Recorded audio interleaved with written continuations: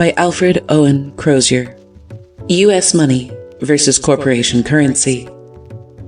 The slavery of debt. Mortgage on human race, 39 billions.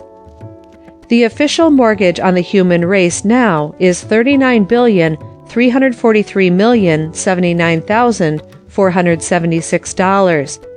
That is the bonded debt of all nations. It is nearly 10% of the wealth of all the countries on the globe. It is about $22 per head for every man, woman, and child in all Christendom. The aggregate interest on this world's debt is approximately $2,300,000,000. Since Columbus plucked the American continent from the unknown in 1492, down to date, the whole world has produced for all purposes $12,935,042,800 of gold and $13,214,956,600 of silver.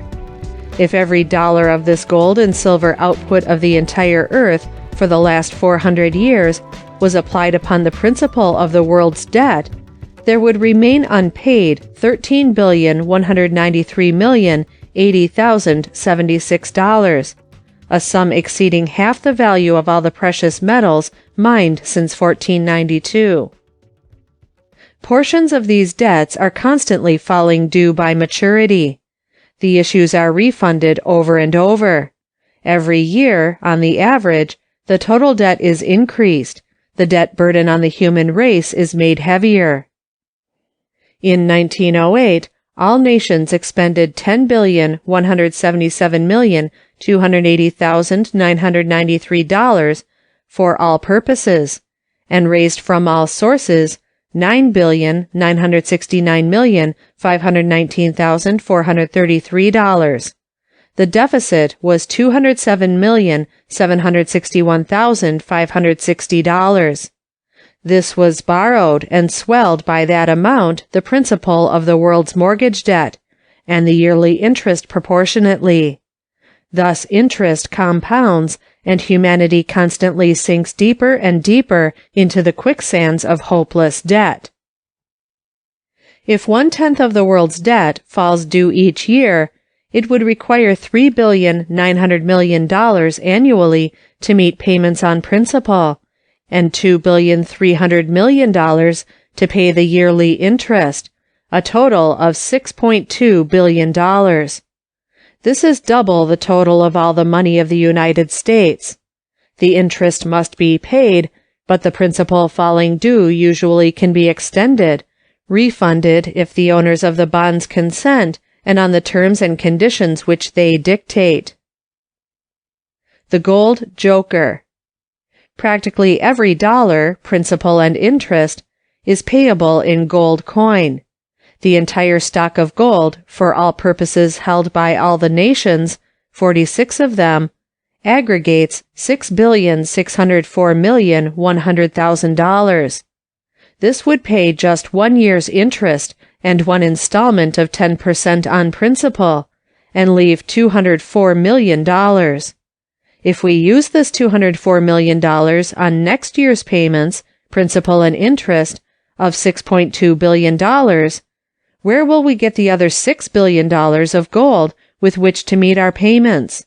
There is only one place to get it, because last year the owners of the bonds got all there was in the world except the $200 million balance. We must buy it of the money changers at whatever price they may exact. Now, Shylock may not actually demand and cut out the pound of flesh next to the heart and carry it away this year, or next, or the next. But when he demanded such condition in the bond, he showed that he had the disposition that sometime will cause him to take advantage to use the power he undoubtedly has, and augment his profits by tightening the screws on all humanity. The above computation is based on the assumption that the whole $6,604,000,000 comprising the world's stock of gold is available for such use. The fact is, the larger portion of all gold is hoarded by the different governments, and could not be obtained for any purpose or at any price. There probably is little more than $1 billion of actual gold free for ready current use, or not enough to meet half of 1 year's interest, not mentioning principal. Providence is coming to the rescue of the race, but not fast enough to overtake the usurers. The gold output of the world has doubled in recent years. In 1908, the world produced $441,932,000 of gold. $113,996,000 was used in the arts, leaving $327,936,000 for monetary purposes. It took 2/3 of this to meet the deficits of governments of that year. Hunting for gold is precarious, hazardous. No one can see into the ground. It is a big gamble. Gold is where you find it, is the old saying. If you get it today, it may pinch out tomorrow. No one positively knows but what this year will practically exhaust the available gold ore, and the gold output fall to nothing after that. Probably it will not, but it is a possibility. Yet all principal nations have been cajoled or driven to take the plunge, the giddy gamble, and we have made $39 billion of government debts payable at a future time in a commodity that may not exist in any available form when that time arrives. We are not complaining, nor advocating abandonment of the gold standard, nor a law prohibiting the making of contracts payable in gold coin. We'll cross that bridge when we get to it. We are in a boat easier to get into than to get out of. We'll probably have to stay in it and do the rowing for the owner of the boat, even if he keeps piling a bigger and heavier load on the craft. We are only speaking plainly now so that the facts may be known and understood clearly as we prepare to work harder to earn more to meet the increasing burden we are sure to have to bear, because voluntarily we have given the usurers the legal right to increase our financial burdens for their profit. The great international battle of the future may not be with guns or tariffs. It will be a huge and fierce struggle between the giant governments for physical possession of the relatively small quantity of available gold, that they may be in position to comply with the possible demand of the usurers for gold payments in some future national crisis when financial panic or actual war has made the opportunity by reducing the government to a condition of helplessness so that it cannot resist or refuse the demand. It is imperative, now more than ever, that the government of the United States keep absolute and exclusive control over its monetary system and every branch thereof. If it surrenders this power to the usurers, it is lost. It will commit financial, if not political, suicide. We cannot refrain from asking another question in passing. Suppose after March 14, 1900, the date on which Congress passed the Gold Standard Act, the output of gold had fallen off half instead of doubled. What would have measured in property and labor? What would have been the result? The promoters of the gold standard internationally expected that the production of gold would decline, and it is almost a miracle that it went the other way. If it had fallen off half, would not the value of all property and labor have fallen 50% in value? Would not gold and bonds payable in gold have doubled in value? Financiers have publicly attributed the advance in prices to the increase in the output of gold. If this be true, it must also be true that if the gold output had fallen off instead of increased, the prices of everything else would have gone down proportionately. So we have put ourselves where we can only bet on the mysterious and uncertain future gold supply, trusting the Lord and hoping for the best. What a pickle that is for the whole human race to be in! The world will find a way out of the hole if the hole ever gets hot enough, but meantime we must expect that the usurers will get away with most of our belongings before the race gets mad enough to climb out of the hole and throw the Shylocks into it. This is not an argument for free coinage of silver. That might have relieved a little, or postponed the inevitable day of settlement slightly, but it was not the remedy. We now have the gold standard and must adjust ourselves to the inevitable and govern ourselves accordingly. So far but half the tale has been told. Only government debts have been mentioned. While the interest-bearing United States bonded debt on October 31st, 1911, was $963,349,390, the debt of all states, cities, counties, and school districts is more than double that amount. In 1906, the aggregate debt of the states was $234,314,190, and of counties, cities, and districts, $1,629,881,636. Total, $1,864,195,826. In fact, New York City alone has a debt that is crowding the national debt in size. It is $750,245,583. It is possible that debts of this kind, in different countries at least, will equal the aggregate debts of all the governments. If so, the total of all public debts would be $78 billions, or 20% of all the wealth of the world. And the rates of interest on municipal debts average much higher. Compound interest that owners cannot spend may in one generation increase the debt to nearly 50% of the world's wealth. Then we must add the vast issues of corporation bonds, also payable in gold, with interest rates averaging at least 50% higher than on government bonds. Every share of stock is a title deed of ownership of an interest in the corporate property.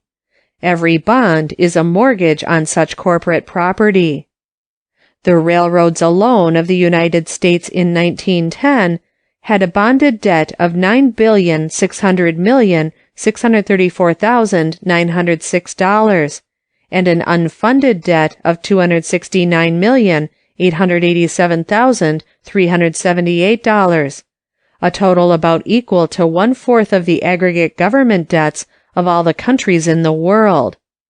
In 1900, the railroad debt was only $5,758,592,754. In 10 years, railroad mileage increased 25%, but the bonded debt was swelled 66%.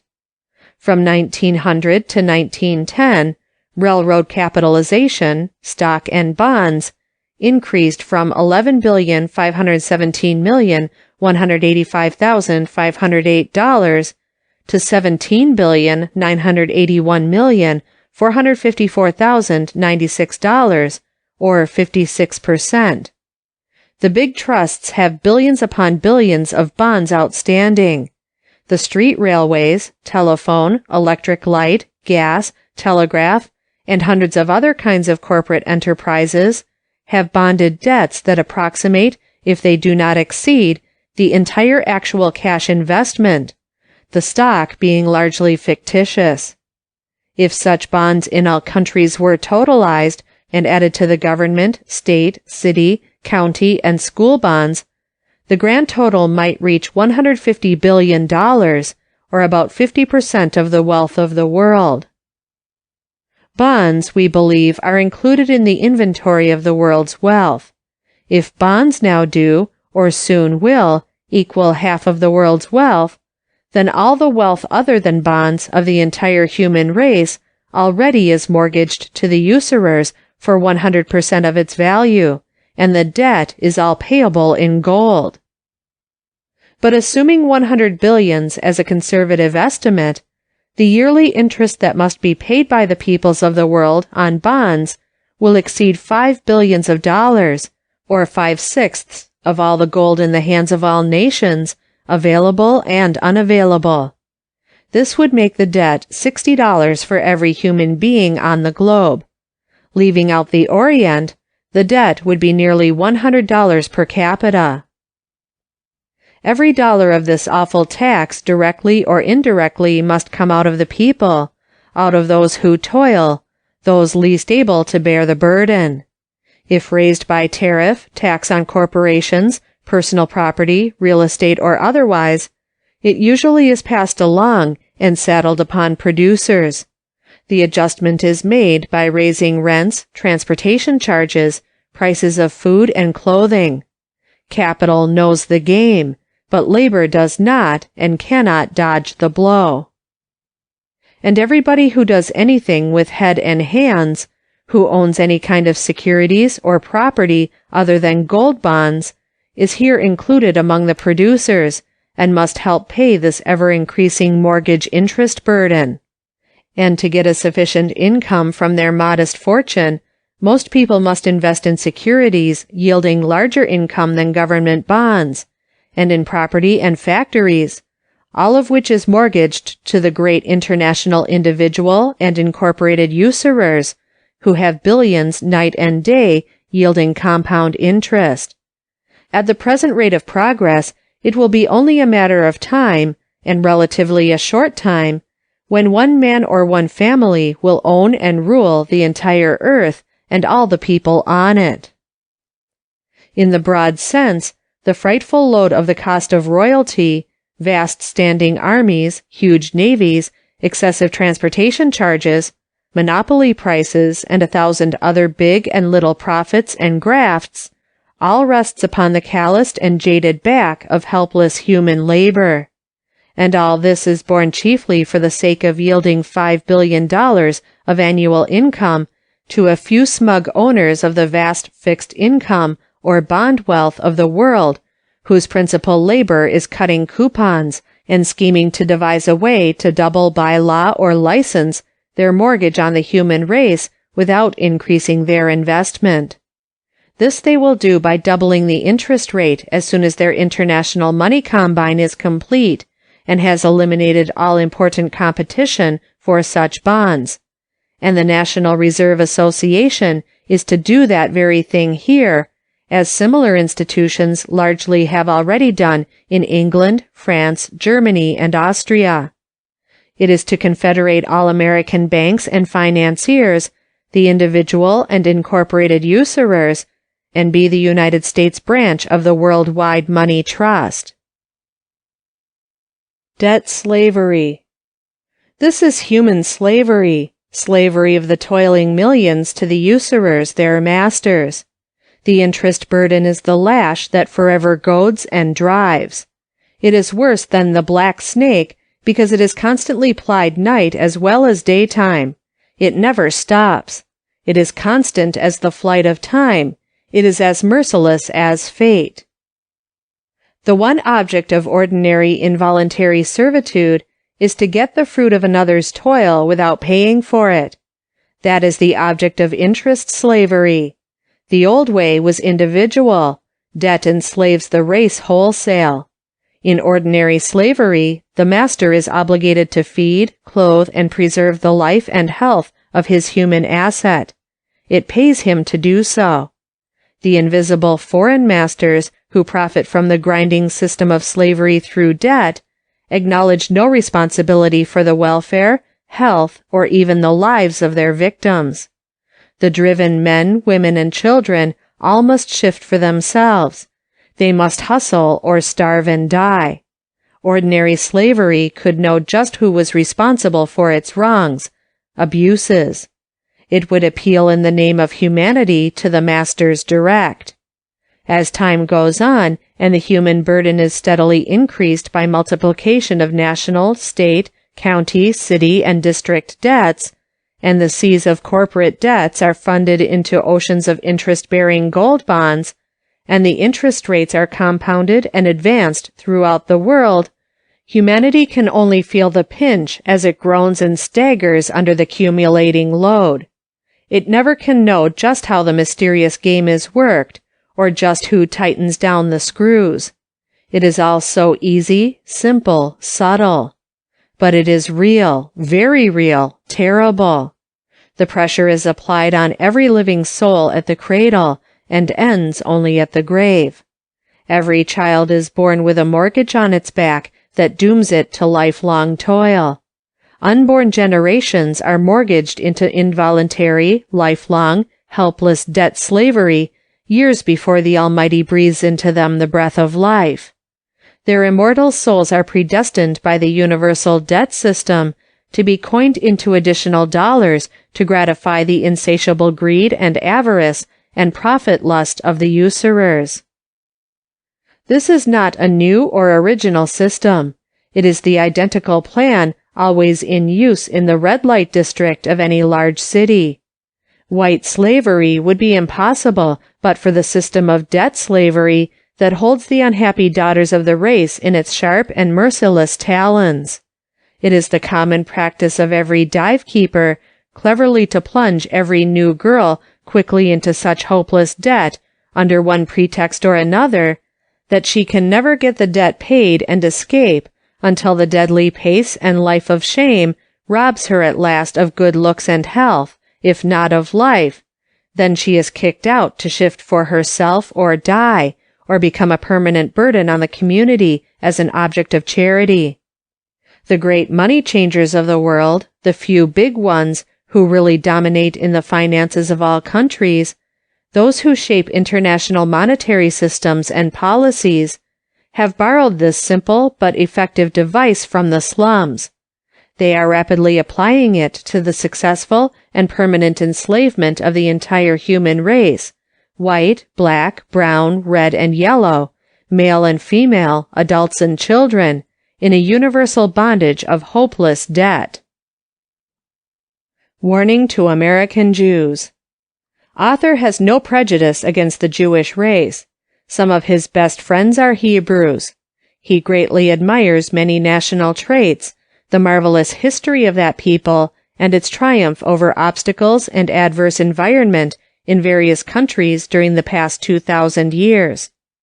And author earnestly hopes that American civilization may ever proceed on the original plan, the Gentile and Jew, Protestant and Catholic, all enjoying equally and impartially liberty of conscience and equality of opportunity. But right now, action is being taken by certain powerful leaders of the Hebrew race that may start in free America that dreaded European cry, "Down with the Jews," in the hope of helping to avoid the establishing of conditions here that may become for the Hebrew race as unhappy and intolerable as in other countries, even Russia. This word of warning to the Jews is sounded. Rothschild was a Jew. His descendants comprise the 4 great banking houses of that name in Europe, in London, Paris, Berlin, and Vienna. In 1863, the wealth of this one family was conservatively estimated at $3.2 billion, over $3 billion. This huge total, compounded during the past 50 years and increased by incidental investments into mines, timber, and many other things, may now amount to 50 or 100 billions. No one outside knows the amount. With alliances controlled by this family, it surely directly or indirectly controls a large portion of all government bonds, and at least 1/3 of all the world's estimated total wealth of $377 billion. But suppose the Rothschilds themselves only own $39 billion, an amount equal to the bonded debt of all the governments of the world, with an annual income of $2.3 billion, or 2/3 of what their total wealth was in 1863. Any change either way in these figures will be a variation only in degree. In no way does it materially change the acknowledged potent fact that in all the great national and international monetary and financial affairs, the Rothschilds always play the ruling hand. They possess masterful genius and financial intellect. But it is the sheer weight of liquid or ready wealth held in such a large quantity that all the nations of the world must go to the Rothschilds for financial assistance in time of peace, or before they can go to war, whatever the provocation or emergency, that gives them supreme power in the world's affairs. No war can be waged without money, and no large nation can get adequate money to finance a war, from anyone but the Rothschilds. Therefore, it is reasonable to assume that whenever any war is begun, the Rothschilds have consented thereto. They may finance both sides because it is immaterial whether the interest profits they crave come from one or both countries. In fact, the war furnishes an excuse recognized as legitimate for charging both nations higher interest rates, not only on the new debts, but on old obligations maturing or being refunded. Increase to 4% from 3% is a 25% increase in the total income and in the value of bonds, measured by their earning power. It is known, of course, that after the nations have fought for a while and murdered tens of thousands and wounded and permanently maimed hundreds of thousands of human beings on both sides, pressure exerted by other governments instigated by the financiers will force a quick compromise, leaving the nations both in approximately the same condition as before, except that each has vastly increased its debt and the annual interest burden on its people, while the financiers have gotten rid of accumulated capital in exchange for high-interest gold bonds that cannot be repaid for perhaps 30 or 50 years. This surely is the result, if not the deliberate plan. Then again, the debt of the principal European countries has been doubled or vastly increased during the long period of armed peace. Frequent rumors of war or warlike preparations each year have been ping-ponged back and forth between the countries in the public press. These have tended to excite popular fear, hate, and patriotism, and cause the people to consent and even to urge the governments to swell vastly the mortgage burden upon the peoples for funds to increase and equip still larger standing armies, and to build greater and more expensive navies. By withdrawing millions of men into armies and idleness, it reduces production and the earning power of the people, increases the burden on those employed, and makes it more certain that existing bonds will not be paid, but will be refunded and increased. Why not have bigger armies, navies, forts, guns, idleness of millions of soldiers, rumors of war, or even occasional war, when such things are so fruitful, so necessary to cause the issuance of more bonds to provide profitable investment for the $5 billion of excess income derived yearly from interest paid on existing issues of gold bonds? These conditions explain at least a substantial portion of the bonded debt and yearly interest of these countries. United Kingdom, bonded debt $3,869,931,360. Yearly interest $152,759,411. British colonies, bonded debt $699,198,319. Yearly interest $29,040,837. British India, bonded debt $1,346,997,187. Yearly interest $41,687,212.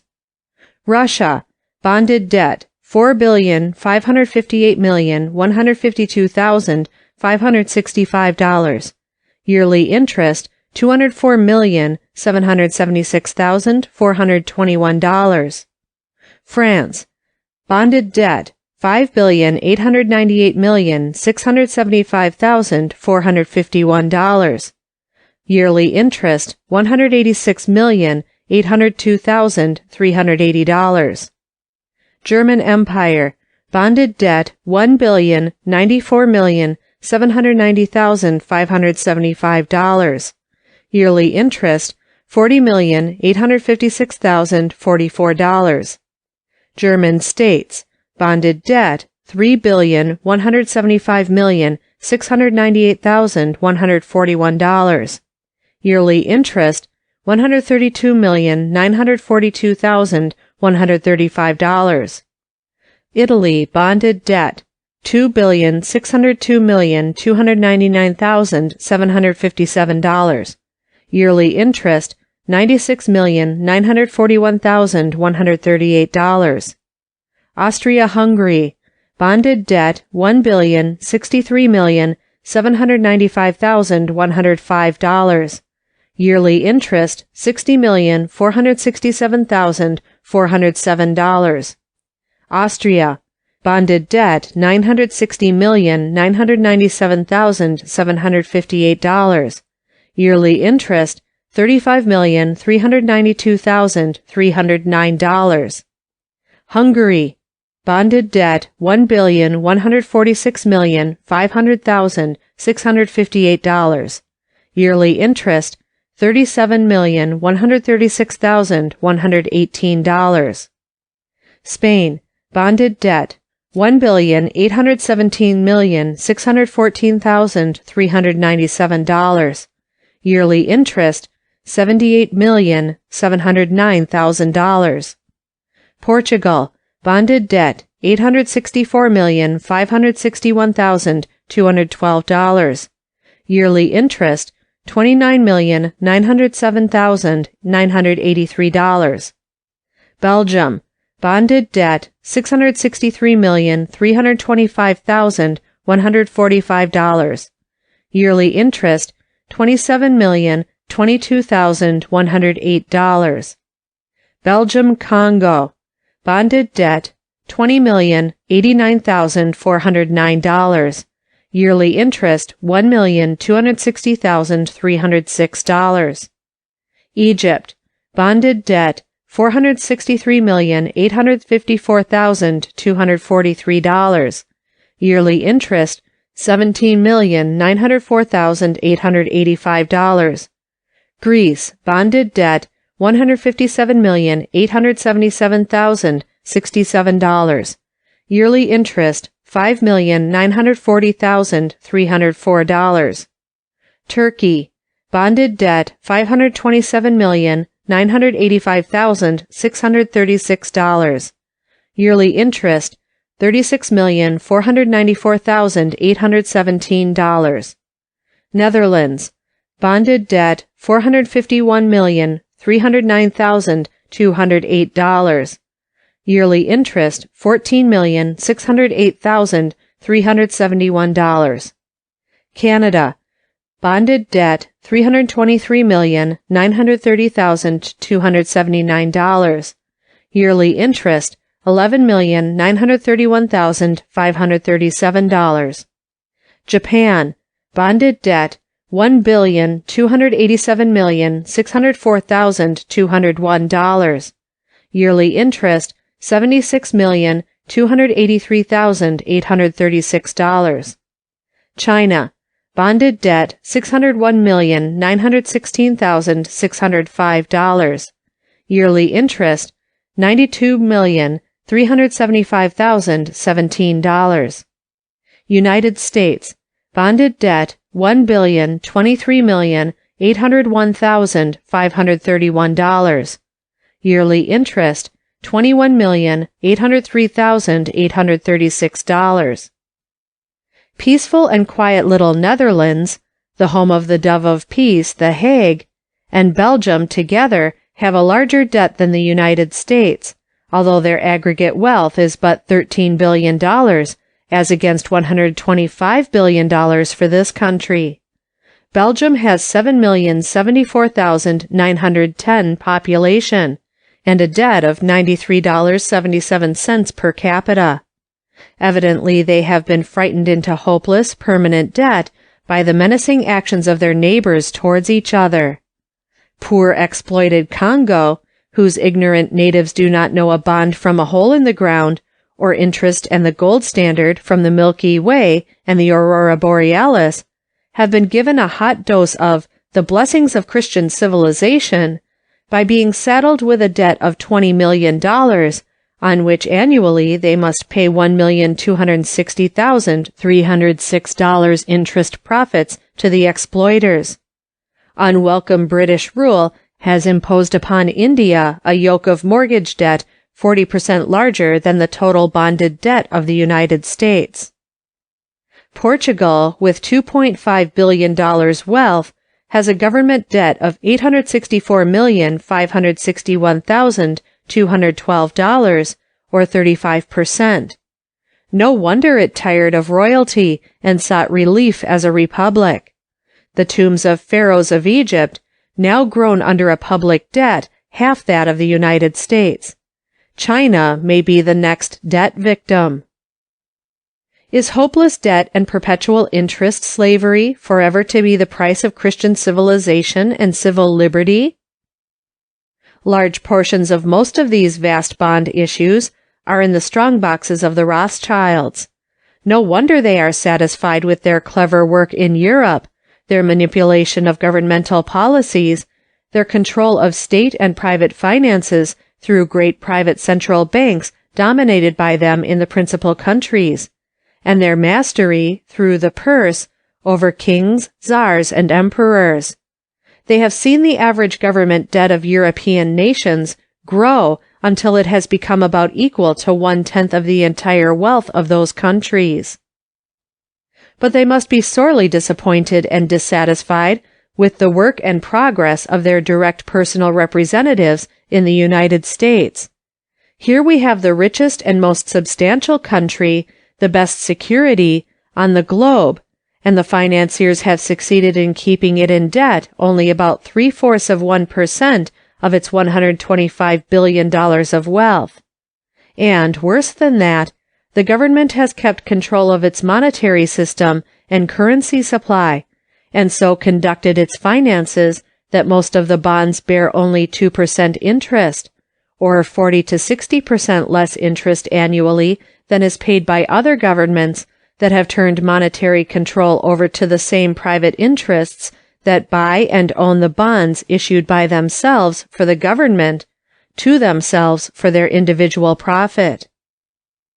Then no doubt they have been worried over another serious problem. Their financial ascendancy and control over governments and maintenance of relatively high interest rates is possible only so long as they own or at least control all large loanable funds seeking such investments, only while there is no important competition.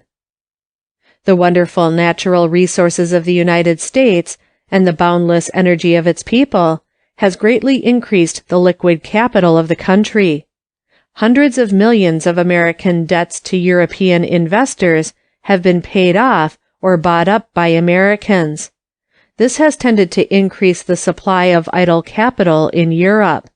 And now the United States has invaded Rothschild's exclusive melon patch by bidding for large issues of the new or of refunding bonds of various governments. This is a serious situation. If this competition goes on, it is certain to lower the rates of interest not only on new issues, but ultimately on the entire $39 billion of present bonds, to say nothing of state, county, city, district, and corporation bonds. Genuine competition, such as the United States could furnish with the available investment capital it now commands, or soon will have, might easily lower the average bond interest of other governments to the 2% basis enjoyed by our government. This would cut down by 1/2 the annual income of the owners of the fixed income or bond wealth of the world. They would lose thereby $2.5 billion annually. This, in effect, would be the equivalent of a direct shrinkage of 50% in the value of the 39 billions of bonds, an immediate loss of nearly $20 billion, for the value of bonds is measured by their rate of interest, the annual income they yield, their earning power. And now we see the stealthy hand of these foreign bondholders in one of the most clever and far-reaching schemes ever devised by the mind of man, driving American sentiment and politics rapidly toward the adoption of a plan that will instantly remove the one menace to the supremacy and profits of the Rothschilds, that is, competition for bonds. It is believed that the scheme now called Aldrich Plan was originally conceived and worked out in Europe by the Rothschilds' interests, and that it was put out here, or pushed by Jacob H. Schiff and Paul M. Warburg, of the firm of Kuhn, Loeb and Company, said to represent here or do business with the Rothschilds of Europe.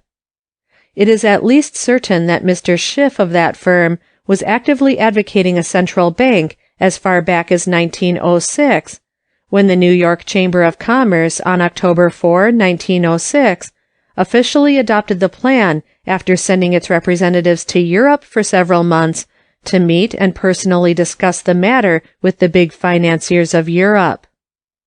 The official records of the Chamber, printed elsewhere in this volume, show these facts. Since then, Mr. Warburg has been the most active of the Wall Street financiers in promoting the Central Bank or National Reserve Association plan by way of articles, speeches, conferences, and in persuading bankers and the American Bankers Association to join in promoting the scheme through Congress, and in thereafter participating in its benefits.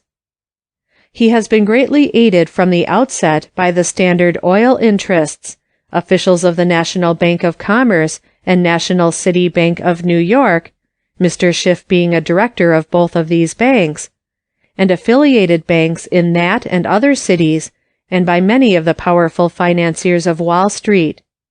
We show elsewhere conclusive documentary proof that the Aldrich Plan is identical with what we could call the Rothschilds' plan, but have named New York Chamber of Commerce's first plan, adopted in 1906, except that the original plan at least made a pretense of government control, while the Aldrich Plan is strictly for a private corporation. At the Currency Conference of the National Civic Federation in New York on December 16, 1907, Mr. Speyer presided and Mr. Seligman introduced the prepared resolutions. Both are Hebrew Wall Street international bankers said to do business for or with the great financiers of Europe. August Belmont, who then was president of the National Civic Federation, is said also to represent or do business with the Rothschilds. Jacob H. Schiff seems to have led the movement that has caused the abrogation of the commercial treaty with Russia. The action taken was right, for obedience to the provisions of all treaties must be enforced. But we wonder if the only object was to punish Russia for denying passports to a mere handful of American Jews. Was there back of it in Europe a Rothschild scheme to embroil the two nations so that each would increase its bonded debt, sell more bonds to be prepared for possible complications, if not actual hostilities? Several attempts looking to a vast increase of the bonded debt of the United States have been made. Other attempts will be made. But this government should pay every dollar of its bonded debt, and then stay out of debt. It would be a wholesome example to the world. It would show to all nations the advantages of self-government and human liberty. With the Standard Oil, the Morgan, and the Kuhn, Loeb and Company groups linked by ties of mutual interest and profit with the Rothschilds and their affiliations abroad, there would be complete harmony and cooperation and practically no competition between America and Europe for big government loans. All danger of lowering interest rates has been removed and an effective plan adopted that will enable substantial increases from time to time in the bond interest rate the world over. There will be no adequate market for such bonds, except with this international money combine. Truly, the United States proposes to become a financial world power by this merger, but it will be controlled from the other side because Europe, the Rothschilds, will furnish 90% of the cash. Wall Street seems to be willing to play second fiddle and permanently sell out the interests of the United States and the welfare of all the people for a mere hope that by thus getting near the money throne of the Rothschilds, some crumbs from their table will fall within the reach of our high financiers. This Rothschild scheme, if adopted, will ultimately plunge the United States into the slavery of debt like the European nations. They do not want 2% bonds, so it is proposed to increase the interest 30 to 50%, make the rate 3%, refund the present United States debt, and make it payable in 50 years. That is the Aldrich Plan, the provisions of the pending bill.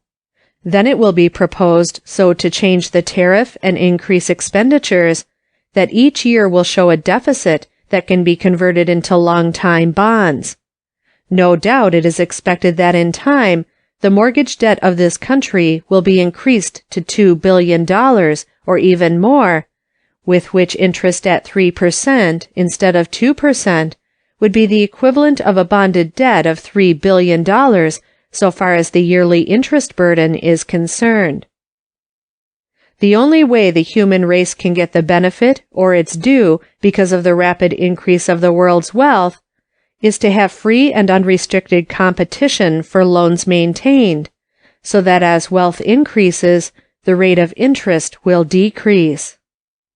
$1 billion of public currency now is to be taken away from the government and given outright and free to a private corporation owned by the banks, and ultimately the National Reserve Association is to control the entire $3 billion of money heretofore issued by the United States government. The association will gather up the United States money, hold it as a reserve, and issue thereon 2 or 3 times its amount in corporation currency. Then by contraction and expansion of the money supply, it will rule every bank and manipulate the supply of $20 billion of business credit and all prices and dominate everything in America for the profit of the Worldwide Money Trust, of which the National Reserve Association will be the American branch. This is the game, the program. If it succeeds, the Republic and all its people will find themselves permanently enslaved by the bondage of debt, chained helplessly to a system that takes everything and gives nothing. The victims of a soulless and sordid conspiracy that is moral, if not legal, treason against the welfare and perhaps the life of the nation. When this hour comes, and the people find that they have been tricked and betrayed and are helpless, the country may become as inhospitable as Russia to the Hebrew race, if unfortunately the cry goes up, "Down with the Jews." Many of the American people will believe that the instigators of their troubles and the chief beneficiaries are those greatest of all world-owning Hebrews, the Rothschilds. It will be to the interest of every American Hebrew outside of Wall Street to have the Aldrich Plan defeated, and every loyal citizen of this race will demand that the government of the Republic retain control of the people's money supply, and avoid permanently plunging this great Republic into the bondage of hopeless debt. The National Banking System. The American Bankers Association, officially representing all banks, by resolution in November 1911, endorsed and urged Congress to adopt the Aldrich National Reserve Scheme. It is alleged to be spending money for that purpose furnished by the banks. It is said to be helping to create and steer public sentiment through the press or with special literature prepared or distributed by various banks, at the cost of the banks, or to organize or encourage the organization of so-called citizens' associations and monetary reform leagues, to entice and marshal businessmen to support this movement. Presumably, this united effort and expenditure of money is expected by the banks to yield benefit to the banks. It is conceded that the bill prepared and advocated by the National Monetary Commission, and now pending in Congress, would create a mere private corporation named National Reserve Association, and that every share of the stock will be owned and voted by banks, and that, as the management of such corporation, or 42 of the 46 directors, will be chosen by the banks, the institution will absolutely and permanently be controlled by the banks exclusively yielding the powers and getting the profits of the National Reserve Association. There will be no dispute as to these facts. It is proposed that Congress take away from the government and delegate to such private corporation certain governmental powers heretofore exercised under the Constitution by the federal government exclusively, and it would prohibit the government and everybody except such corporation from hereafter exercising such powers. In other words, it confers an exclusive monopoly by law of Congress upon such private corporation for the sole profit of the banks owning the stock of such corporation. It is a syndicate of banks, a national money trust. The chief grant is the exclusive right of issuing public currency for use as money by the people. It will thus regulate the volume and supply of the money the people must have as a medium of exchange, and to put into bank reserves as a cash basis on which banks loan credit to borrowing customers. In a collective capacity, acting through their subsidiary corporation, the National Reserve Association, the banks hereafter will manufacture with the printing press their own cash reserves, on which the huge volume of bank credit is based. What is the use of the banks going to the expense of providing actual cash capital when its central corporation can print and supply currency, money, to the banks without legal restraint or limit? It's all in the bank family. They can do as they please. The government and the people henceforth are to have nothing to say about the public currency or the quantity to be furnished for their use. It is also proposed that the government shall turn over to this corporation, as received, all money raised for every purpose from every source, amounting to nearly $750 million annually, and that such corporation shall not pay the government anything for the use of this vast sum while on deposit.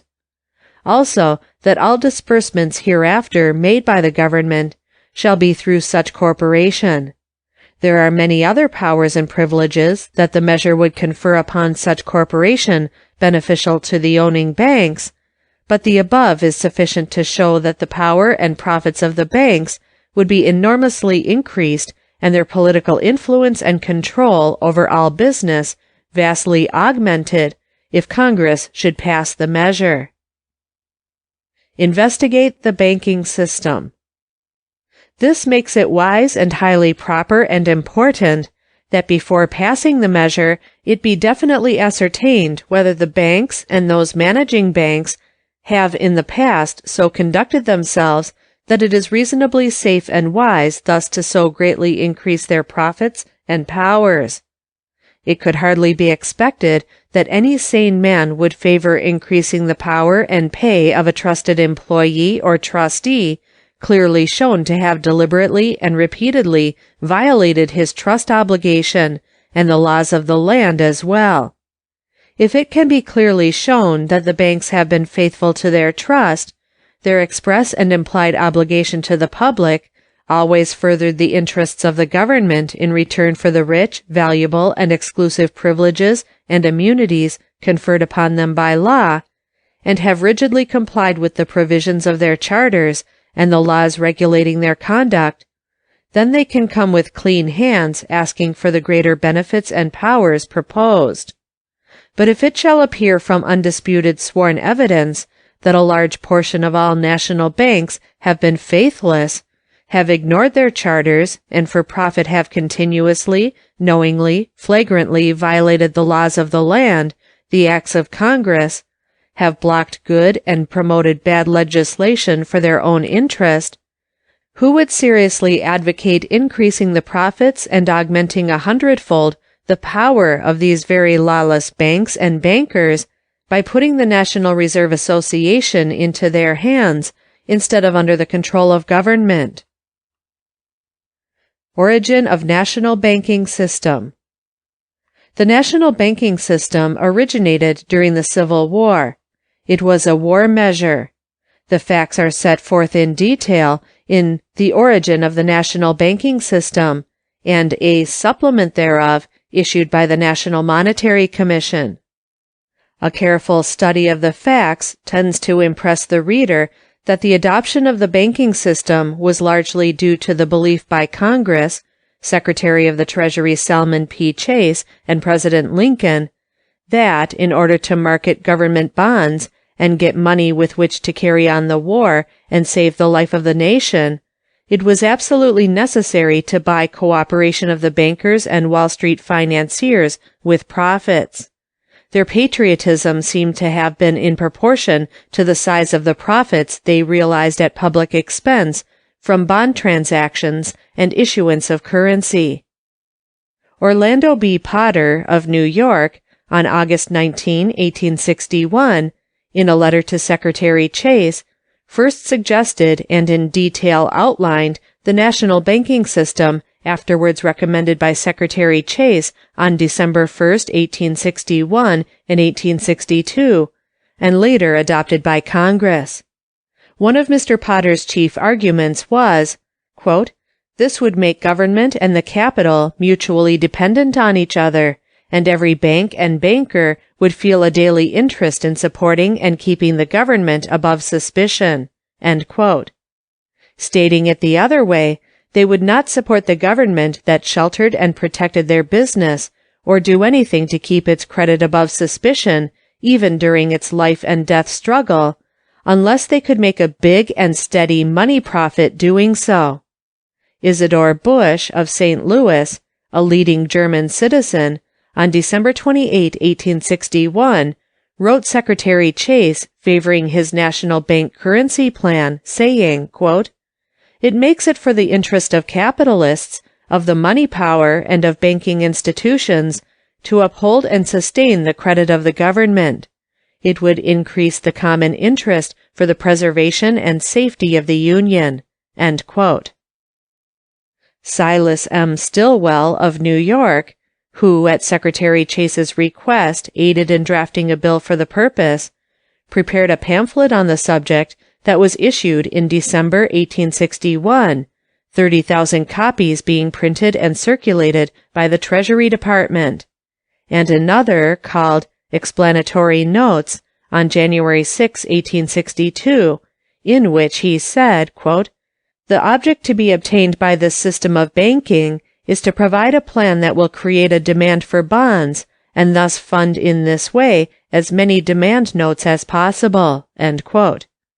In other words, convert the government non-interest-bearing demand notes, or greenbacks, into interest-bearing 6% bonds to be deposited by the bankers with the government in exchange for 90% of banknote currency to be loaned out by the bankers at 6 to 10%, the bankers getting and keeping this interest for use of the currency, and also the 6% on the deposited bonds, a total of 12 to 15%, less a currency tax of 1%. That was the price that seems to have been necessary for the people and the government to pay to ensure the loyalty of the bankers and Wall Street financiers at a time when 1,000,000 patriots were at the front risking their lives in defense of the Union for $13 per month in government money, depreciated below 50 cents on the dollar by these same financiers for their own profit. On February 9, 1862, Enoch F. Carson of Cincinnati wrote Secretary Chase that the people were with him, believing that it was a fight between the government and the banks, and that Mr. Chase represented the people in the struggle. Secretary Chase, on October 7, 1862, in a letter to John Bigelow, expressed the belief that his national bank currency plan would, quote, "bring to the support of the public credit the whole banking interest of the country." End quote. It would open, quote, "a gradually enlarged market for the securities of the government, and thus sustain their credit at the highest point." End quote. Evidently, the government had not been getting the support of the whole banking interest of the country. But Secretary Chase expected that the big double profits the government thus was forced to offer the banks, that is, 6% on bonds and 6% or more for the currency obtained by deposit of such bonds, would, quote, "bring to the support of the public credit the whole banking interest of the country." End quote. December 23, 1862, Secretary Chase wrote Thaddeus Stevens, chairman of the Committee of Ways and Means, saying, quote, I see no ground for belief that the funds necessary for the pay of the army and the prosecution of the war can be in any way provided without the support to public credit expected from that measure." End quote. The government of the Republic was in a desperate financial hole. Without money, the war must fail, and the Union be destroyed. The bankers could easily help it out, and thus save the nation's life, but would not do it until they got an immediate 12% to 15% profit, and a permanent system that has largely supplanted government currency with banknote currency, a bank system that in 48 years has cleared more than $3 billion of net profits, $3,107,185,441, over 3 times the amount of the present government debt, and equal to all the money in circulation in the United States. Surely the bankers drove a good bargain, and each year, for over 40 years, have received millions from the people as a sort of pension to keep the bankers patriotic, and from backsliding in their loyalty to the Republic. By frequent congressional intrigues, this pension has been steadily increased, until the yearly cost to the people of bank patriotism, now in time of peace, is about 10 times as much as it was in time of war. And under the Aldrich Plan, reported by the Monetary Commission, it is now proposed to vastly increase the profits and power of the banks, without the slightest benefit to the government or the people. Senator Sherman finally came to the aid of Secretary Chase and the bill. The Sherman Act was passed on February 25, 1863, and approved, he declaring that it would promote a sentiment of nationality, evidently among bankers. The volume from which the above quotations are made, issued by the Monetary Commission, says on page 84, quote, "The Senate was the stronghold of the banks. It would have been impossible to have secured the passage of any bill in that body which seemed in any way to be unjust toward state banks." End quote. All banks then were state banks, so it must be clear that the provisions of the law creating the national banking system are such as the bankers approved or dictated. This may explain why the law did not contain a single personal penalty on bankers for violating the law as to matters pertaining to the safety of depositors and the general welfare, and yet it imposes upon any public official who should countersign and deliver banknotes to any but the right bank, a fine not exceeding double the amount of such notes, and imprisonment not exceeding 15 years.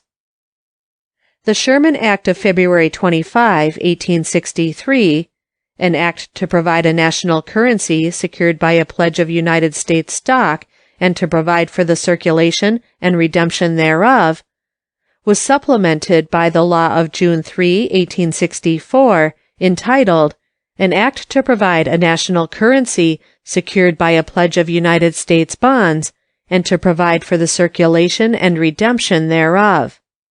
The new law, of course, was more liberal to the banks, and practically every change made since has been to increase the immunities, powers, and profits of the banks, while every proposal during the past 48 years having for its object increasing the soundness of banks or the safety of depositors and the public, has been defeated in Congress by the lobbying of the banks.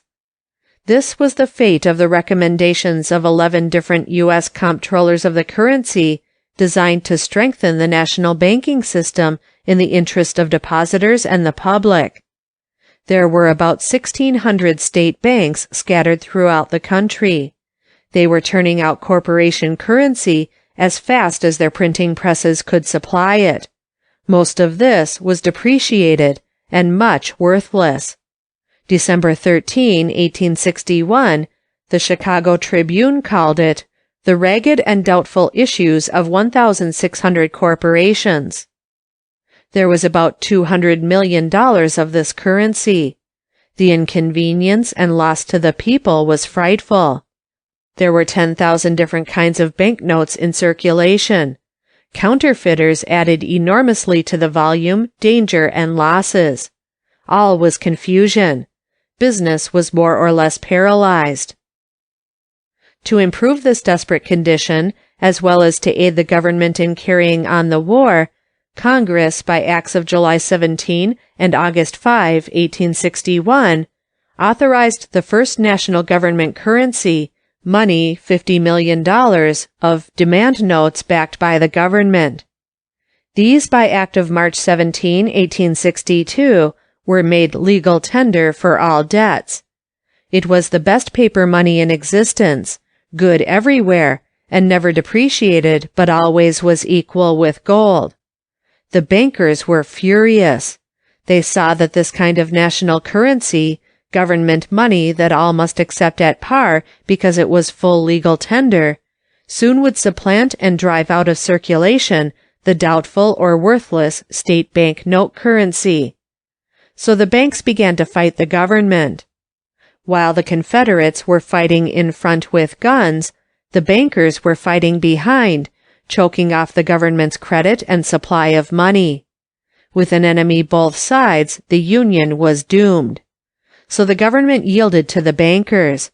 It adopted the national banking system as a means of buying the support of the bankers, and to provide a way by which banks could keep the issuing of currency in their private hands, and stop the issuance of full legal tender government money. The history of bank intrigue and influence in Congress, and opposition to the government during the Civil War, is the most sordid and for the banks the most despicable chapter in American annals. The bank selfishness shown then has increased with time and with the enormous growth of bank wealth and power, until in 1912 we see them actually grasping for all power, for mastery over everything through a private monopoly of the supply of money. On March 3, 1865, Congress destroyed all state bank circulation with a 10% annual tax that remains to this day. But with destruction of the $20 million of state bank issues, the national bank note currency grew. In 1864, it was 31,235,270. 1865, 146,406,725. 1866, 281,583,365. 1867, 298,759,436. There was not enough banknote currency before the war ended to do much good. It was the $450 million of government money, greenbacks, that carried the government through that great struggle, crippled as they were at the demand of the banks by being made only a limited legal tender after the first $60 million. Banks fight government currency. From 1861 to 1912, the irrepressible and constant aim of the banks has been to prevent the issuance of government paper money in order to increase bank currency that yields steady profit to the banks. And the present Aldrich National Reserve Association plan is the same fight carried to a most audacious and daring extreme. Besides the first $50 million, an additional $10 million of full legal tender demand notes were issued under Act of February 12, 1862. The government was authorized to reissue these as they came back, but not after December 31, 1862. $30,000 was so reissued. These demand notes, or first greenbacks, legal tenders, were paid in gold as presented. They never depreciated. The Act of February 25, 1862, authorized $150 million United States notes, $50 million thereof to be used to take up and cancel the balance of the $60 million demand notes outstanding, and by July 1, 1863, all but $3,350,000 of the $60 million had been paid and canceled, the balance being retired during the next year. But the $150 million U.S. notes, greenbacks, at the insistent demand of the financiers and gold gamblers of Wall Street, were not made full legal tender. They were by law made legal tender for all debts, public and private, except duties on imports and interest on the public debt. They were thus only a limited legal tender. This exception made them unequal and less valuable than gold because they could not be used wherever gold could. Such exception caused their depreciation as measured in gold. Or in other words, it caused appreciation of the price of gold measured in this government currency. Specie payments were suspended from January 1, 1862 to January 1, 1879. While at times the gold price of greenbacks went much lower, once to about 35, the average price per year was 1862, 88.3, 1863, 68.9, 1864, 49.2, 1865, 63.6, 1866, 71, 1867, 72.4, 1868, 71.6, 1869, 75.2, 1870, 87, 1871, 89.5, 1872, 89, 1873, 87.9, 1874, 89.9, 1875, 87, 1876, 89.8, 1877, 95.4, 1878, 99.2. And the yearly average currency prices of gold were 1862, 113.3, 1863, 145.2, 1864, 203.3, 1865, 157.3, 1866, 140.9, 1867, 138.2, 1868, 139.7, 1869, 133, 1870, 114.9, 1871, 111.7, 1872, 112.4, 1873, 113.8, 1874, 111.2, 1875, 114.9, 1876, 111.5, 1877, 104.8, 1878, 100.8. The Act of July 11, 1862, authorized another $150 million greenbacks, of which $50 million was issued to pay a temporary loan, and a third $150 million issue was authorized March 3, 1863, a total of $450 million of greenbacks. The highest amount outstanding at any time was $449,338,902 on January 30, 1864. There are still outstanding $346,681,016 of these U.S. notes, more commonly called greenbacks or legal tenders. Most of them are tightly held by the banks in their cash reserves. A gold reserve of $100 million in later years was held in the Treasury to secure these notes, until the Gold Standard Act of March 14, 1900, increased this gold reserve to $150 million. In other words, to discredit government paper money, or greenbacks, in 1900, when every dollar out was worth dollar for dollar with gold, and had been for over 20 years, the gold standard law forced the government always to keep on hand $150 million gold to secure the $346,681,016 of greenbacks that are as much an obligation of the government as U.S. bonds. Thus the banks caused the government to actually raise by taxation and the selling of long interest-bearing bonds payable in gold the enormous sum of $150 million, and pile it up idle in the public treasury permanently without 1 cent of advantage or benefit to the government or the people, and when it was wholly unnecessary. And this was done to head off the possible issuance of any additional government currency, and to ensure that all future currency would be issued by banks for the profit of the banks.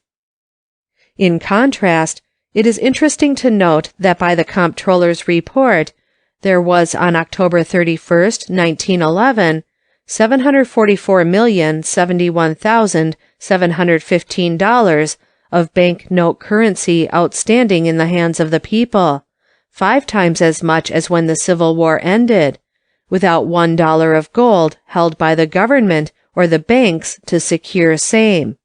And it is all mere optional currency, not legal tender, and no one can use it to pay even an ordinary debt if the other party cares to refuse to accept it. Of course, the currency is sound because the government holds an equal amount of U.S. bonds to secure it, and also, by law, has expressly guaranteed such currency. But what is behind the bonds? Only the faith and credit of the United States, the same identical thing that was back of the greenbacks before any gold reserve was provided. Surely the credit of the banks behind banknote currency does not make such money more sound than if only the government, and with all its unlimited taxing power, guaranteed the same. If every dollar of currency was issued and guaranteed by the government, made full legal tender by law for all purposes, and secured by whatever reserve of gold is considered ample, we would have the most simple, sound, and practical monetary system in the world. It would be the cheapest for the people, because the government charges nothing for issuing it. It costs the government but a small fraction of 1%. But the banks always have and always will oppose it, for 2 reasons. 1. It would not yield the banks a steady profit, as banknote currency does. 2. Banks are afraid that the quantity might be so increased that the people would do more business on a cash basis and less on credit bought from banks. These are the chief reasons actuating the banks and Wall Street in their continuous legislative and political struggle to discredit and destroy all government paper currency, and bringing about a complete monopoly in the banks, or in a corporation owned by the banks, of the currency issuing privilege, as now proposed by the National Monetary Commission in the most bold form ever suggested. The banks won't trust the people and the government not to overinflate the currency, but by the Aldrich Plan, they ask the government and the people to trust the banks with unlimited power to both inflate and contract the entire currency. And if the plan is adopted, it is certain that the volume of currency at all times will be either too big or too little, for the banks will profit most when the supply is not normal, when it is unduly inflated or unfairly contracted. Banks continually warn against the danger of increasing the prices of property and stocks by overinflation of the currency, but they themselves have inflated bank currency 400% in 20 years, and they have inflated bank credit, which produces the same effect, billions of dollars. The banks want to do all the inflating that is to be done, and for their own profit. By the Act of April 12, 1866, instigated by the banks, $10 million of greenbacks were retired and burned the first 6 months, and not more than $4 million per month thereafter. This was stopped by the protest of the people and the Act of Congress February 4, 1868, after $44 million of the people's war money had thus been burned up. The banknote circulation of course increased as government currency was destroyed.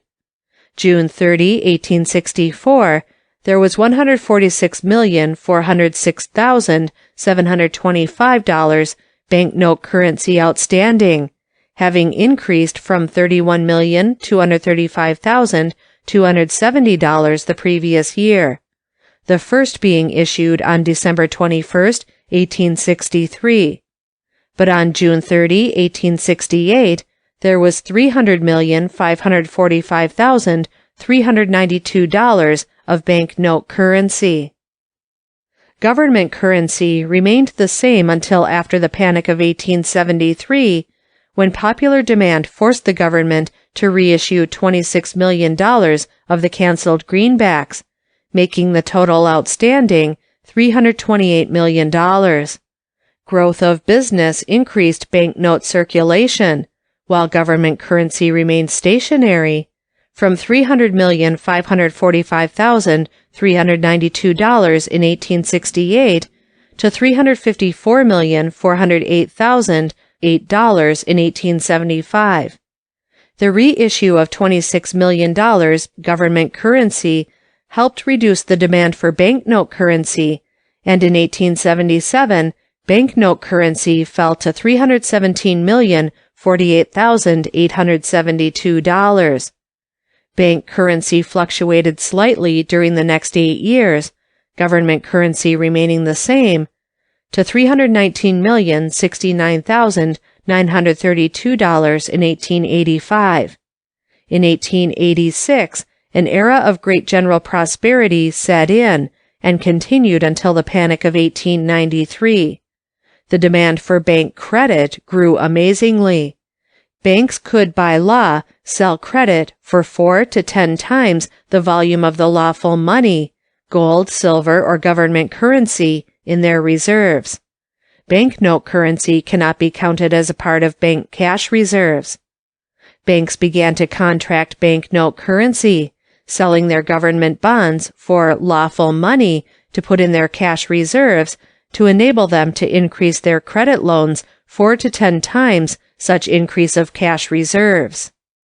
A bank, for example, could make more charging 6% for $10,000 bank credit issued based on $1,000 of lawful money, government money held in its reserve, than it could by investing that $1,000 in a $1,000 U.S. bond, depositing it with the government and getting $1,000 banknote currency that it could not hold as cash reserve, because not lawful money, and could not use as a basis for increasing its loans of credit.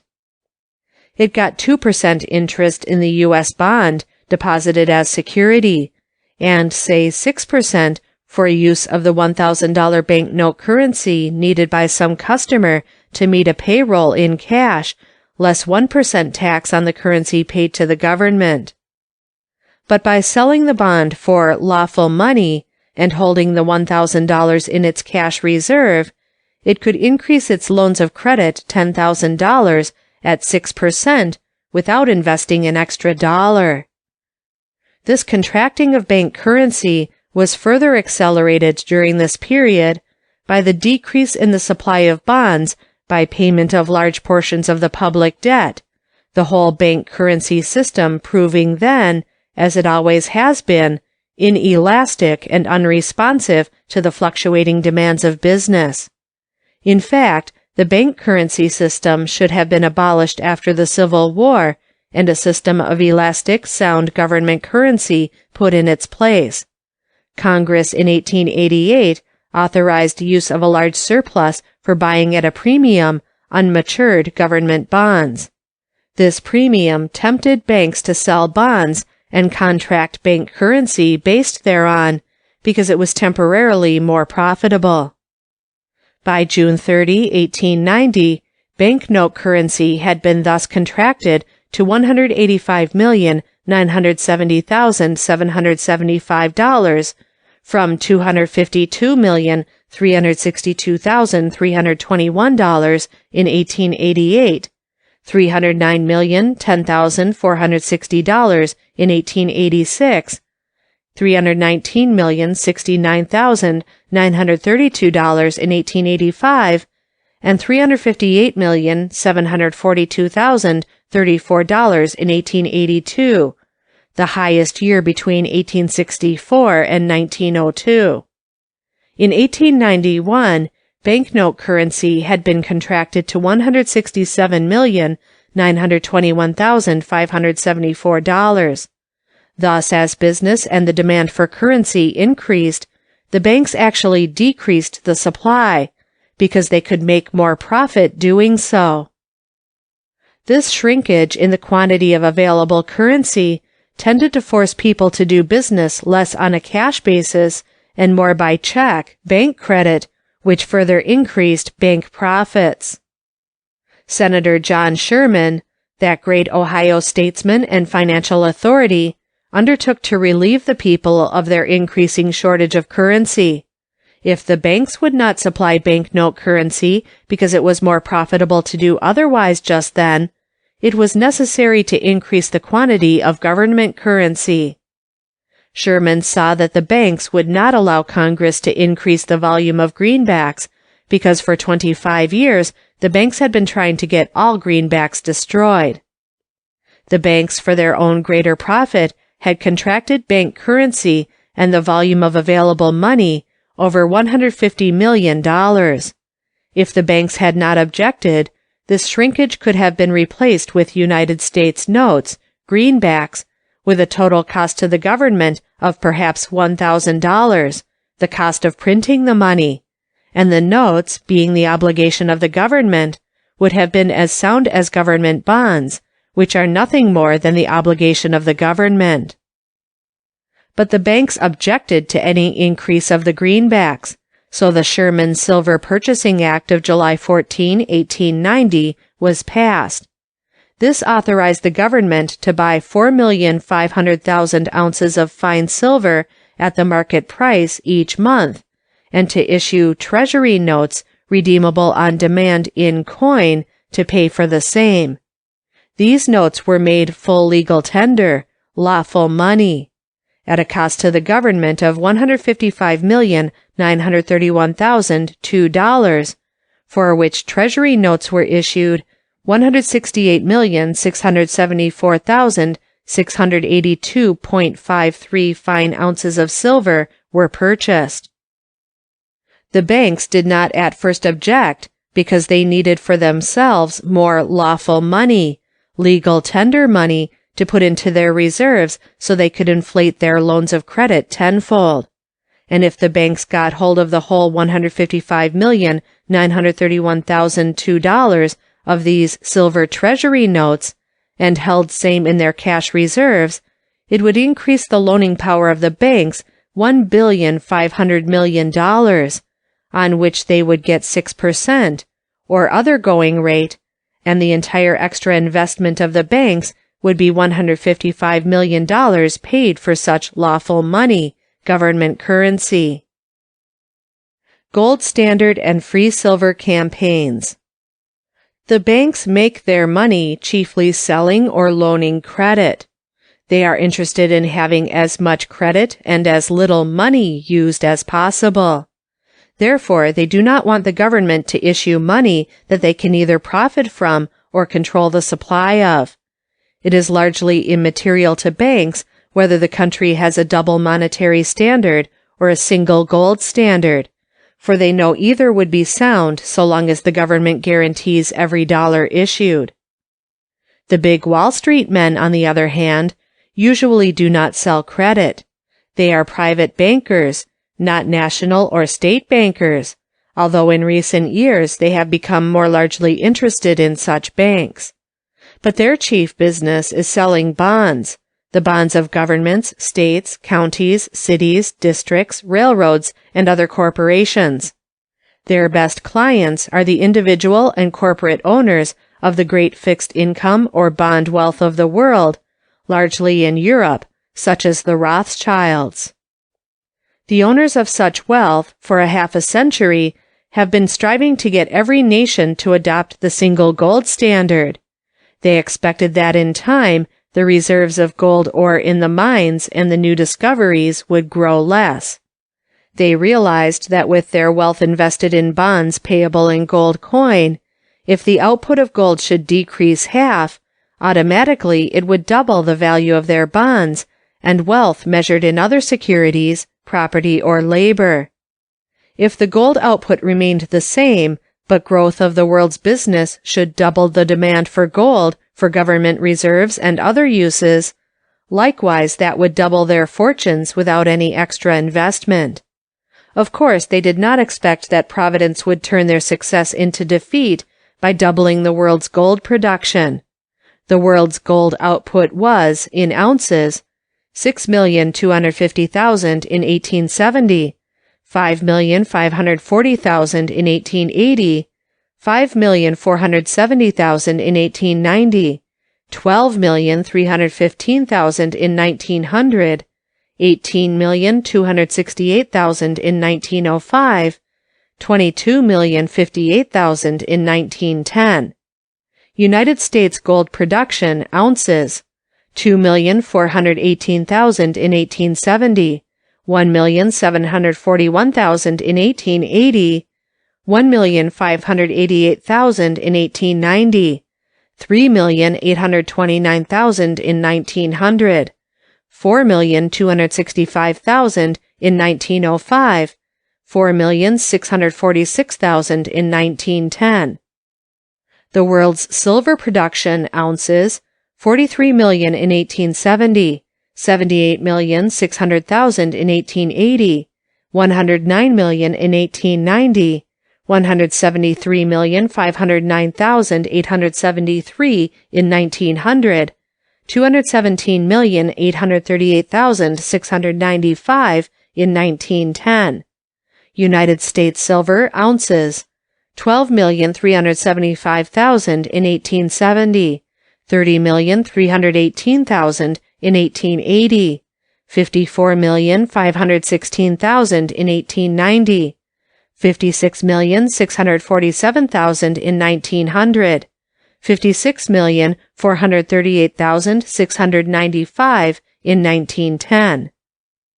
Because of the unexpected doubling of the world's gold production, the bondholders failed to double the value of their bonds as they expected, either through shrinkage in the supply or increase in the demand for gold, but by demonetizing silver and reducing by half the basic metallic standard, making gold alone the measure of value, the bondholders prevented the purchasing power of their incomes from gold bonds decreasing, or the value of securities, property, and labor measured in gold increasing to the extent that would have taken place if silver as well as gold had remained standard or a legal measure of value. The high financiers of Wall Street, at the instance of their best foreign customers, the Rothschilds and others, in 1892 undertook to demonetize silver and get Congress to establish permanently in the law the single gold standard.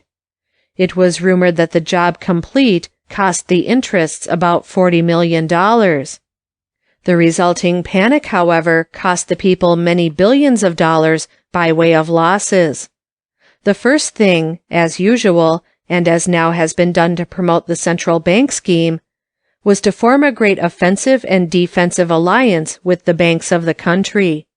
The banks comprised an invincible political machine with branches in every community throughout the country, with influential and shrewd men in control, and with unlimited power due to ability to apply financial pressure upon the business of every man and corporation in the United States. Considering the object, it was not an alliance but a conspiracy. And if the exact truth ever could be revealed, just what was done behind the scenes from 1892 to 1900, it would cause the country to stand aghast and shudder that such things could be done in this year of our Lord, in the midst of civilization, by such men and so many of them, and solely for sordid gain, for profit. It was easy for Wall Street to show the banks that to continue issuing Treasury notes to pay for silver bought at the rate of $2 million to $4 million per month under the Sherman Law of July 14, 1890, in time would put afloat so much government money that it might cause the permanent retirement of all banknote currency, and give the people so much actual money that they would do business more upon a cash basis, thus reducing the demand for bank loans of credit. And it also was easy to show that while the gold standard might not directly benefit the banks in any way, it in no way could harm them. The banks needed the wonderful political and legislative skill and liberal campaign contributions of Wall Street to stop the increasing of the volume of government currency. So the alliance, the conspiracy formed was natural, logical, each having a different end to attain through action by Congress and approval by the President, and both Wall Street and the banks could share in the advantages and profits realized by their joint political raid.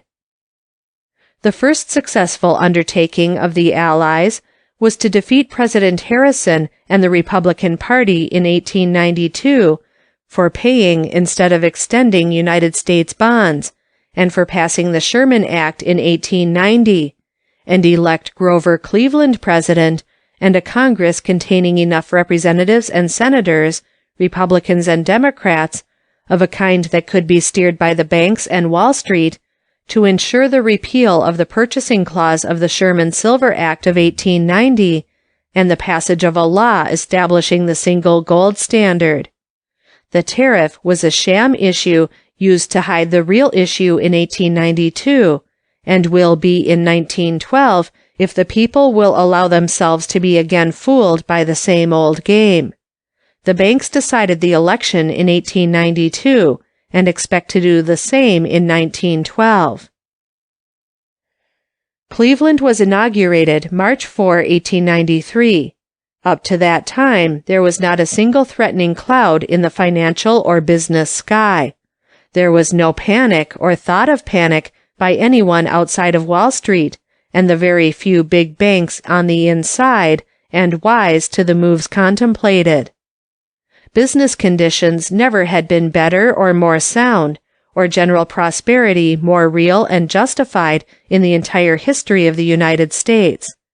Bank clearings had increased between 1883 and 1891 from 36 to 56 billions of dollars. Cleveland called a special session of Congress and demanded repeal of the Sherman Act. He, of course, knew that the panic or financial disaster that came in the midst of prevailing prosperity was not due to the Sherman Act increasing the supply of government money, but to the deliberate and wicked act of Wall Street and the banks inflicting upon the country an awful panic to frighten and drive the distressed and terrified people, like cattle, into hastily forcing Congress to do the will of the criminal conspirators who caused the panic of 1893. 1893 panic was bank-made. An article in Pearson's Magazine for March 1812 by Allen L. Benson makes public alleged important additional data designed to further prove that the banks deliberately caused the panic of 1893 for legislative purposes. It gives the following as a mandatory circular letter to all the banks, alleged to have been sent by the National Bankers Association on March 12, 1893, 8 days after Cleveland was inaugurated. Quote, "Dear Sir, the interests of national bankers require immediate financial legislation by Congress. Silver certificates, and treasury notes must be retired, and the national bank notes, upon a gold basis, made the only money. This requires the authorization of $500 million to $1 billion of new bonds as a basis of circulation. You will at once retire 1/3 of your circulation and call in 1/2 of your loans. Be careful to make a money stringency felt among your patrons, especially among influential businessmen. Advocate an extra session of Congress for the repeal of the purchase clause of the Sherman Law, and act with other banks of your city in securing a large petition to Congress for its unconditional repeal, as per accompanying form. Use personal influence with congressmen, and particularly let your wishes be known to your senators. The future life of national banks as fixed and safe investments depends upon immediate action, as there is an increasing sentiment in favor of governmental legal tender notes and silver coinage." End quote. Such a round-robin circular would cause a panic any time. Every banker knows that fact. Nothing could be more heartless and criminal. Any man who would send out or follow the instructions of such an order deserves to be court-martialed and shot as a public enemy. The Panic of 1893 caused every kind of crime to be committed by thousands, who but for the panic would have remained good and useful citizens. Congress should immediately pass a penal statute making it a felony punishable by both fine and imprisonment, any cooperative contracting of loans by national banks for the purpose of influencing legislation or the political actions of borrowers, or causing panic or financial stringency. In his message to the special session of Congress, President Cleveland said, quote, "Our unfortunate financial plight is not the result of untoward events, or of conditions related to our national resources, nor is it traceable to any of the afflictions which frequently check national growth and prosperity. With plenteous crops, with abundant promise of remunerative production and manufacture, with unusual invitation to safe investment, and with satisfactory assurance of business enterprise, suddenly financial distress and fear have sprung up on every side." Thus, we have the highest evidence that there was no natural reason for panic, and that, therefore, the panic was wholly artificial, created. With several thousand banks alleged to be secretly contracting their banknote currency, robbing the people of their daily money supply, and putting the screws on businessmen everywhere by forcing them unexpectedly to slaughter securities, commodities, and other property to pay up bank loans to an amount aggregating billions of dollars, of course, suddenly financial distrust and fear have sprung up on every side. And cooperative calling of loans is the only thing under the conditions then prevailing that could have caused the financial distrust and fear, and the resulting panic. Later in this chapter is shown just how the banks tried to execute the alleged order to increase the bonded debt of the government another $1 billion. Mr. Benson quotes an alleged article in the July 1875 Forum by William Solomon, a member of the great Wall Street International Banking House of Spire and Company, to the effect that Cleveland was elected by the special interests on tariff reform as a sham issue, the concealed but real issue being the stopping of the issuing of government currency and the repeal of the Sherman Silver Law, and that the panic was to be an object lesson to force the people to make Congress repeal that law, and that a special session was called and did the job according to the prearranged program. Congress was overwhelmingly against repeal, but the awful pressure of the panic and the banks on the people compelled them at last to drive Congress into surrendering to the banks and Wall Street. And right now, it is believed that the banks and Wall Street are preparing to do the same thing in the same way to drive through Congress the Aldrich scheme that is 1,000 times more important to Wall Street and the banks than was the repeal of the Silver Purchasing Act. In the campaign of 1912, the tariff is to be the nominal, the sham issue, the real but concealed issue being the Aldrich Plan, which is to be forced through Congress before March 4, 1913, if the president is defeated in this convention or election. If panic comes, the banks will cause it. If they do, the people will make short work of the banks. They may organize a general depositors' strike, and all transfer their deposits from the national to the state banks and trust companies.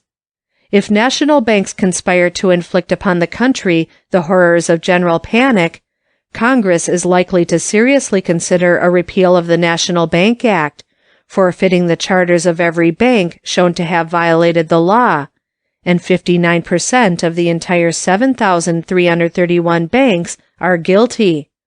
And the creation of a genuine government bank with branches in every city to receive the deposits of the people, issue the currency, and supply bank credit for business.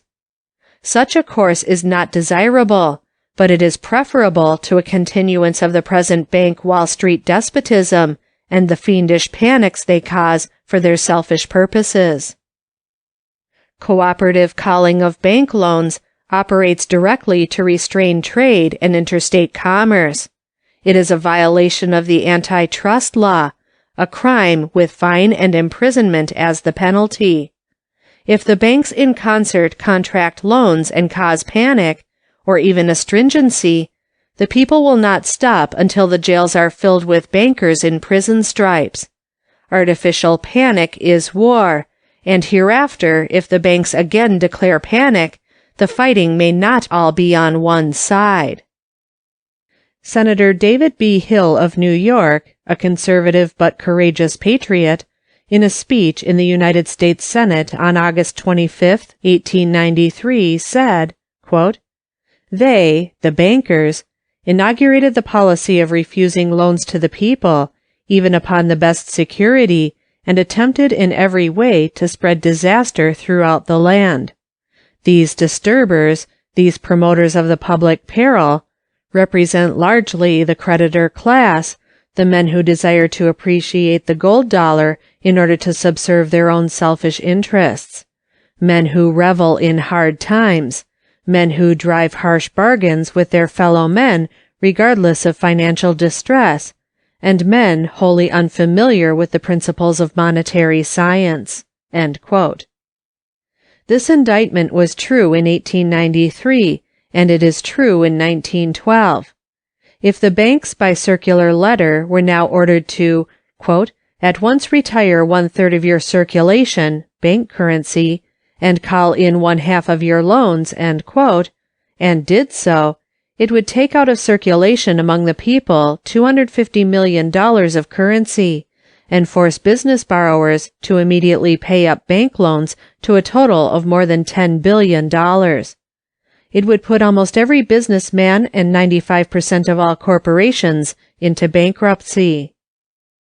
One of the chief objects of the Aldrich Plan is to be able to avoid the dangerous practice of sending broadcast to all banks even a secret circular letter ordering general contraction of currency and loans. The National Reserve Association will be able to force banks to contract bank loans, say $5 billion, simply by secretly contracting its corporate currency $500 million, thus shrinking the legal reserves of the banks and forcing the reduction of loans 10 times as much. If $500 million of corporate currency is taken away from the people and canceled, the people will withdraw $500 million from the banks for their daily pocket use. This reduces the legal cash reserves of the banks $500 million and forces the banks to call in $5 billion of credit loans. That will cause panic, wreck prices, and raise interest rates, the chief objects sought by Wall Street through the Aldrich Plan. There is reason to believe that the Panic of 1873 was caused by the same interests to force through Congress the bills for the resumption of specie payments and the destruction of the remaining greenbacks, and that the Panic of President Jackson's day was caused to punish him and the country for abolishing the central bank.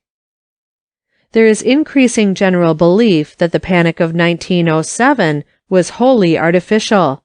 It also came in the midst of the greatest industrial and financial prosperity the nation ever experienced.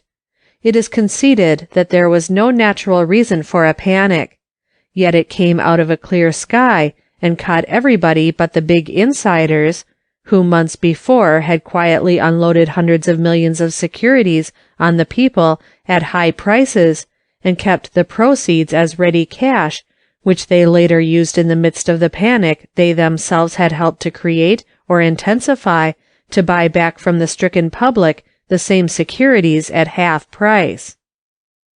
The panic came in October 1907, after Wall Street, on October 4, 1906, at a meeting of bankers and others, had decided to put through Congress a measure creating a central bank to issue and control the entire public currency, and just before the opening of the session of Congress in December 1907, in which the central bank bill was promptly introduced. It is American history, the fact that every great panic has immediately preceded a very great joint effort by Wall Street and the big banks to put through Congress legislation vastly increasing the profits and power of the banks and Wall Street. This historic fact, and knowledge that the interests, if they desire, easily can cause a serious panic through the stock exchange, and by instigating runs on banks any day on an hour's notice, whatever the general conditions may be, and belief that they will not hesitate to do so if necessary to drive the people into forcing Congress to hastily adopt the Aldrich Plan for the creation of a huge money trust, impels this warning to the country to keep near shore financially and out of the clutches of the banks until Wall Street and the banks get what they want or are completely beaten in the impending struggle by the people. It is likely to be a finish fight with no quarter asked or granted by either side. Right now, every natural condition would justify expansion and steady increase of business. Banks have an abundance of money and rates are low. Yet, things drag. Everyone knows something is the matter, but most people attribute it to the wrong causes. The fact is that Wall Street and the banks are holding things back by main force. They are beginning to tighten the financial screws. There is plenty of money and credit, but banks arbitrarily refuse to loan it generally to the extent necessary to cause proper resumption of business. So long as they can keep people grumbling, complaining, they have a better chance to steer them into supporting the new and revolutionary Aldrich Plan when they are told that such plan adopted by Congress positively is the only way to reform the situation and revive business. Then the banks may think, possibly, that it may be necessary to cause another panic or semi-panic to force the Aldrich Plan through Congress, and no doubt they consider it best not to be too much spread out. Before March 4, 1893, the big interests were quietly getting ready for the coming panic that no one else even dreamed of. Soon after that date, in different parts of the country, certain banks are said to have begun to apply the pressure on customers. They are alleged to have explained as the reason that the existence of the Sherman Act of July 14, 1890 on the statute books threatened the stability of the entire financial system, and that if Congress did not quickly repeal it, there might be runs on banks, bank failures, and possibly a great panic, or words to that effect. This was enough to send customers who needed new bank accommodations, or to renew maturing paper, post-haste to the local congressman or the senator with the imperative demand that such public servant at once get to work to avert the impending panic by repealing the silver purchasing clause of the Sherman Act. The scheme seems to have worked. Cleveland called an extra session of Congress, and the bill was passed, and on November 1, 1893, was approved. The banks perhaps did not intend to have a real panic, at least not one so severe. They probably intended only to threaten panic and force action by Congress, and then let things quiet down and go on as before. Wall Street, however, knew from its experience with the Panic of 1873 and before the Civil War that they were playing with fire, that when influential bankers and financiers predict panic, the people are likely to take them seriously and do the very thing certain to cause a real panic. That is, they withdraw and hoard deposits, which forces banks to call in their loans quickly in large volume, and this in turn causes businessmen to slaughter goods and prices to get money to pay up bank loans, wrecking all prices and values, closing factories, plunging workmen by thousands into idleness, and their families into distress and poverty, in fact causing general demoralization, panic, ruin. This is just what happened in 1893. Wall Street expected it, and was ready with actual cash to buy in at nominal prices when the public was forced by the panic to sacrifice. The banks got their share of the plunder, the repeal of the silver purchasing clause, and increase of government currency was stopped. But Wall Street had to wait for its share, the gold standard. The banks, however, were loyal to the conspiracy. They stood with Wall Street in the campaign of 1896, and on March 14, 1900, Wall Street and its foreign bond-holding clients got their share of the plunder, the adoption by Congress of the single gold standard. Writer is not hereby attacking the gold standard or advocating its repeal. That law is an accomplished fact. Nor is he favoring free and unlimited coinage of silver at 16-1. He is a Republican and never believed free silver coinage to be the proper remedy. But he is trying plainly to state, without political bias, certain historic facts and seemingly fair deductions of great significance, because such facts have a most important bearing tending to reveal the true character and methods of the national banking system and Wall Street, and throw a flood of needed light upon the present attempt of these interests to still further increase their profits and power at the expense of the people. Joker in law gives millions to banks.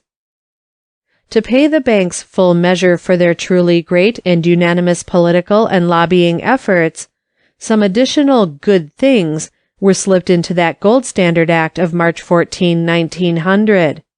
For instance, banks thereafter were allowed to take out 100% instead of 90% of bank note currency on the U.S. bonds deposited with the government as security for bank note circulation.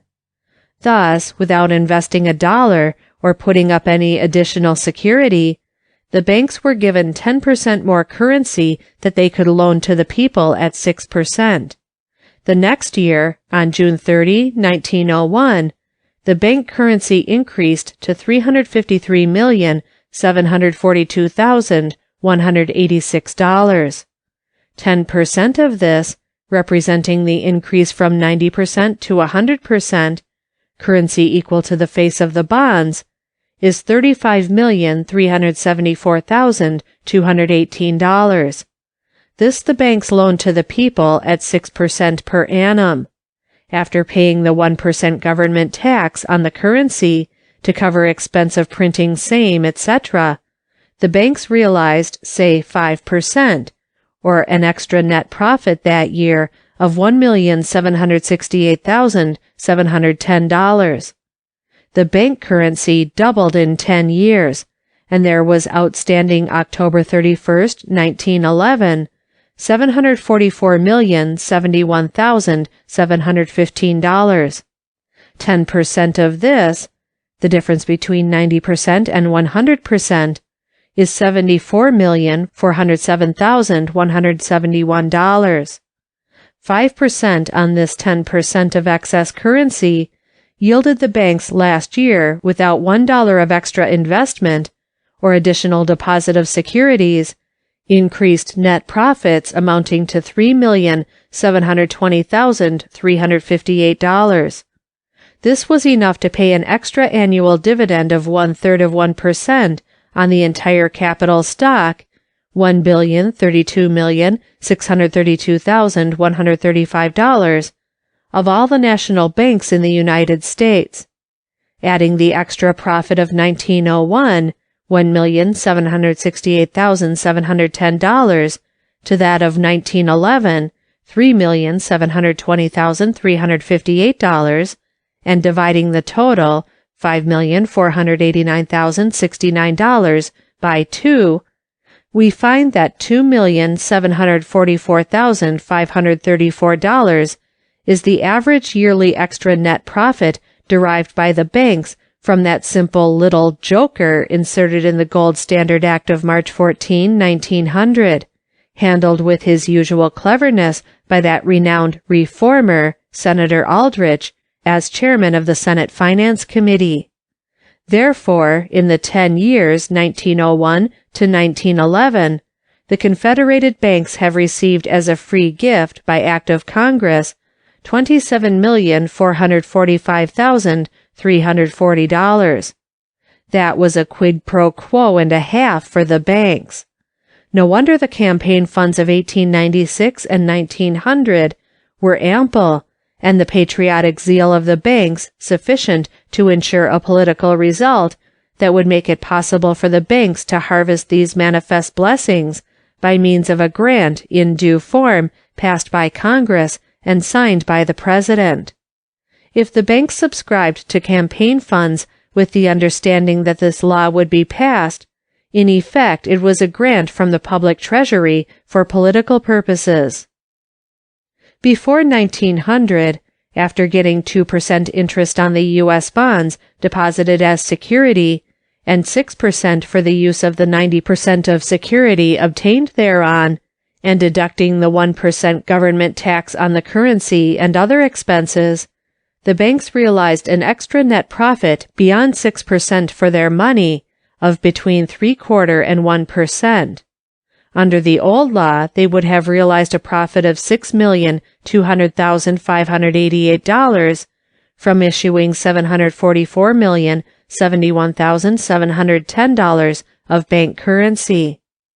But, according to the Comptroller's report, they realized, because of the change by the law of 1900, about $9,920,946, or 1.33% profit, an increase of $3,720,358, or 60% in the net profits of the Associated National Banks from issuing banknote currency, and this without any extra cost or investment by the banks, or the slightest benefit to the people or the government. The above $27,445,340 shows only the extra profit of the banks in 10 years without extra investment, but the extra inducement of 100% instead of 90% of currency given on deposited U.S. bonds caused the banks to increase bank currency from $353,742,186 in 1901 to $744,071,715 in 1911, a gain of $390,390,529. The ordinary profit above 6% on this gain in 10 years was about $14,637,360. This added to the $27,445,340, the extra profit in the 10 years due to increase from 90% to 100% of currency, makes a total of $42,082,700 extra profit realized in 10 years by the banks over and above 6% for their money, as the direct result of the law of 1900, or an average of $4,208,270 each year. But that was not all of the good things for the banks in the Gold Standard Act of March 14, 1900. United States notes and Treasury notes were handicapped as against bank currency by the requirement that the government should spend $150 million for gold to be held permanently to secure or redeem such government currency. To maintain such gold reserve, the Secretary of the Treasury was authorized, and when necessary required, to issue government bonds bearing interest not more than 3%, and payable, principal and interest, in gold coin, to buy gold to replenish such gold reserve. No limit as to the amount of such bonds that can be issued was fixed, and the government has no option but must issue bonds whenever the gold reserve falls below $100 million and cannot be otherwise replenished. The famous government bond trap is now set. In Cleveland's time, the government was run in debt arbitrarily more than $250 million by the gold gamblers of Wall Street and with the aid of the banks, by use of the endless chain employed to repeatedly abstract the gold from the reserves of the Federal Treasury. By the Act of 1900, the proceeding was made lawful and issuance of bonds made mandatory on the government. At the right future time, we shall see a renewal of raids on the Treasury gold reserves for the purpose of again forcing the issuance of government bonds.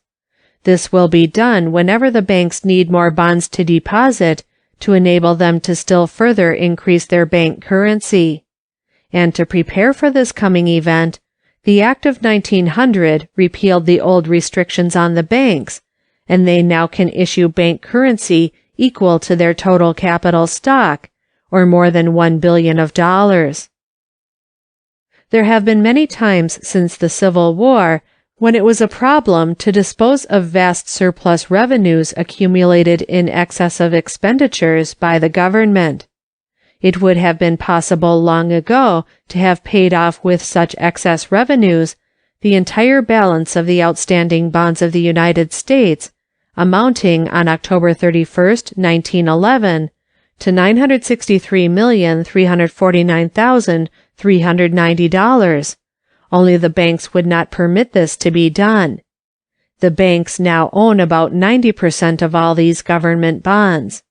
If the government had thus paid all its bonds and got out of debt, and stopped all annual interest expenses, as it could and should have done, that would have forced the retirement of the entire banknote currency based on such bonds deposited as security, amounting on October 31st, 1911, to $774,071,710, and the substitution in its place of a government currency that would not yield rich profits to the banks every year, as does the bank currency.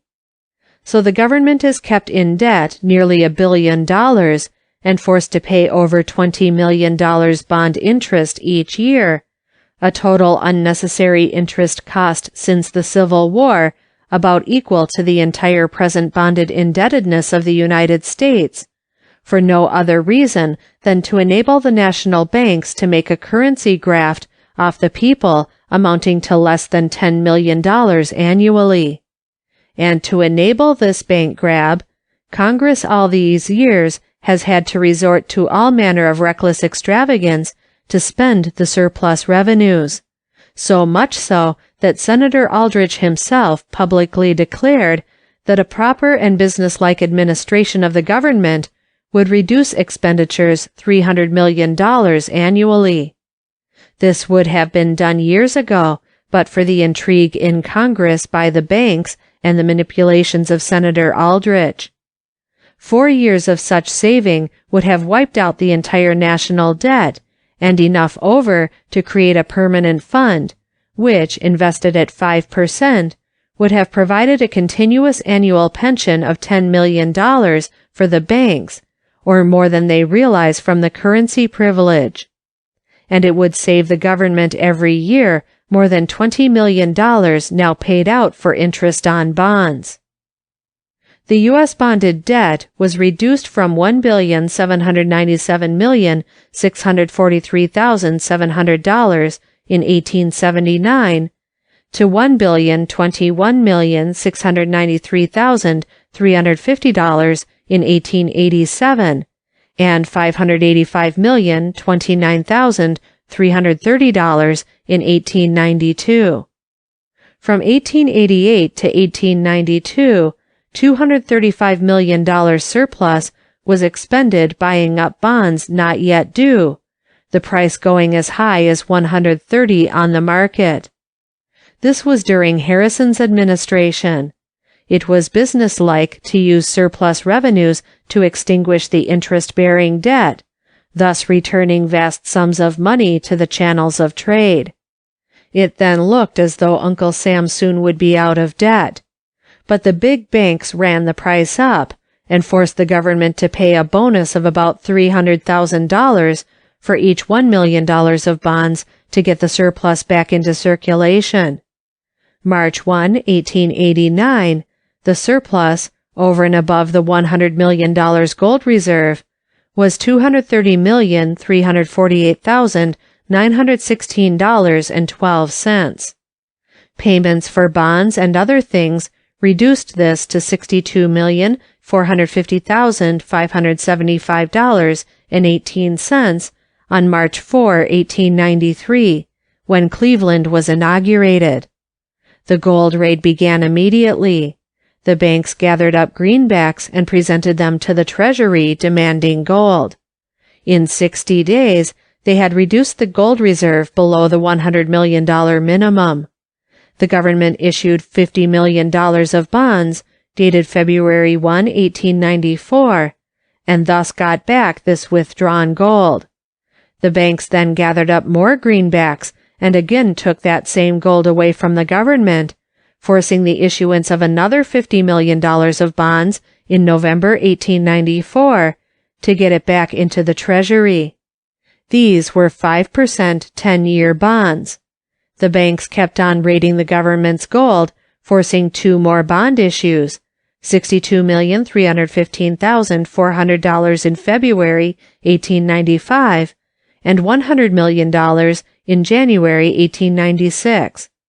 Thus the banks forced the government to increase its bonded debt $262,315,400, and at the end, the government had but little more gold than at the beginning, but it had an unneeded and injurious surplus on March 1, 1897, of $157,213,632.08, besides the $100 million gold reserve.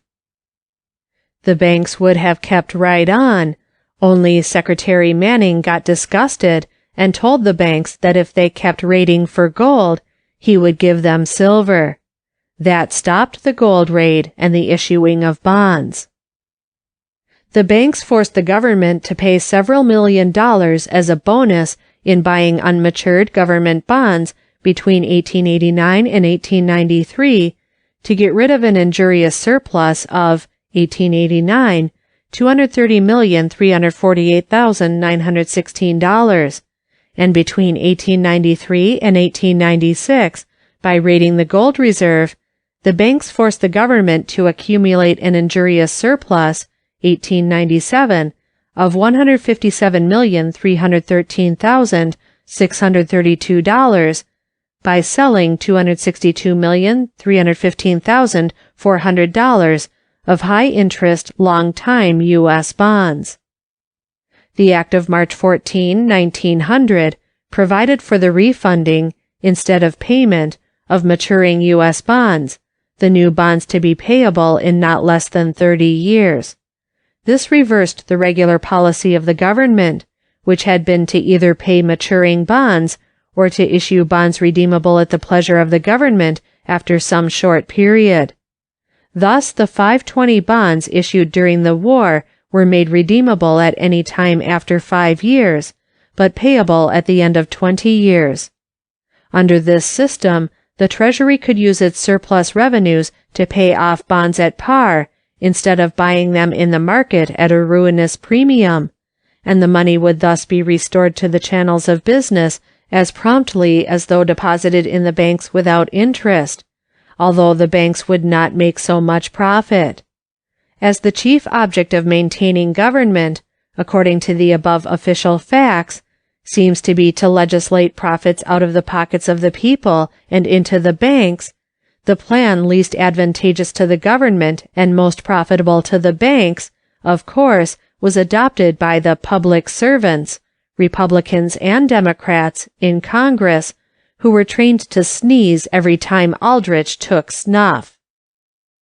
March 1, 1901, the net surplus was $229,196,327.90. Much of this could and should have been used to pay maturing bonds, but the bonds were refunded into 30-year bonds, and the surplus turned over to the banks for their use absolutely free, increasing their loaning power more than $1 billion, and their possible annual profits $60 million, without 1 cent of cost to the banks.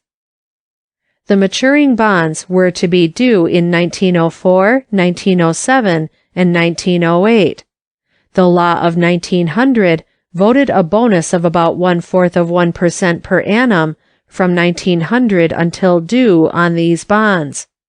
That sounds small, but on the nearly $550 million of public debt quickly refunded, the government paid out of the public treasury a bonus of nearly $50 million on the old bonds, and received less than $2 million as a premium on the new bonds. This enormous sum was a direct gift to the banks, as they owned about 90% of the bonds. The Treasury Report of 1904 shows this refunding operation and claims a net profit of $14,245,851 for the government. But in making the computation, $257,837,642 of interest the government must pay on the new bonds before their maturity and after the expiration of the old bonds is ignored. Deducting the $14,245,851 of apparent profit from the $257,837,642 interest to become due, and we get some idea of the net loss to the government. When the Panic of 1907 occurred, the government had a surplus of $240 million, or nearly enough to have paid half of the principal of the bonds so coming due and refunded. The unrefunded portion of the bonds maturing July 1, 1907, instead of being paid, $50 million of the bonds were extended for 23 years at 2%, and the money in the big surplus that might easily have been employed in paying the public debt was deposited in the banks without interest. This $50 million left in the cash reserves of the banks enabled the banks to increase their loans of credit nearly $500 million, on which the banks got 6% or other going rate. To enable the banks to use that public money, the government was obligated to pay $23 million interest before another opportunity to pay those $50 million of bonds would arrive.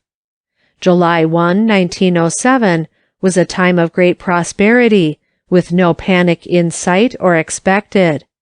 $50 million to pay those matured bonds would have only slightly reduced the great $240 million surplus, but it would have saved the government $23 million of future interest expense. The only excuse offered was that if the bonds were paid, the banks would not have enough bonds to keep their bank currency up to the profitable volume then enjoyed by the banks. Since the Act of 1900, the government, through refunding operations, has actually been saddled with interest obligations from which it cannot escape, and which was unnecessary, amounting to nearly $300 million, for no other reason than to enable the national banks to keep afloat about $700 million of banknote currency, from which the banks derive a net profit of about $10 million annually. Is it not high time to drive the national banks out of the government's business, pay off our national debt, abolish the bank currency, and issue in its place full legal tender government currency, backed by the government and an adequate reserve of gold? No wonder the banks are anxious always to have a friendly Secretary of the Treasury, as well as Comptroller appointed by the President. Do they sometimes bargain for this in advance, in exchange for their political support? The origin and history of the national banking system impels the belief that if such a political bargain is not made, it is not the fault of the profit-grabbing, legislation-promoting banks. The Act of March 14, 1900, was indeed a gold mine for the banks. It contained another provision highly valuable for banks. It legalized counting of gold certificates as part of the cash reserves of banks. Gold certificates are not lawful money because not legal tender. Therefore, up to 1900, they could not be counted as cash reserve of lawful money. There is no reason why they should not be considered cash reserve.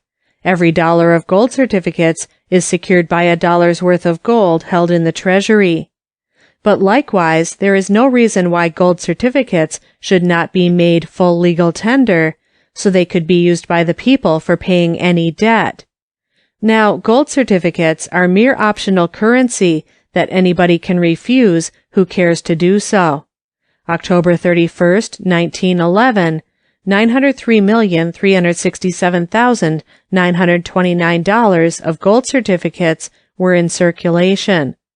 The law of 1900 made this good money for the banks to hold in their reserves, so they could loan 7 to 10 times as much credit based thereon, but it did not make it legal tender so the people could force its acceptance when tendered in payment of a debt. The reason was that banks want to discredit government currency as much as possible to increase the use of bank currency and credit that yields profits to the banks. This Act of 1900 has increased the supply of money available for bank reserves nearly $1 billion, and thus has increased the possible loaning power of the banks about $10 billion. 6% on the net gain of $9 billion shows the possible annual extra net profit for banks under this joker. The Act of March 14, 1900, was amended by the Act of March 4, 1907. This authorized a contraction of bank currency at the rate of $9 million per month. It also reduced the tax on bank currency 1/2 to half of 1% per annum when secured by 2% U.S. bonds. And under the refunding clause of the Act of 1900, most of the bonds already had been converted into 2% bonds by the banks. So this was a direct gift to the banks and not to induce a lower interest rate on U.S. bonds. Assuming that the entire $744,071,710 of banknote currency out October 31st, 1911 was based on 2% bonds, this reduction of the tax was another outright gift to the banks by act of Congress, amounting to an additional net profit of $3,720,358 per year, without $1 of extra cost, investment, or security by the banks, and without a cent of benefit to the people or the government. The banks found that the steal of 1900, increasing by 10% the volume of bank currency, and by 60% the net profits of the banks from currency, worked so well that in 1907 they tried it again, that time by having their tax to the government on such currency reduced half, or to 1/2%, and their extra profits so won under the law of 1907 were about the same in amount as those obtained under the Act of 1900 by the increase from 90% to 100% in the quantity of currency obtainable on deposited bonds. The Act of 1907 also made national banks depositories and required the government to deposit public moneys in national banks without requiring banks to pay a cent of interest on such deposits. Millions upon millions of public funds were thus obtained by the banks, and each million of lawful money so deposited enabled the banks with no extra investment or cost to increase their loans of credit $10 million. During the Panic of 1907, which was caused by these interests 7 months after the Act of March 4, 1907, had given them the rich extra profits described above, most of the banks repudiated their deposit obligations, refused to pay on demand. Frightened by the increasing danger to their own institutions, they appealed to the government, begging it to save them from threatening ruin, which the government generously did. The Secretary of the Treasury dumped into the banks nearly all of the $240 million cash balance in the Treasury. In fact, at one time the government had in its own hands only a cash balance of $2 million, and would not have had $1 if certain vouchers executed and due had not been held up arbitrarily. About $120 million was turned over to New York City banks by the government, increasing the loaning power of such banks more than $500 million. Yet the banks never paid the government 1 cent for use of this money, for actual salvation, but used much of it to increase the financial ability of inside operators, so they could acquire cheap the securities the artificial panic forced the public to sacrifice.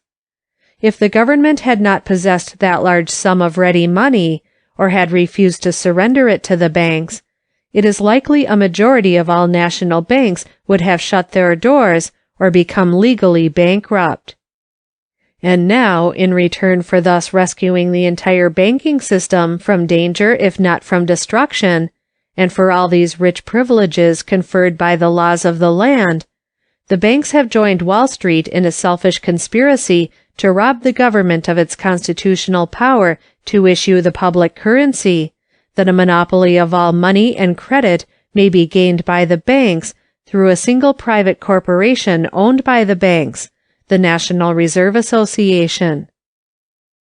We now come to the Aldrich Emergency Currency Act of May 30, 1908.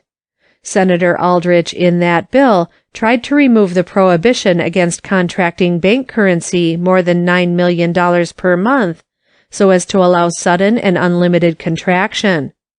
He only struck out that provision of his bill after it had been exposed by the reading in open Senate of a petition signed by Ryder denouncing the scheme as a joker. If Aldrich had not withdrawn that provision, it would have been possible suddenly to contract and destroy the $700 million bank currency, as well as $500 million emergency currency, a total of $1.2 billion, or more than a third of all money and over half of all in circulation. This wide and sudden contraction would force the calling of loans by the banks wholesale, demoralize business, wreck prices, and cause general panic. The present Aldrich Plan contains this power of unlimited contraction in even more dangerous form. Aldrich was also forced to eliminate the plan designed to make a market for hundreds of millions of railroad bonds, specifically, which Wall Street desired to unload on the banks at high prices after buying them from the public during the panic at low prices. This was to be the entering wedge looking to the ultimate substitution of Wall Street-made bonds in place of government bonds as security for banknote currency, which again would have increased the net profits of the banks. Said act did authorize the banks, affiliated in currency associations, to issue $500 million additional currency on security other than government bonds for the benefit of banks in emergencies. In fact, any kind of securities, including commercial paper, could be used by a bank to obtain emergency circulation for 75% of the market value of such currencies, and 90% of the value of municipal bonds. This act allows banks to issue currency equal to both the capital and surplus, instead of the capital only. This more than doubled the currency issuing power of the banks, for their aggregate surplus exceeds their aggregate capital. This emergency measure allows a bank to convert so large a portion of its securities and paper into currency that it makes banks reasonably safe, protects them against injury during panics. But does not this very fact make it likely that panics will be more frequent, if now banks are made immune, because the interests in a panic can buy back securities from the public at half price? So long as panics to a certainty will harm or endanger the banks, the giant power of the banks will be exerted to prevent panics, except when panics may be necessary to force through Congress legislation desired by the banks. Once fix it, as proposed by the National Reserve Association, so that banks always can quickly and completely protect themselves against danger due to withdrawals of deposits by panic-frightened depositors, by enabling them instantly to convert their assets into practically an unlimited amount of currency supplied by law, with which to meet runs and pay off depositors on demand, and we may expect to find the banks thereafter more indifferent about panics. Will not the big banks desire panics occasionally so that they can raise interest rates and buy securities at cut rates? What the country needs is legislation not to make banks safe and sound during panics, but to remove altogether the practices in Wall Street and the conditions in the banking system that always tend to cause financial disturbances and panics. The Aldrich Plan seeks only to protect the banks and make banks panic-proof. It does not make the country proof against panics.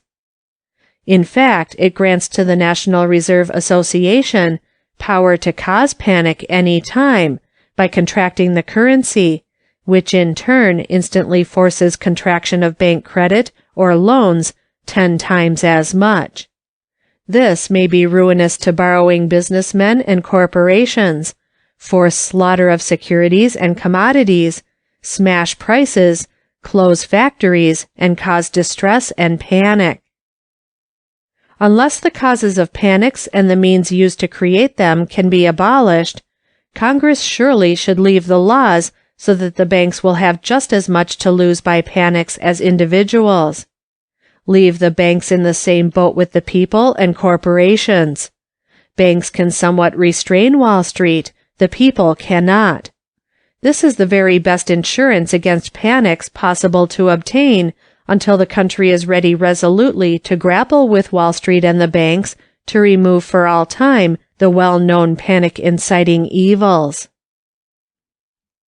It was reported that in an address before the Merchants and Manufacturers Association at Milwaukee on January 30, 1912, Robert W. Boynge, a member of the National Monetary Commission, said, quote, "The United States has 40% of the banking wealth of the world, and yet it is the only country that has a banking system that collapses at the first sign of a panic. We have a system of banks which, as soon as they see a speck upon the horizon, draw within themselves, and we have a situation similar to that of 1907. In 1907, we had more than $1 billion of gold actually on hand, but we were forced to go to the Bank of England to beg it to come to our rescue. We had the resources, but we had no affiliations of our banks to cooperate to meet the situation. Our present system of bond security currency is most unscientific. The time may come when the national debt is paid off, and then there will be no issue of currency, regardless of the business conditions of the country. Then again, we might become involved in a big international war, when we would have a big issue whether we need it or not. The time has come when we must change our entire monetary system." End quote. This severe indictment of the national banking system is true, but he should have said that the bankers alone are to blame, because they framed and have jealously kept the system in force for 48 years. When the banks have so signally failed, shall we now allow Congress to turn the whole thing over to the discretion of the banks, public currency and all? The system must be changed, but the new should be a public institution, not a private bank trust. We should not jump out of the frying pan into the fire. The national banking system in its provisions was dictated by bankers for the benefit of bankers. Since 1864, the banks have caused the defeat of every bill designed to strengthen and improve the system. It has blocked in Congress changes recommended in the interest of depositors and the public made by every United States comptroller of the currency during 40 years. Every material amendment of the law has been at the demand of the banks for their own benefit. They have fought steadily to maintain that system and increase its profits and powers by acts of Congress. But now, with one voice, the bankers condemn their system as inelastic, inefficient, panic-inspiring, and dangerous. Why? Just because the Aldrich scheme will greatly increase the power and profit of the banks, and therefore they are trying to frighten the people into forcing Congress to adopt this new experiment. Depositing government funds in banks has largely been a matter at the discretion of secretaries of the Treasury. If the trail was followed and all facts laid bare, it would be a welcome thing if during some administrations A condition was not uncovered reeking with favoritism, bank intrigue, political bargaining, official delinquency, if not graft and crime. During the past 40 years, hundreds of millions of dollars have been handed over to the banks for their use absolutely free, and even now, since 1908, only a nominal 1% per annum is paid for the use of government deposits that enable the banks to increase their credit loans 4 to 10 times such deposits. It would be worth the cost of an investigation if it could be shown that such deposits have not been used for political purposes, and their disposal had no connection with the well-known fact that so many Treasury officials and their subordinates leave the public service to accept highly profitable bank positions. It would be a splendid tribute to official honesty if the record proved clear, for evidence is abundant that there is no length to which some big banks would not go to increase profits. The whole system of dealing between the banks and the government during 48 years has been of a character that no sane businessman would employ in his private business. In 1864, national banks were an infant industry. The government was generous to its offspring from the start.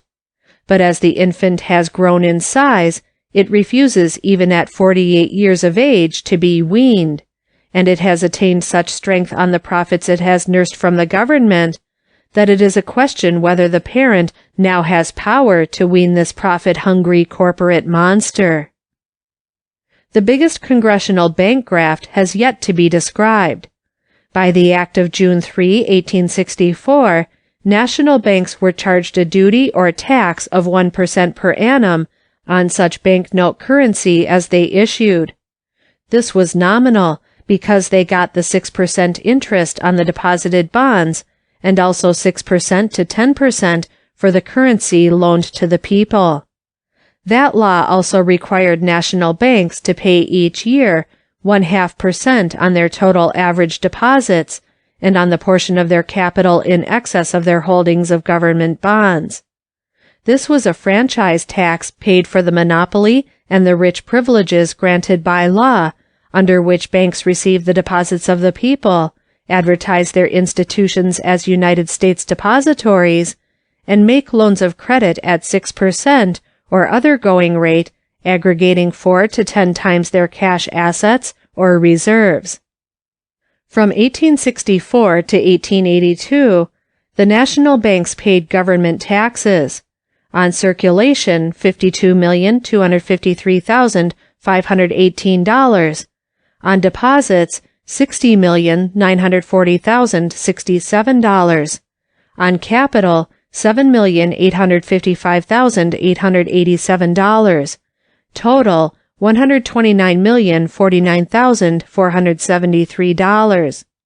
For 1881, the tax on deposits was $4,940,945, and on capital, $431,233.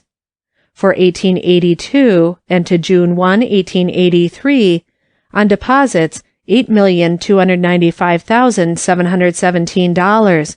On capital, $707,751. This was besides the Internal Revenue stamp tax on bank checks and drafts put on as a war measure, and which the banks forced their customers to pay. By Act of March 3, 1883, the war stamp tax was abolished. But that was not all. The banks got a provision in the same act abolishing their ordinary tax on deposits and on capital.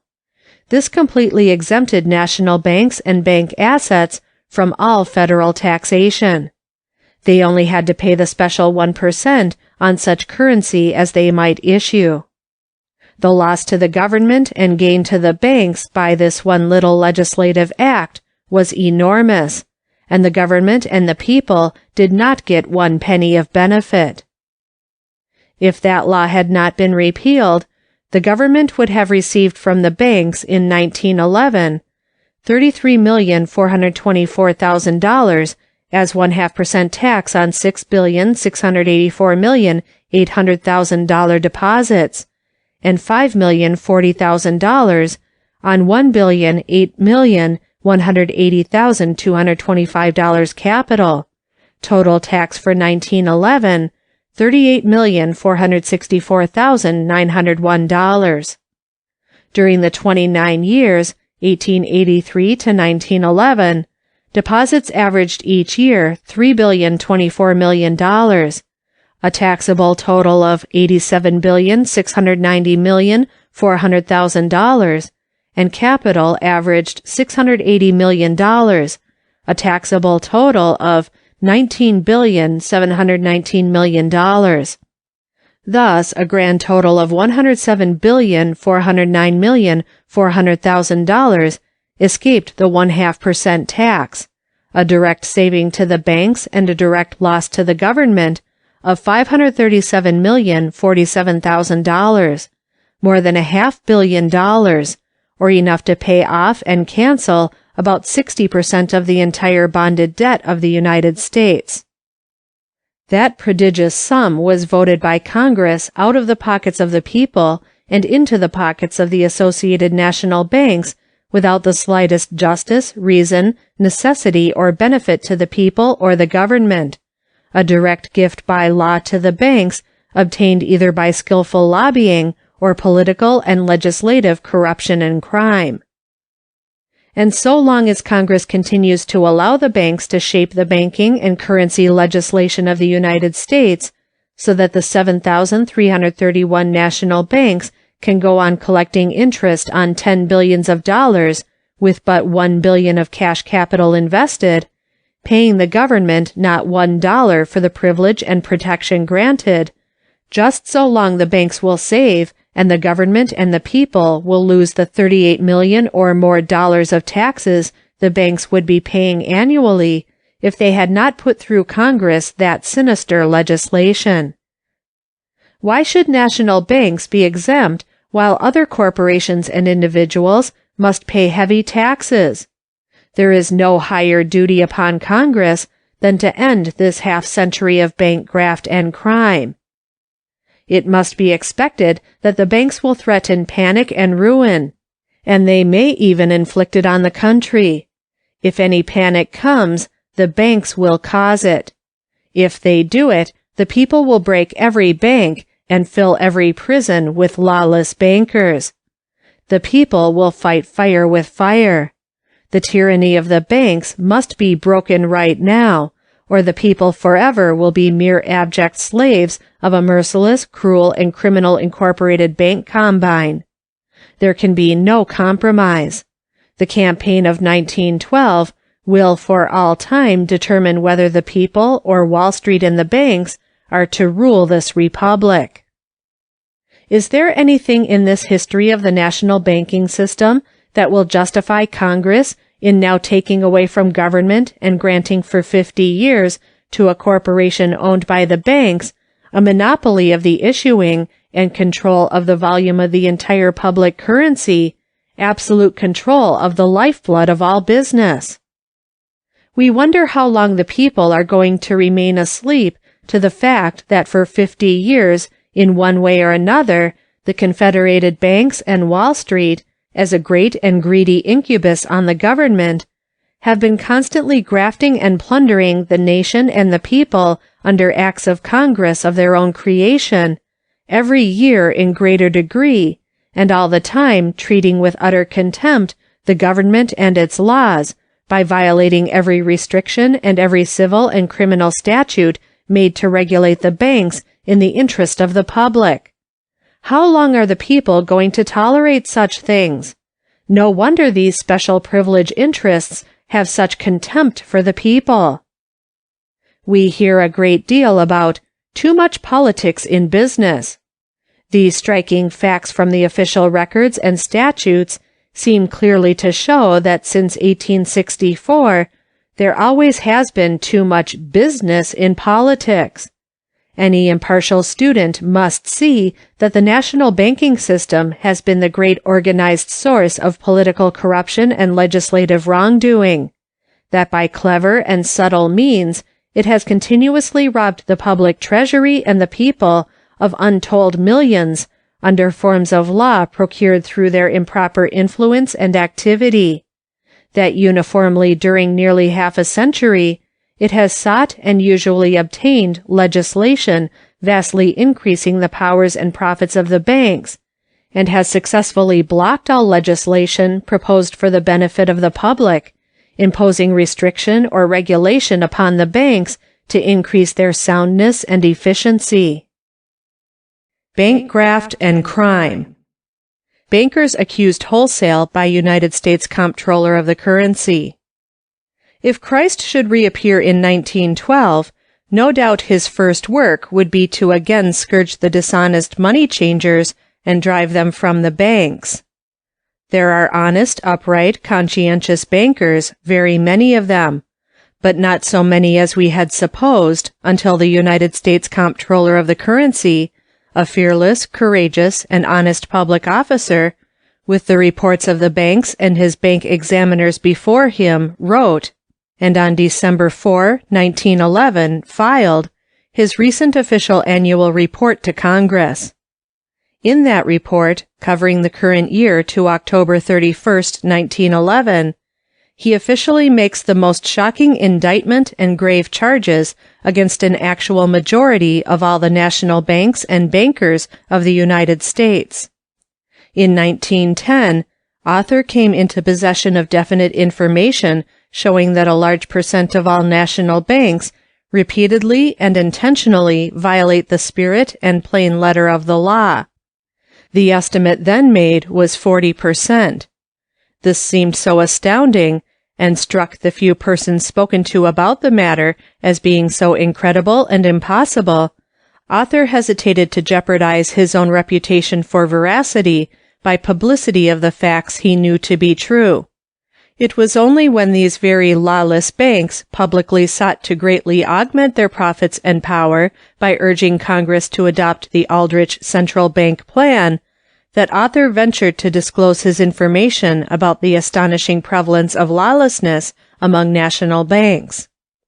Writer alluded to the subject in his written analysis of the Aldrich Plan made on November 10, 1911, and personally handed to President Taft at the White House on November 16, 1911, which statement in full appears in the appendix of this volume, together with other surprising information as to the attitude of the present administration on this grave question. Subsequently, on December 4, 1911, official confirmation of these alarming conditions was made by the U.S. Comptroller of the Currency in his report to Congress filed on that date. Milwaukee, Wisconsin, December 8, 1911. Honorable Lawrence O. Murray, U.S. Comptroller of the Currency, Washington, D.C. Dear Sir, a published Washington Dispatch quotes from your annual report to Congress as follows, quote, "The dishonest practice by officers of national banks of receiving personal compensation for loans made by the bank is a growing evil and has already reached such proportions as to call for criminal legislation on the subject. In this manner, either the bank is defrauded of lawful interest, which it would otherwise receive, or usurious interest is exacted of a borrower by the corrupt officer.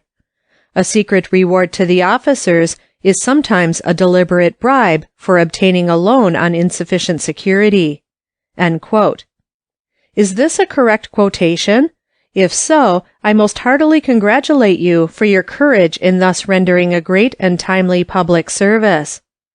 A few years ago, two personal acquaintances, prominent and active field representatives of two of the larger bond houses, amazed me by stating that in their work, that for years has chiefly been selling securities to national, state, and savings banks and trust companies, it was the exception when they found a bank official who would not demand or receive a secret commission for himself on securities that he purchased for his own institution. As legally this was a felony, larceny or embezzlement, it seemed unbelievable. But they insisted that this was true of their own personal knowledge, and my relation to them is such that I know they would not deceive me. and now your astonishing official charges against the honesty and character of many bank officials is additional confirmation. You, of course, realize that any such commission is added to the price of securities, and really is paid by the bank and not by the bond house. In institutions having a capital stock, the shareholders are robbed by their own paid and trusted official. In mutual savings banks, the loss would fall upon savings depositors. These two sources of graft may help to explain the mystery as to how some bank officials, with no personal capital and only a living salary, in a few years have accumulated great fortunes. And it also illumines the motives actuating the fierce scramble for control of every financial institution or insurance company holding for investment any considerable accumulation of the deposits or savings of the people. Your disclosures are especially timely and important in view of the pending proposal that Congress actually turn over to a private syndicate of bankers $1 billion of public currency and the entire revenues of the federal government to be forever held and invested for the exclusive profit of such private syndicate. I have it on seemingly good authority that the sworn reports of the banks on file in your office show that a large percent of all national banks have violated the law. If not inconsistent with your duties, I would be glad to learn whether in whole or in part this report is true. Thanking and again earnestly congratulating you, I am, very respectfully yours, Alfred O. Crozier. W.L.E., Treasury Department, Washington, Office of Comptroller of the Currency, Address Reply to Comptroller of the Currency. December 12, 1911. Dear Alfred O. Crozier, Plankinton House, Milwaukee, Wisconsin. Sir, in reply to your letter of the 11th instant, you are advised that a table showing the percentage of banks violating the law in regard to real estate loans, reserve, excessive loans, and borrowed money appears on page 22 of the Comptroller's report for this year, a copy of which is being mailed to you under separate cover as requested. A copy is also being sent to F.W. Crozier, care of the Romaine, Middleton Avenue, Cincinnati, Ohio. Respectfully, T.P. Kane, Deputy Comptroller. Page 87 of said report shows that the above quotation was accurate. On the same page, the Comptroller also says, quote, an amendment forbidding any officer of a national bank to directly or indirectly receive or accept money or other valuable thing from any borrower from the bank as a reward, inducement, or consideration for obtaining the loan from the bank of which he is such an officer should also be enacted. It is recommended that the taking or accepting of money or other valuable thing from a borrower by any officer of a national bank for his own personal use as a reward, inducement, or consideration for obtaining the loan from a bank of which he is such officer shall be made an offense and punished by imprisonment in the penitentiary. A law should be enacted determining the period during which any person can be prosecuted, tried, or punished for offenses under the National Bank Act. Many criminal offenders against the national banking laws have escaped just punishment by reason of the statute of limitations. End quote. Such crimes are secretly done and usually easily concealed for a long time. Yet after 3 years no prosecution can be started. This is an inducement to commit crime, for the guilty always think they can conceal the crime at least 3 years. The Comptroller recommends the period be 10 years, within which action by the government may be started in such cases. The following exact quotation from page 22 of said report, including the table given in full, not only confirms author's information and statement to the President made 3 weeks before such report was filed, but it shows that instead of only 40% being lawbreakers, the sworn official reports filed by the bankers themselves contain the amazing confession that more than half of all the national banks of the United States persistently, continuously, knowingly and willfully violate several different plain provisions of the law. The report says, quote, Violations of the provisions of the National Bank Act. A record is made, subsequent to the abstracting of the reports of condition of the national banks for each call, of the number of banks violating the restrictions and limitations of the National Bank Act for the purpose of ascertaining the percentage of offending banks. Deficiency in reserve represents the greatest number of violations, and during the past report year has varied from 21.38% on June 7, 1911, to 25.54% on September 1. The percentage of banks making excessive loans and granting accommodations on the security of mortgages or other lien on realty is very nearly the same, varying in the former case from a minimum of 14.10% on June 7th to a maximum of 19.21% on November 10, 1910, whereas the violations in relation to loans on realty vary from a minimum of 14.73% on November 10, 1910, to a maximum of 16.10% on June 7 last. The number of banks violating the provision of law relating to liabilities for borrowed money, etc., in excess of their capital stock is relatively very small, ranging during the past year from a minimum of 0.51% on January 7 to a maximum of 2.91% on September 1.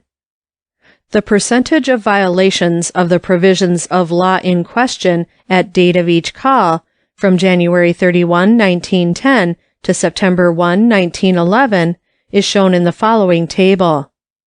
Date, January 31, 1910. Section 5137 Real Estate Loans, percent, 15.03. Section 5191 Reserve, percent, 19.91. Section 5200 Excessive Loans, percent, 1603. Section 5202 Borrowed Money, percent, 0.24. Total, percent, 51.20. March 29, 1910, Section 5137, 10.52, Section 5191, 25.87, Section 5200, 16.04, Section 5202, 0.32, total 52.75. June 30, 1910, Section 5137, 11.40, Section 5191, 17.68, Section 5200, 14.56, Section 5202, 0.95, total 44.59. September 1, 1910, Section 5137, 12.42, Section 5191, 22.46, Section 5200, 16.40, Section 5202, 1.78, total 53.06. November 10, 1910, Section 5137, 14.73, Section 5191, 22.97, Section 5200, 19.20, Section 5202, 0.58, total percent 57.49. January 7, 1911, Section 5137, 16.04, Section 5191, 23.72, Section 5200, 17.47, Section 5202, 0.51, total 57.74. March 7, 1911, Section 5137, 15.37, Section 5191, 23.69, Section 5200, 16.56, Section 5202, 0.79, total 56.41. June 7, 1911, Section 5137, 16.10, Section 5191, 21.38, Section 5200, 14.10, Section 5202, 1.49, total 53.07. September 1, 1911, Section 5137, 15.86, Section 5191, 25.54, Section 5200, 15.56, Section 5202, 2.91, total percent 59.87, end quote. The most recent report of the banks, September 1, 1911, shows that 59.87%, or about 4,400 of the 7,331 national banks of the United States, were deliberate lawbreakers, only 2,931 complying with the statutes of the United States. As time goes on, it seems to be getting worse, for on September 1, 1911, nearly 700 more banks were violating the law than on January 31, 1910. If the same percent of all the people were lawbreakers, there would be 54,600,000 criminals in the United States. Breaking law is crime. Why did half the banks knowingly commit crime? For profit, nothing but profit. It was always by making loans illegally or on unlawful security for the sake of the interest profits they received.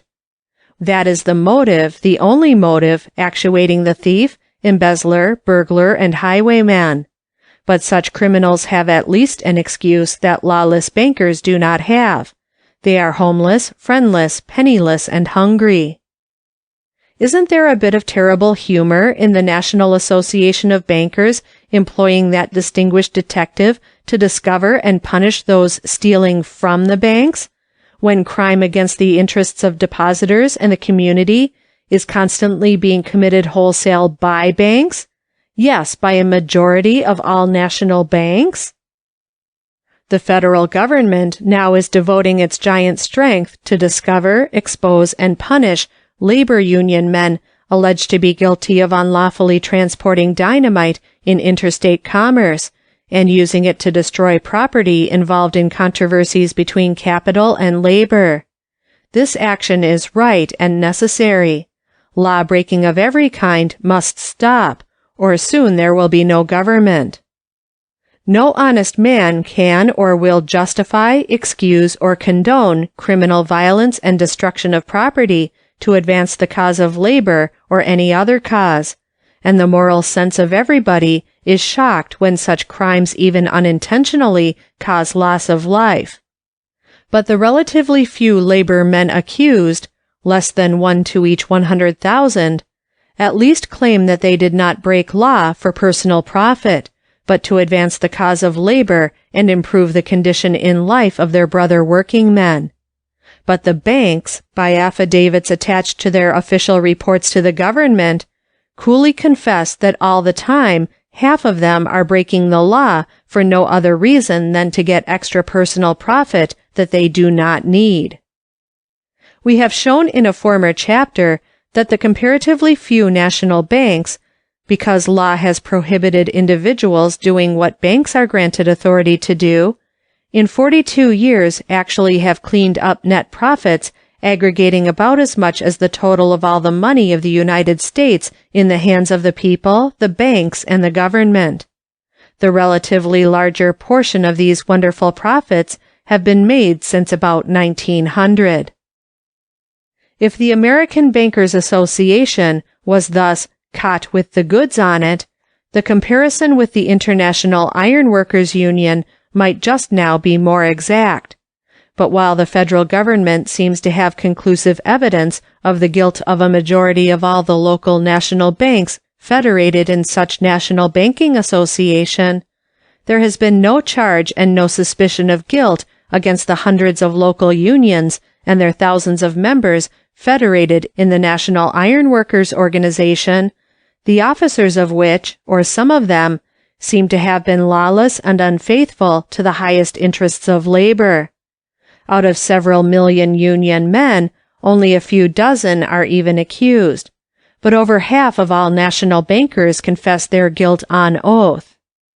How can the federal government justify and safely pursue and punish lawless working men unless it as relentlessly prosecutes and brings to justice the guilty bankers of the United States, against whom already it has ample and conclusive evidence in the shape of sworn confessions now on file in the office of the United States Comptroller of the Currency? Why has not prosecution against even one of the thousands of rich and powerful bankers, conclusively shown by the government's records to be lawbreakers, been started by the Department of Justice? If the laws and penalties have been made inadequate at the instigation of the offending but politically influential men and banks now shown by the United States Comptroller to have been all along violating law, why did not the President endorse, in his financial message to Congress on December 21, 1911, the earnest and urgent recommendation of the Comptroller in his December 4, 1911 report that the laws be amended to reach the high grafting bank criminals, instead of endorsing the Aldrich Plan for a private central bank multiplying 100 times the profits and power of these very lawless bankers? The law requires banks always to have a cash reserve equal at least to a certain specified percent of its total loans of bank credit, varying from 15 to 25% according to locality. Loans of credit average at least 10 times the cash in reserves. This is because 3/5 of the reserve of a country bank can be deposited in a central reserve city bank, where it becomes the basis for another volume of credit loans. To say that the cash reserve of a bank is below the legal requirement is merely another way of saying that the bank has illegally and dangerously inflated its loans of credit out of all lawful proportion to its cash reserve.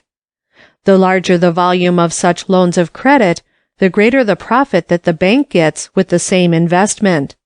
So usually it is done deliberately and solely for extra profit. There might be some moral excuse during a panic for reserves being below the legal limit, but there has been no panic now for over 4 years.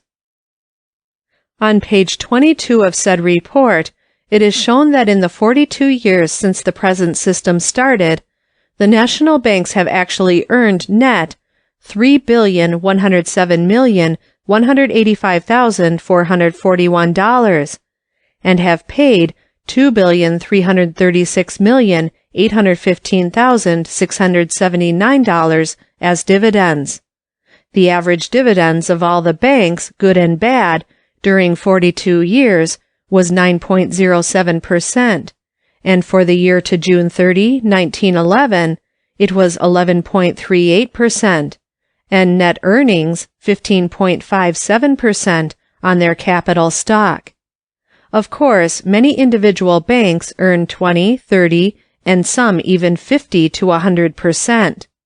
So their violation of law to gain more profits was unnecessary as a reasonable business matter, and seemed to put the majority of the bankers of the country and many of the great leaders of finance in the unenviable position of mere reckless, gambling financial adventurers, willing to ignore and break the laws of the land and endanger the safety of the deposits of the people for the chance of getting just a little bigger profits for themselves. Does the business of banking tend to make good men narrow, selfish, sordid, and criminal? Or do men of that natural stripe seek control of banks to gratify their inordinate lust for profit and power? Truly, the banking system needs reform, but not the kind the bankers now are seeking and always seek. Does it not morally need fumigating? Whatever delinquency there is in the present system and law, the financiers are responsible for it. Usually they have framed most monetary and banking legislation and induced Congress to adopt it. Some provisions of the law are as harmless to malefactors as the 10 Commandments, because intentionally or unintentionally, the law was framed to provide no way of enforcing it, no criminal penalty for its violation. The showing of bank violations made by the present comptroller in his report must have existed at least to a greater or less extent during the terms of former U.S. comptrollers. Why was not the law enforced against the offending banks? Why were not those dangerous conditions that so gravely affect the interests of depositors and the soundness of banks and the strength and stability of the country's financial and banking system exposed and correction of the evils and abuses demanded by former U.S. comptrollers? We do not know that there was any connection between this seeming neglect by some of the highest public duty, which conferred such rich and valued immunities upon lawless banks and bankers, and the well-known fact that many Treasury officials, almost immediately after leaving the public service, have obtained high and permanent official positions with banks, at salaries said to be many times what they received from the federal government. On page 31 of his report, the present comptroller says, quote, 60% of the failures of national banks have been caused by violations of the national banking laws, end quote.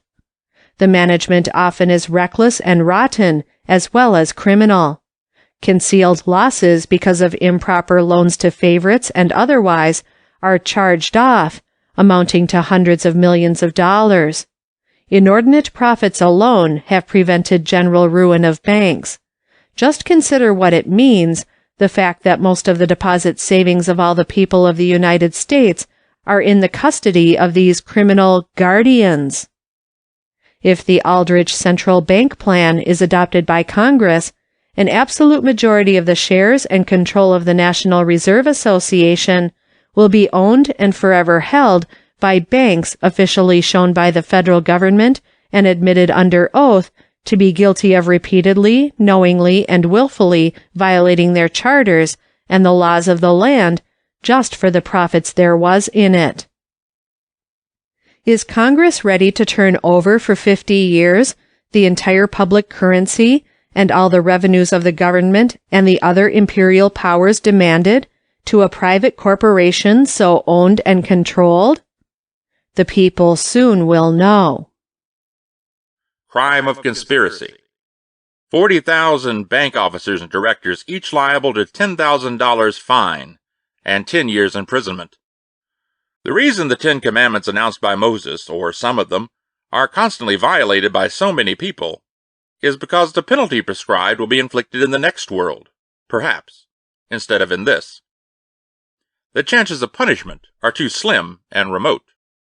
That is the precise reason why so many distinguished bankers break the laws of the land over and over, day after day, week after week, month after month, year after year. For instance, in his official report of December 4th, 1911, the U.S. Comptroller on page 22, quoted in the preceding chapter, charges that on September 1st, 1911, 59.87% of all national banks were violating 4 separate provisions of the National Bank Law, vis-a-vis sections 5137, 5191, 5200, and 5202, prohibiting loans on real estate, inadequate cash reserves, excessive loans to borrowers, and excessive indebtedness by banks, respectively. No penalty whatsoever against bank officers and directors committing such offenses against the law is prescribed in the National Bank Act. These restrictions were imposed by law for the protection of depositors and the good of the community to make banks more sound. Every time these provisions of law are broken, it is a menace to the safety of depositors and the public welfare, and every offense is committed knowingly by officers and directors for profit. There are severe penalties, fine and imprisonment for offenses like embezzlement by subordinates against the interest of banks, but no penalties are imposed upon officers and directors who ignore and violate practically every provision of law enacted to protect depositors and the public. As the system was devised and framed by the financiers, this condition, of course, was not accidental. For almost 50 years, bank influence and intrigue has prevented Congress enacting amendments in the public interest recommended by comptrollers of the currency, who had full sworn information showing criminal conduct and contempt for law by a large percent of banks and bankers. On the other hand, the National Bank Act again and again has been amended at the insistence of banks to increase their immunities, profits, and power. Deputy Comptroller of the Currency Kane has been retained in office for years by different administrations because of his high ability and integrity, expert knowledge and skill. In a public interview reported in the Washington Post of March 21, 1908, cited by Senator La Follette in his speech of March 24, 1908, in the U.S. Senate, Mr. Kane said, "While numerous have been the recommendations of the 11 comptrollers who have presided over the affairs of the Currency Bureau since its establishment, which in the judgment of each would have increased the security of the depositors and creditors of the banks, practically none has been enacted into law or has received the serious consideration of the legislative branch of the government. No one has better opportunities to observe from an impartial and disinterested standpoint the practical operation of the banking laws, and to note their weak features in regard to the security of creditors than the respective comptrollers of currency." Notwithstanding this indisputable fact and the many recommendations made by the several comptrollers, there has been practically no amendment of the law since the passage of the original Bank Act of February 25, 1863, which can be said to have had for its object the particular welfare of the depositor. Of the 54 acts amendatory of the original enactment, which have been adopted since that date, practically all have been in the interest of greater latitude or privileges to the banks. The remedies suggested for the many unsatisfactory conditions of which the national banking laws are primarily responsible may be found in the recommendations made from time to time by the comptrollers of the currency in the 45 annual reports submitted to Congress since the establishment of the Currency Bureau, and until supplied by legislative enactment, the responsibility should rest where it properly belongs, upon the law and the lawmakers, and not upon the administrative officials. This is a terrible indictment of the political and legislative activity of the Bank Wall Street political combine, made by the one man in the United States who best knows the facts and has daily access to the confidential reports of the Comptroller's Office that startlingly show the duplicity, graft, and crime of the bankers. During much of this long period of nearly 50 years, one individual, posing as a public servant, has been the pliant tool of the interests. That man, as chairman of the Senate Finance Committee, has come into official possession of practically every bill to strengthen and improve the banking system. He seems to have suppressed them all. Now that man, former Senator Aldrich, is posing as the great apostle of reform to improve the banking and currency systems. A leopard cannot change its spots, or an Ethiopian his skin, and Aldrich cannot and has not changed. He is still betraying the people and the public welfare into the hands of banks and Wall Street. The pending central bank bill he once passed as a monument to his name and public record. It would be appropriate, for it is by far the most crafty, selfish, subtle, unpatriotic, evil, daring, and dangerous measure introduced into Congress since the Republic was created. It is the fitting end and climax of such a treasonable career. The only remedy the National Bank Act provides is the possible forfeiture of charter by the bank for violation of the provisions of the law. Section 5239 reads, "If the directors of any national banking association shall knowingly violate or knowingly permit any of the officers, agents, or servants of the association to violate any of the provisions of this title, all the rights, privileges, and franchises of the association shall be thereby forfeited. Such violation shall, however, be determined and adjudged by a proper circuit, district, or territorial court of the United States, and a suit brought for that purpose by the Comptroller of the Currency, in his own name, before the association shall be declared dissolved. And in cases of such violation, every director who participated in or assented to the same shall be held liable in his personal and individual capacity for all damages which the association, its shareholders, or any other person shall have sustained in consequence of such violation." The Comptroller's report clearly shows that on September 1, 1911, just 4,389 of the 7,331 national banks under said Section 5239 legally had forfeited their charters, only 2,942 banks being then within the law. But the clever genius who drafted that section carefully provided that no bank should be declared dissolved until the comptroller personally, in his own name, had instituted suit in court and prosecuted same to judgment. If the comptroller refuses or neglects to act, all the banks are safe and immune under the act, even if all such banks as they do, daily violate every such provision of law. There is no power in the law or under the government to punish or to bring to justice or to forfeit the charter of a bank if the comptroller will not proceed. He is the autocrat over all banks and above the law. The very life of over half of the banks is in his hands, and each justly merits the death penalty. Yet year after year passes, comptroller after comptroller comes and goes. The banks, a majority of them, laugh at the penaltyless laws and go on violating for gain the statutes of the United States, and nothing is done to remedy the rotten condition or to bring the offenders to justice. Why?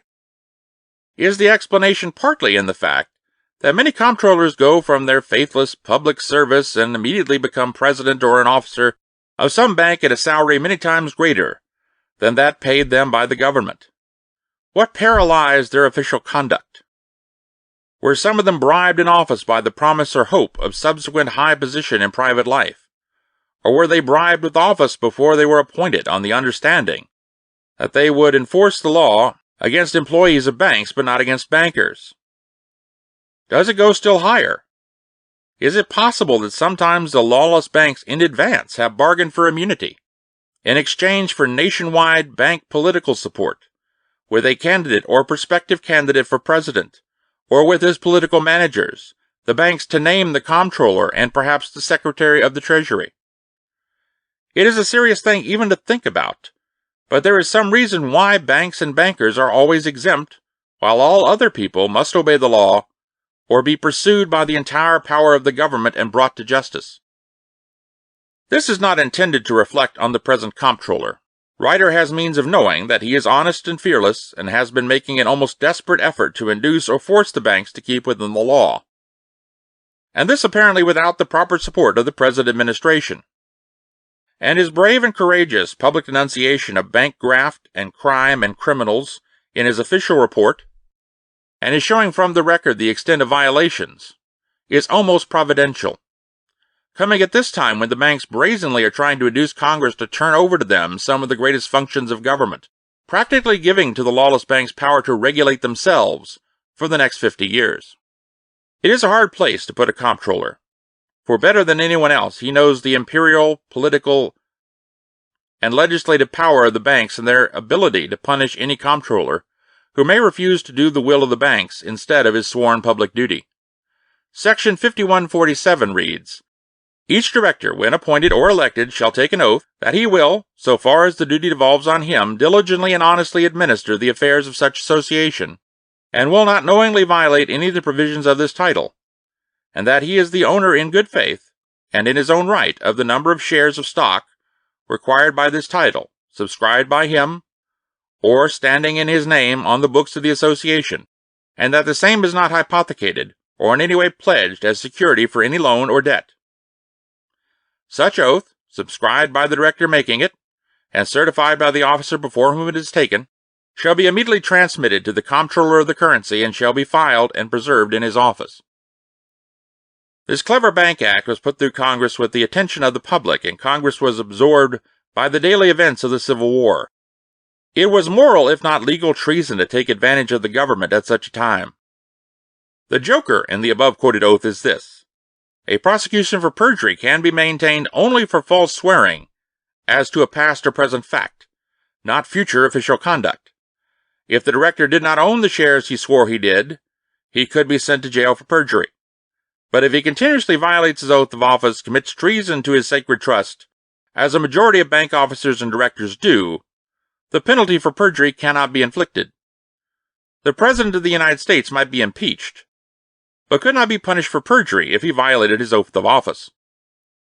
But there is no one in the bank to move impeachment of an offending director, for all our particeps criminis cooperate in the violations are guilty of the same offense. An impeachment of bank officers is not authorized by law. Excessive loans, illegal real estate loans, inadequate cash reserves, and excessive indebtedness by the bank usually are impossible, except with the knowledge and consent of practically all of the officers and often the directors of the bank. Particularly so when it goes on continuously year after year. The fact is, such matters are deliberately done or winked at because most directors have become such solely to obtain favors from the bank, for enterprises or corporations in which they are financially interested. That almost universal condition is the curse and greatest evil and danger of the present banking system. In a broad sense, they are conspirators, not bankers.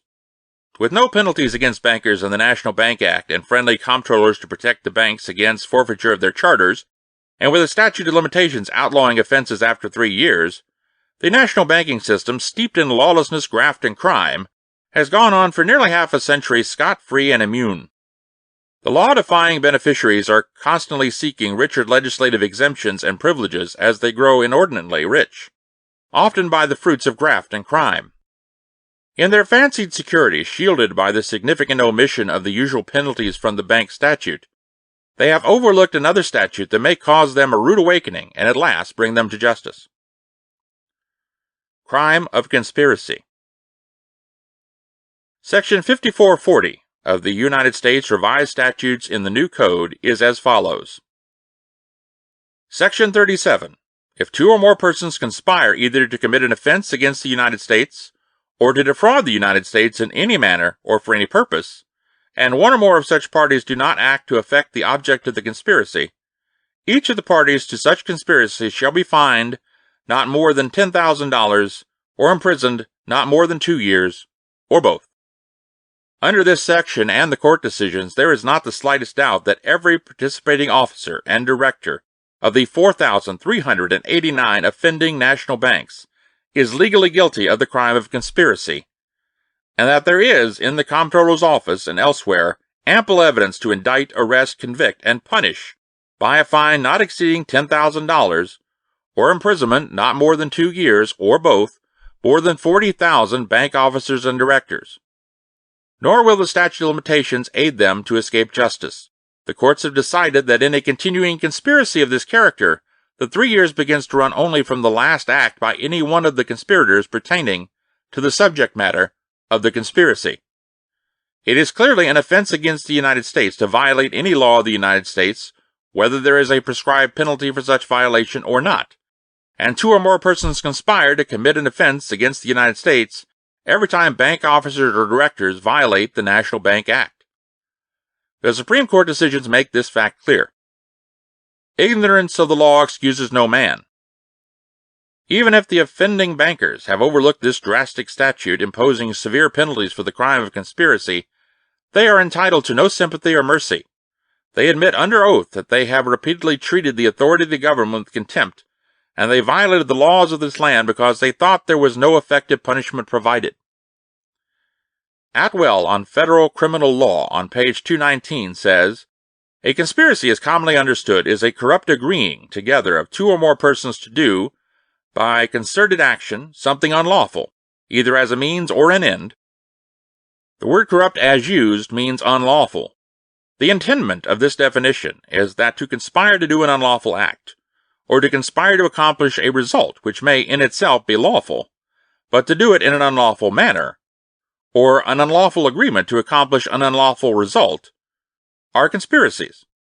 The unlawful combination may be expressly proven, or it may be provable from concerted action, in itself unlawful.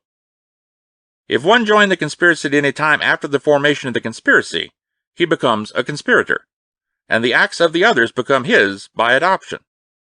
That there is or may be a difference between the punishment prescribed in this section and that prescribed in the statute that the conspiracy was formed to violate is immaterial. Congress has the power, says the Supreme Court of the United States in Clune v. United States, 159 U.S. 590, to enact a statute making a conspiracy to do an act punishable more severely than the doing of the act itself. The power exists to separate the offenses and to affix distinct and independent penalties to each. As above indicated, there need be no proof of the express agreement. The full measure of the law is met if the facts and circumstances indicate with the requisite lawful certainty the existence of a preconcerted plan. Riley v. United States, 106 Federal 896, U.S. v. Cassidy, 67 Federal 698, U.S. v. Barrett, 65 Federal 62, U.S. v. Wilson, 60 Federal 890, U.S. v. Newton, 52 Federal 275, U.S. v. TriciaG, 2 Federal 754. So under the same authorities, it need only be shown that one or more of the overt acts charged in the indictment have been committed, and that they were done in furtherance of the conspiracy. Federal Statutes Annotated, Volume 2, page 250. Textbooks and courts unite in the proposition that where there is prima facie showing of conspiracy, all of the acts done, and all of the declarations made in pursuance of the originally concerted plan, and with reference to the common object by any one of the conspirators, are admissible against all. The above is a verbatim quotation from the leading textbook on federal criminal law, and is an authority recognized by the courts. And the definition of conspiracy given and the matters incidental thereto above described are all fully sustained by the Supreme Court of the United States in the cases cited and by many other cases. Every national bank must have at least 5 directors. Some have as high as 20 or more. The National City Bank of New York has 23, and the National Bank of Commerce 40. The average number of directors of each of the various national banks, no doubt, is at least 10. This would seem to indicate that there are at least 43,890 directors of the 4,389 national banks officially accused by the United States Comptroller in his report of December 4, 1911, of violating the laws of the United States. Besides, many officers not directors are also involved. The total number of bankers and directors implicated and thus officially charged with the crime of conspiracy by a high federal official must exceed 40,000. No doubt a large portion of these offending directors have participated in these acts either ignorantly or thoughtlessly, trusting the bank officers and blindly doing what they are directed. Unfortunately for them, this does not relieve such persons from legal guilt and liability.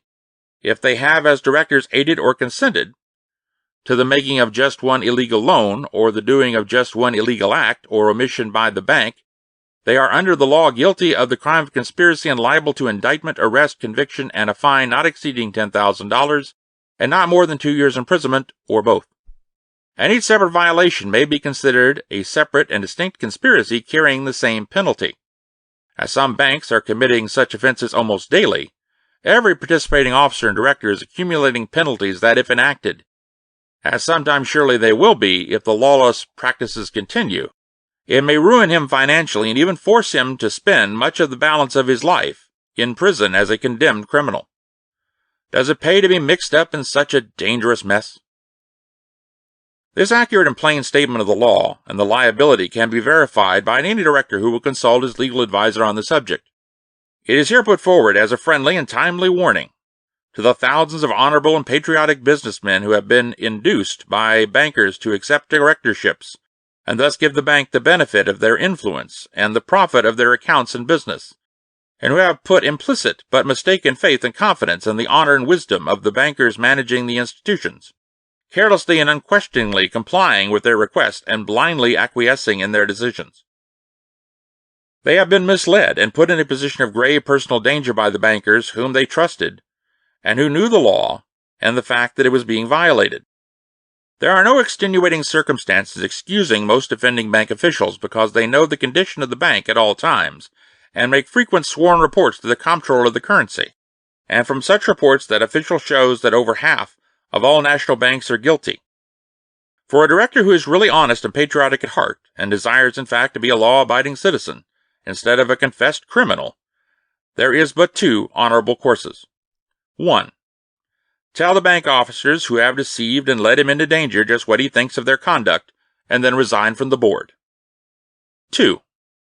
Purge the bank of all criminal lawlessness by forcing the immediate resignation of every official whose past conduct has shown a willingness to ignore and violate the provisions of the law, and thereby subjected directors to the danger of successful criminal prosecution, and brought the institution and the banking system into contempt and public disgrace.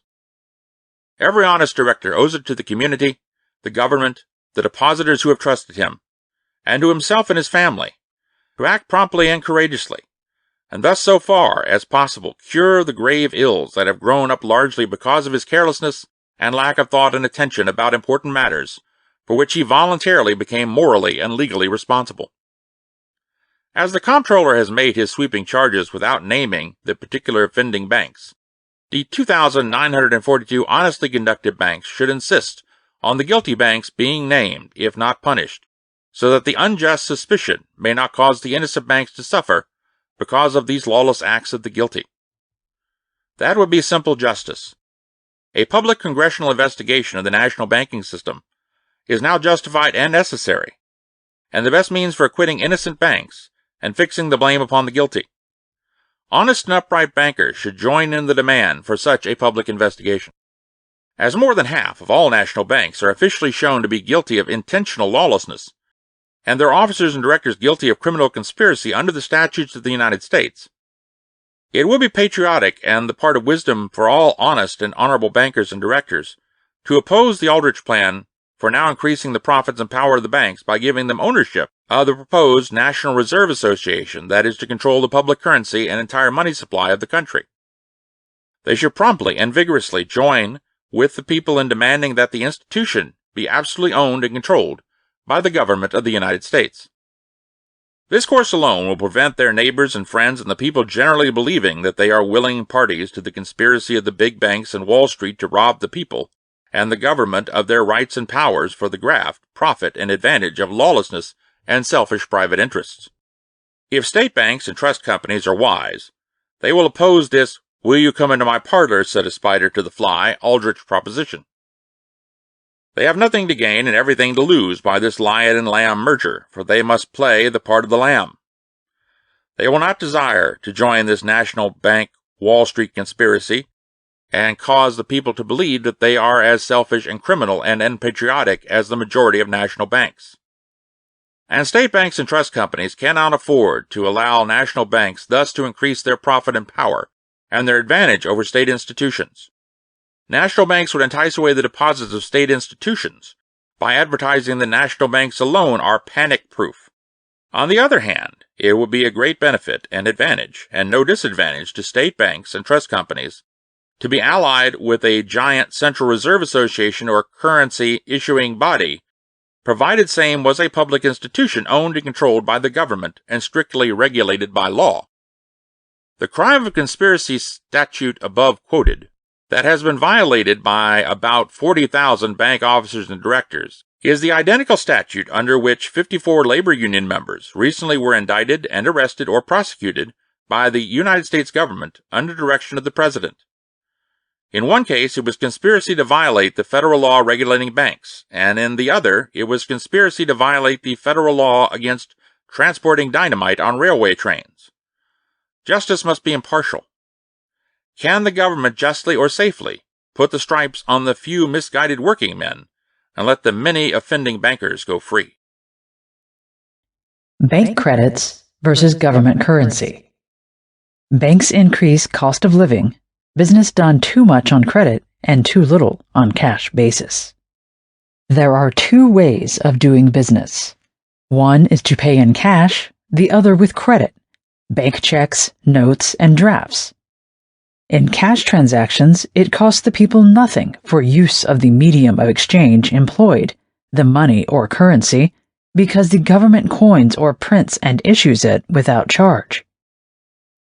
In credit transactions, and by credit we do not mean trusting or selling on time, settled by check, note, or draft, the banks always receive a profit for the agency used as a substitute for money. They either get interest at 6% or other going rate on the promissory note discounted to create a book account against which the checks are drawn, or exchanged to pay for New York or other drafts used in place of cash. In New York City and some other places, banks profit double. They get interest on the note discounted to create a checking account, then they charge for all outside checks drawn on similar accounts in other banks when receiving such checks for deposit. This plan gradually is being extended throughout the country, and when customer checks out, say, but half the proceeds of the discounted note, the bank receives the equivalent of double interest, or 12%. Offsetting this is the 2%, 3%, or 4% interest paid by banks on deposits, but usually this is only on cash or time deposits, represented by certificates of deposit. Few banks pay any interest on checking accounts created by discounting notes or depositing the checks of other people. They can well afford to pay that small rate on deposits of cash because the cash becomes part of their cash reserves and enables them immediately to swell their loans of credit, an amount equal to about 10 times such cash. For example, a bank may pay 3% per annum on a cash deposit of $1,000 because it at once then can charge and receive 6% yearly on $10,000 of extra loans of credit. This is the inside, mysterious, and Crozier-like holy of holies of the banking business. Two things must be obvious.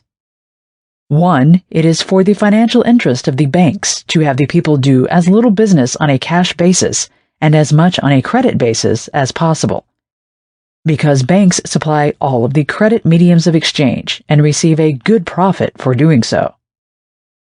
Two, it is for the financial interest of the people to do as much business on a cash basis and as little on a credit basis as possible, because the government charges the people nothing for producing the cash for them, and banks always charge for the use of credit. The development of business methods and practices have grown, or been so engineered by the banking system that the relative proportion of cash transactions has steadily decreased and credit transactions increased, until now it is conceded that of all business at least 95% is done with credit, and but 5% with cash.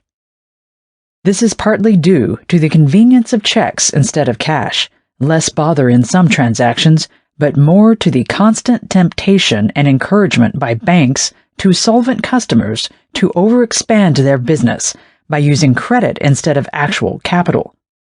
For it is easier to go in debt to a bank than to provide cash capital to carry on a given business.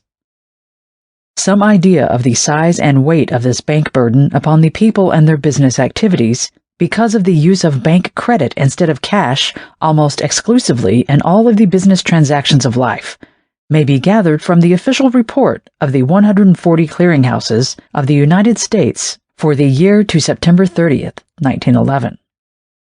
According to the U.S. Comptroller's report of December 4th, 1911, in 1 year the volume of business settled by bank checks and drafts that went through clearinghouses, not including checks cashed by banks on which they were drawn, was the colossal total of $159,373,450,000.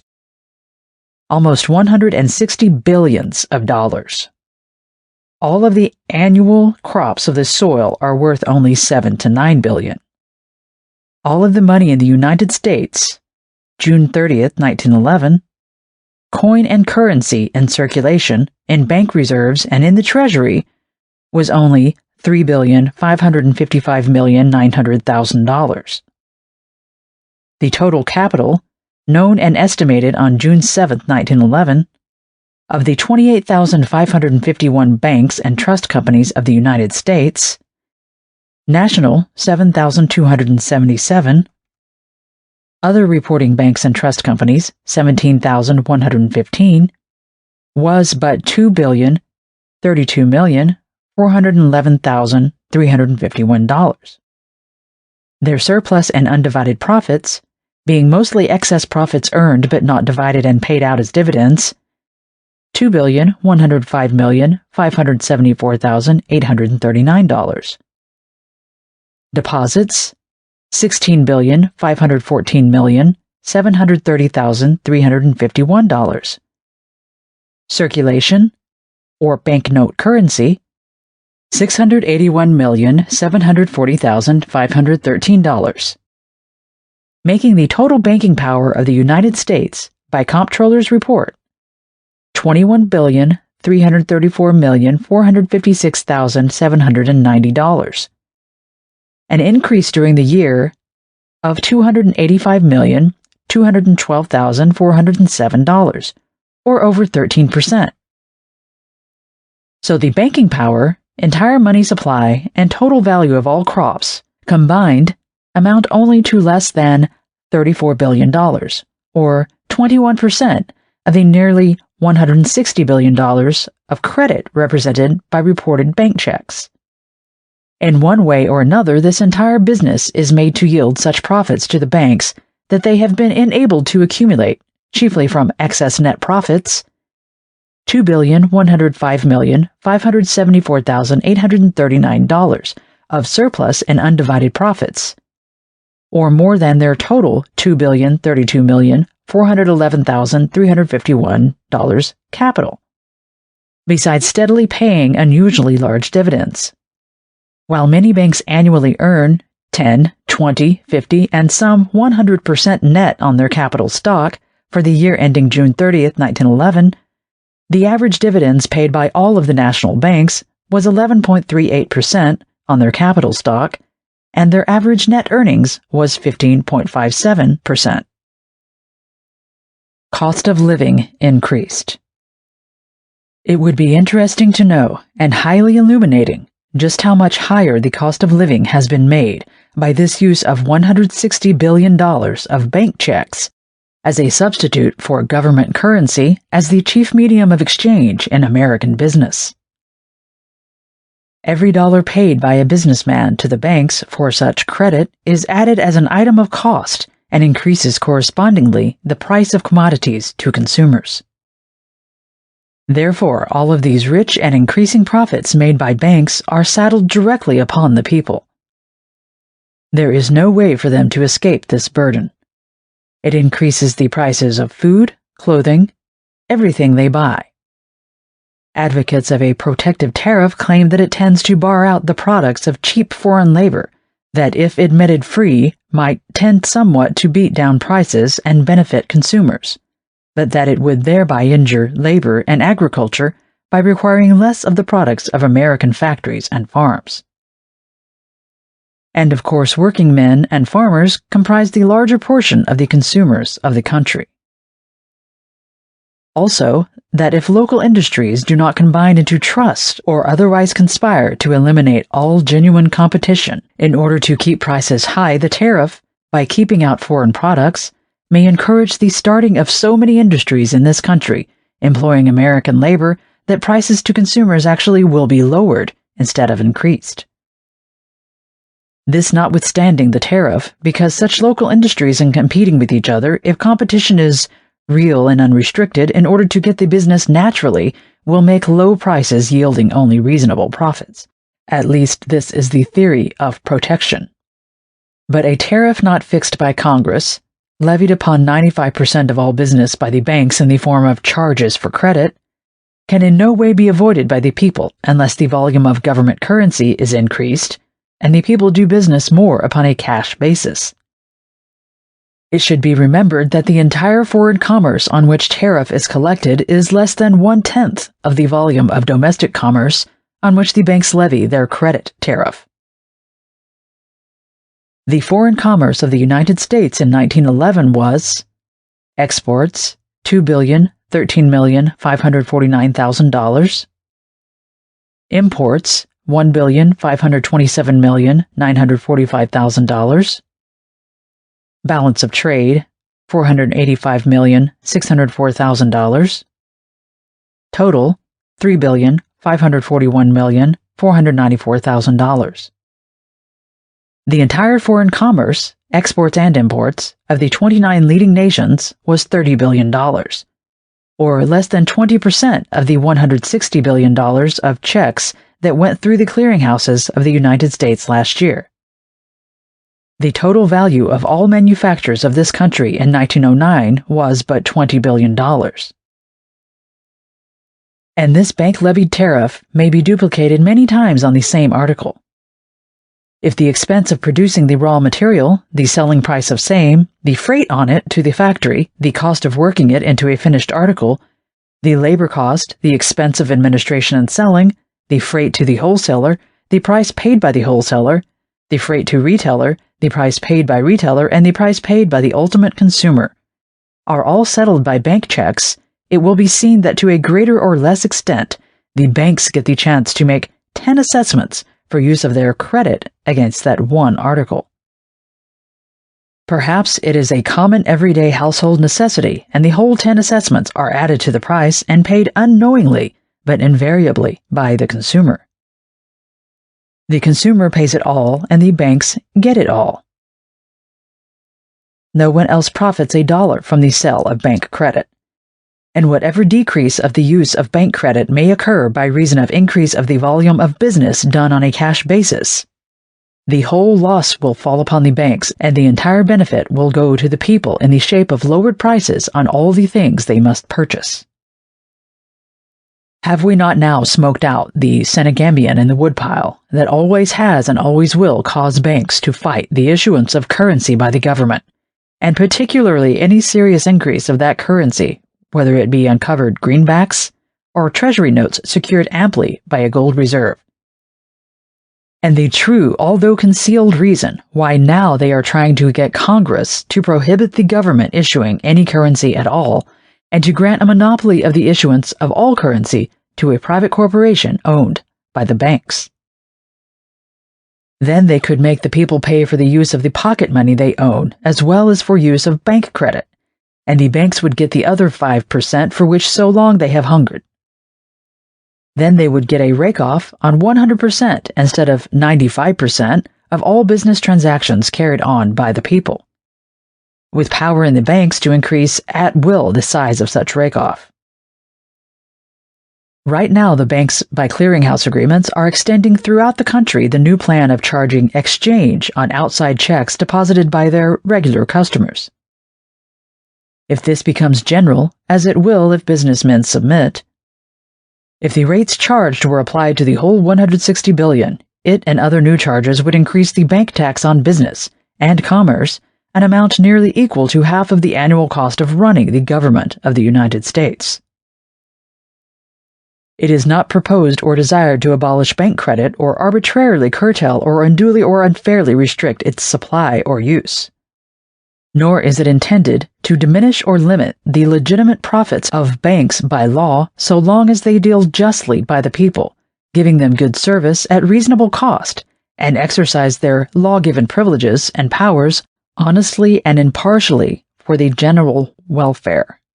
But it is proposed and demanded that banks shall keep their restraining hand off the people's supply of public currency, that they shall stop every attempt and action that tends to compel the people against their will and interest to buy more bank credit and use less government currency.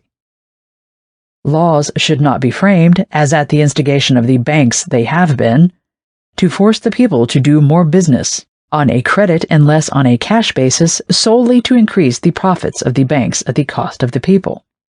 On October 31st, 1911, $744,071,715 of banknote currency was in circulation. Not a dollar of gold secures this vast bank currency. Banks want a gold reserve only behind government currency. Banks pay this out over and over because it is not lawful money, is no good in their cash reserves, and because upon every dollar they are making a steady profit so long and only while it is out of their hands and in the hands of the people. The people do not have to accept banknote currency because it is not a legal tender. Since December 21, 1863, the date of the first issue of national bank circulation, banknote currency of the value of $5,460,186,435 has been issued by national banks that have received therefrom, while it was out and unredeemed, steady profits that were paid by the people. If this had all been government currency, the banks would have made less and the people would have paid less because the government would have asked no profit for supplying such currency. It is thus seen that banks do not object to paper currency. They only object to the government issuing it without profit or at all because whatever government currency is issued reduces the quantity of bank currency and credit used, and this decreases the profits of the banks. All that is now asked is to lift the bank embargo on the free play of currency so that the people can use just as much or just as little such government currency and purchased bank credit as they desire. Let the law of supply and demand be the sole regulator, the will and preference of the people determining the proportion of business to be conducted with bank credit and the amount to be done on a cash basis. Let the Monetary Council, hereinafter suggested, establish and enforce a square deal between the banks and the people, the government issuing all of the currency and the banks all of the credit. The people to use as much of each as they desire. Is not this right, businesslike, and just? Every dollar of currency so issued will be made sound, guaranteed by the government, redeemable in gold, backed by an adequate gold reserve and always kept equal in value with gold. The banks cannot question the soundness of such a currency or frighten the people with the old cry of irredeemable paper money, inflated unsecured greenbacks, rag baby, etc., for it will have all the security proposed for the Aldrich Plan currency and the direct guarantee of the government besides. The legal tender joker. A new progressive party, lawful money and legal tender defined, government money versus corporate currency. The next great American monetary struggle is to be around the issue government money versus corporate currency. The report of the Monetary Commission has launched that issue in politics. The character and contents of its bill, introduced in Congress on January 8, 1912, precipitates the fight.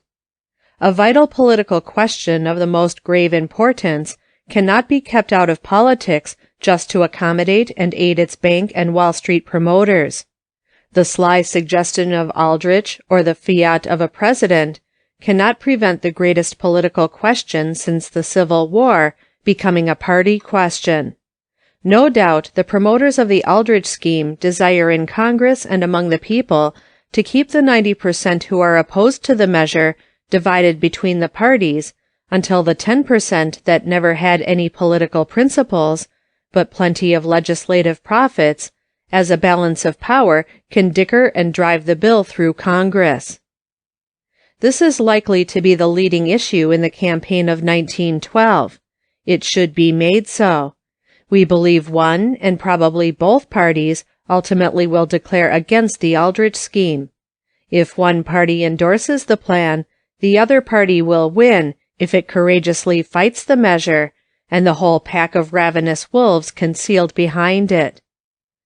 If the special interests succeed in their attempt to bully or buy the nomination of reactionary candidates by both parties, the great masses of the people will believe that those parties are mere bought and paid for concubines of Wall Street, and no doubt will organize the National Progressive Party, forced to form by such considerations of the highest duty and patriotism.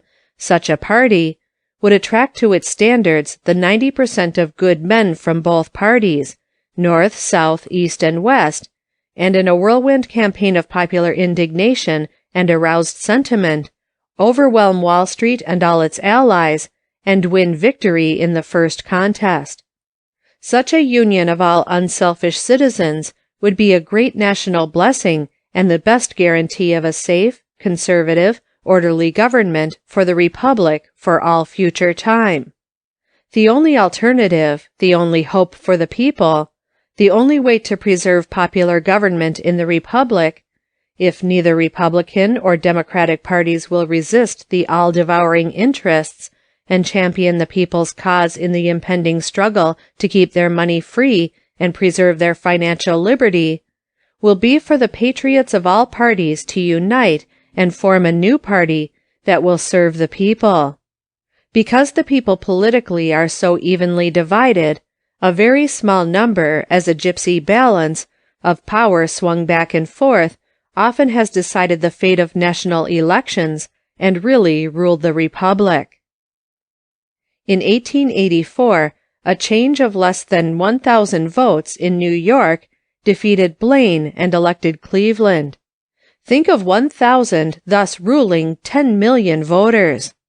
President Harrison offended the banks and Wall Street by signing the Sherman Silver Purchasing Law of 1890 and by paying government bonds out of the enormous Treasury surplus instead of depositing the surplus in the banks without interest and extending the bonds so the banks could use them as a basis for bank note currency. Therefore, he was defeated, and Cleveland was elected in 1892 relatively by a few thousand votes in close states turned by the influence and political activity of the banks. The people do not realize that the national banking system always has been a vast, powerful, and alert nationwide political machine managed by Wall Street. Wall Street knows the value of thus throwing the election to one side and then to the other. It shows both parties the vital power of the interests under the electoral college system of choosing presidents, which should be abolished for the public good, and terrifies them into naming candidates acceptable to the interests, and tends to induce subsequent legislative and executive, if not judicial, subserviency to the will and pleasure of high finance. To a large extent, the people do not count. This is because politically they always play the game tug of war, one half pulling on one end and the rest on the other end.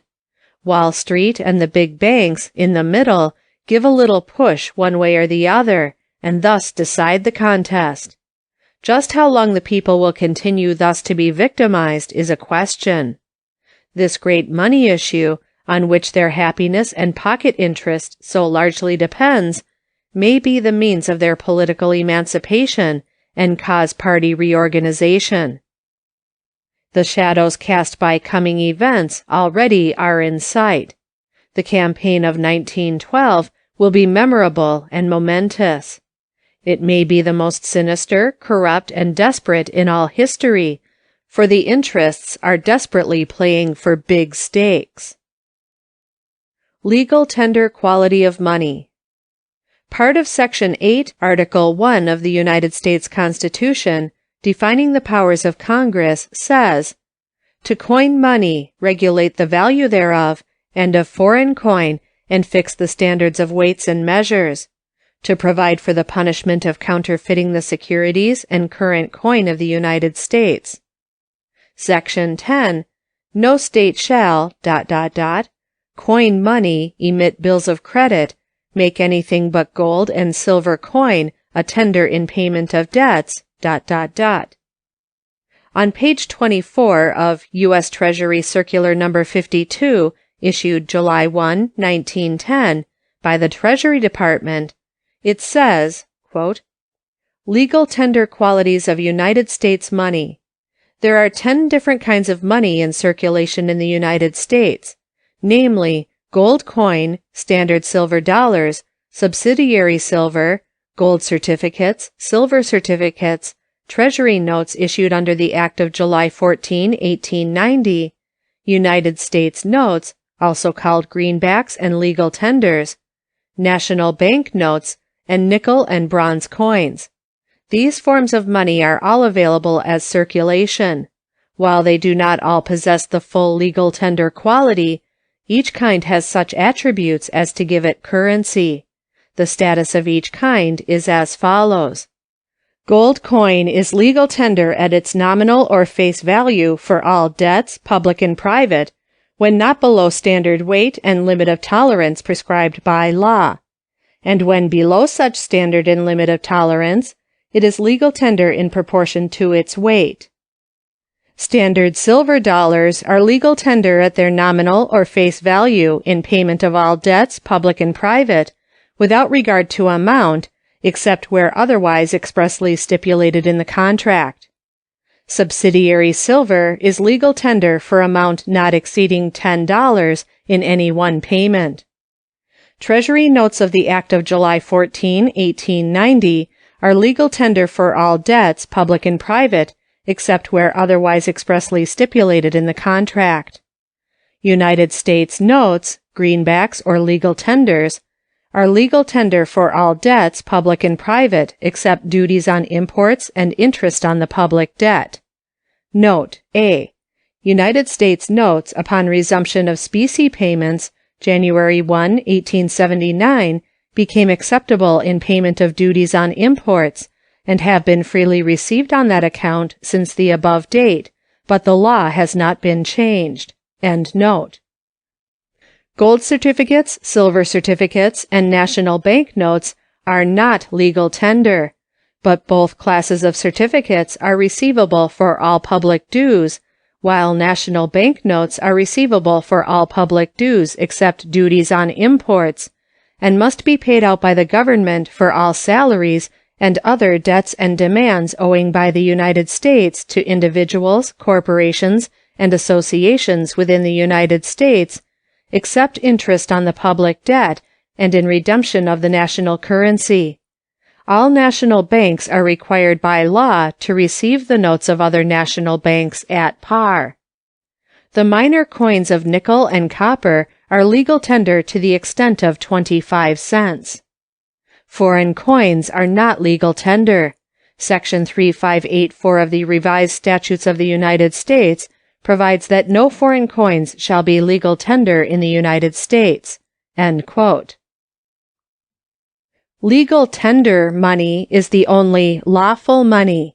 It is the kind everybody must under the law accept when tendered in payment of any debt or purchase.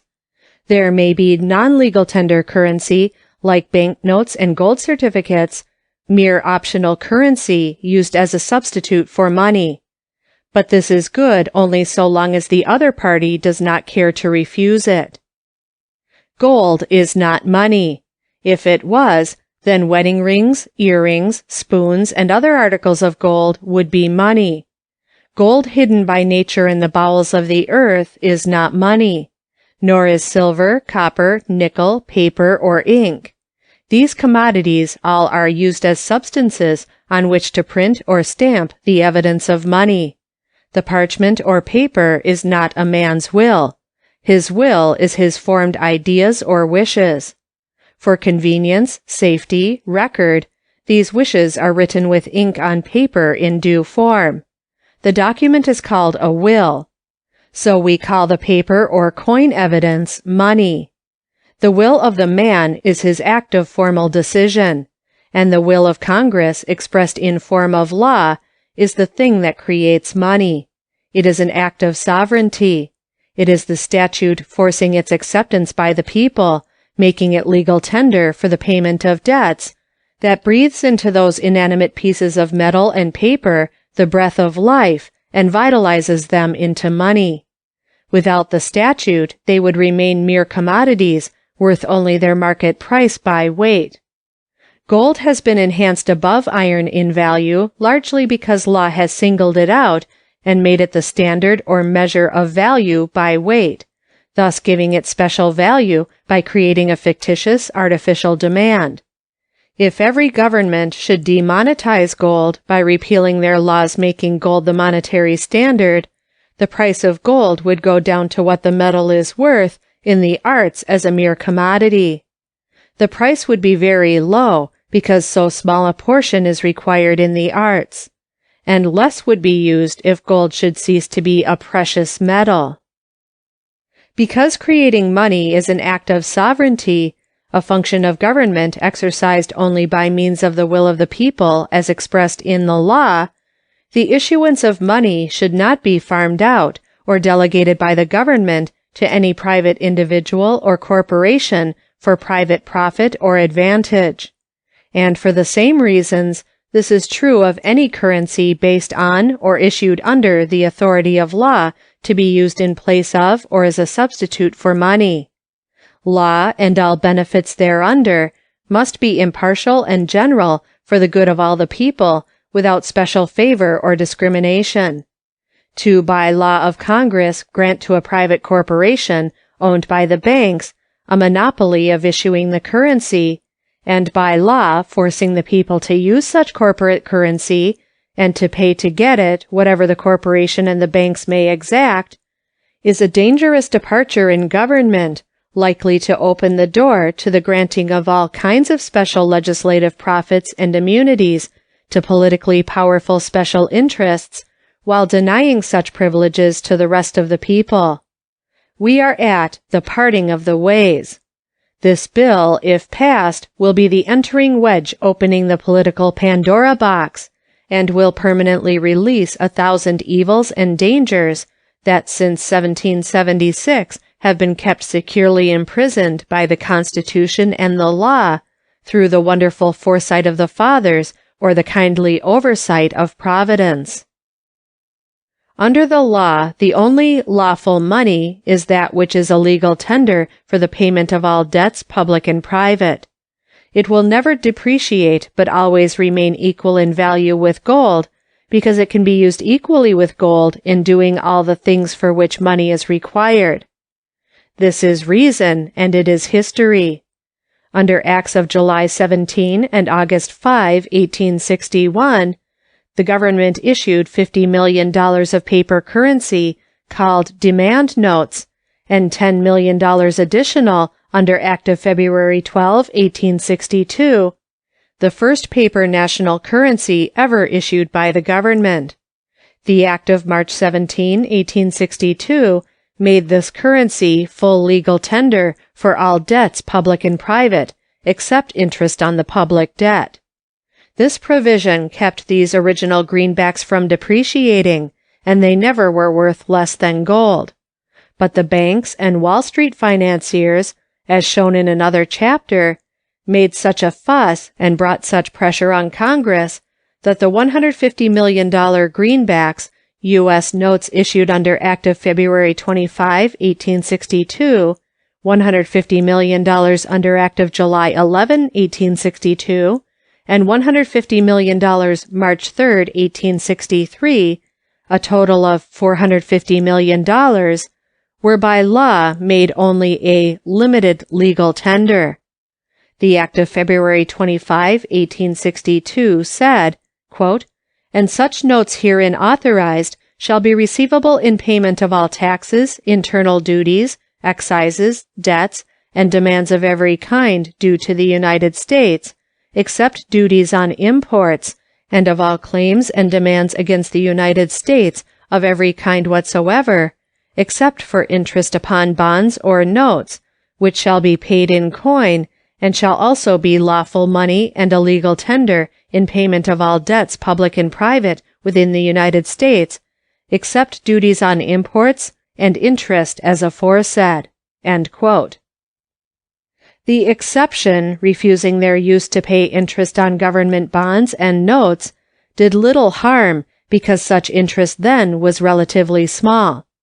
But when the government, by law, this exception, refused to accept its own money in payment of duties in imports, the principal source of revenue to the government, it denied the greenbacks the largest active market, and was official notice to the world that the currency was to be discriminated against even by the government issuing it. This exception, discrimination, and the use made thereof by Wall Street and the big banks in their manipulations, by which the government was forced to sell hundreds of millions of dollars of bonds for greenbacks at less than 50 cents on the dollar measured in gold, caused the rapid depreciation of this currency. And because the law required the government to accept the first $60 million of full legal tender greenbacks for duties on imports, not to pay interest on bonds and notes, such greenbacks never depreciated, although the $450 million of limited legal tenders once depreciated to about 35 cents on the dollar as measured in gold. Banknote currency depreciated to the same extent that the $450 million greenbacks did, and for the same reason. That is, because banknote currency was not legal tender money. This is further convincing evidence that the soundness of currency chiefly depends on its being made legal tender by law. Much of this information is from U.S. Treasury Department Circular No. 52, giving, quote, "information respecting U.S. bonds, paper currency, coin, production of precious metals, etc.," end quote, issued July 1, 1910. Readers are advised to get and read that public document. It can be obtained free on application to the Secretary of the Treasury, Washington, D.C., or anyway through a congressman or senator. Note pages 24, 27, 28, and 29 for the official facts above stated.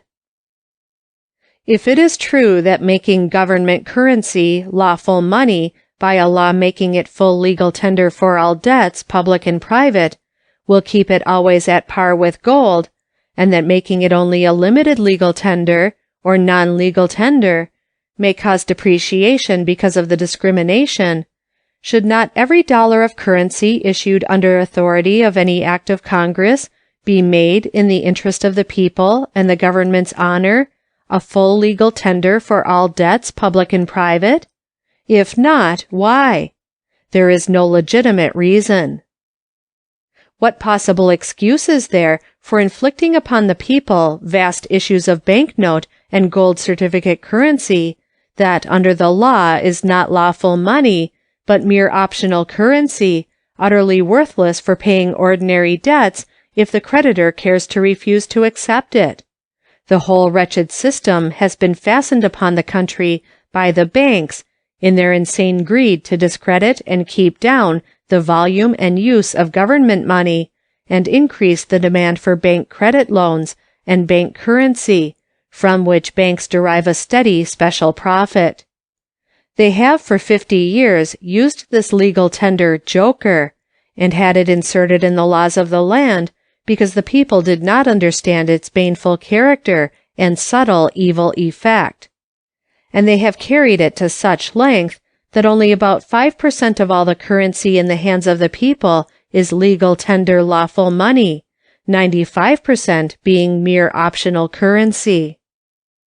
It is time the people took matters into their own hands and drove the banks and Wall Street out of the temple of legislation and the executive departments of their government. Henceforth, every dollar of currency must be issued by the government and be a full legal tender in anybody's hands for the payment of a dollar's worth of debt anywhere at any time. There should be no let-up or compromise until every dollar outstanding under the authority of any law of the United States is of this high character and quality. National City Bank Letters. Following is a continuation of writer's correspondence with the National City Bank of New York from the chapter Confession of Wall Street. These letters are inserted here because they have special reference to the questions of legal tender and currency depreciation. Milwaukee, Wisconsin, November 26, 1911. The National City Bank, Wall Street, New York City. Gentlemen, I thank you for your reply of 24th instant to my recent letter and for the printed matter issued by you in support of the Aldrich Plan. I shall read the public addresses in advocacy of that plan made by your president with pleasure and profit. It seems to be important that all currency be maintained at par. We all remember the evils due to the depreciated treasury notes or greenbacks during the Civil War.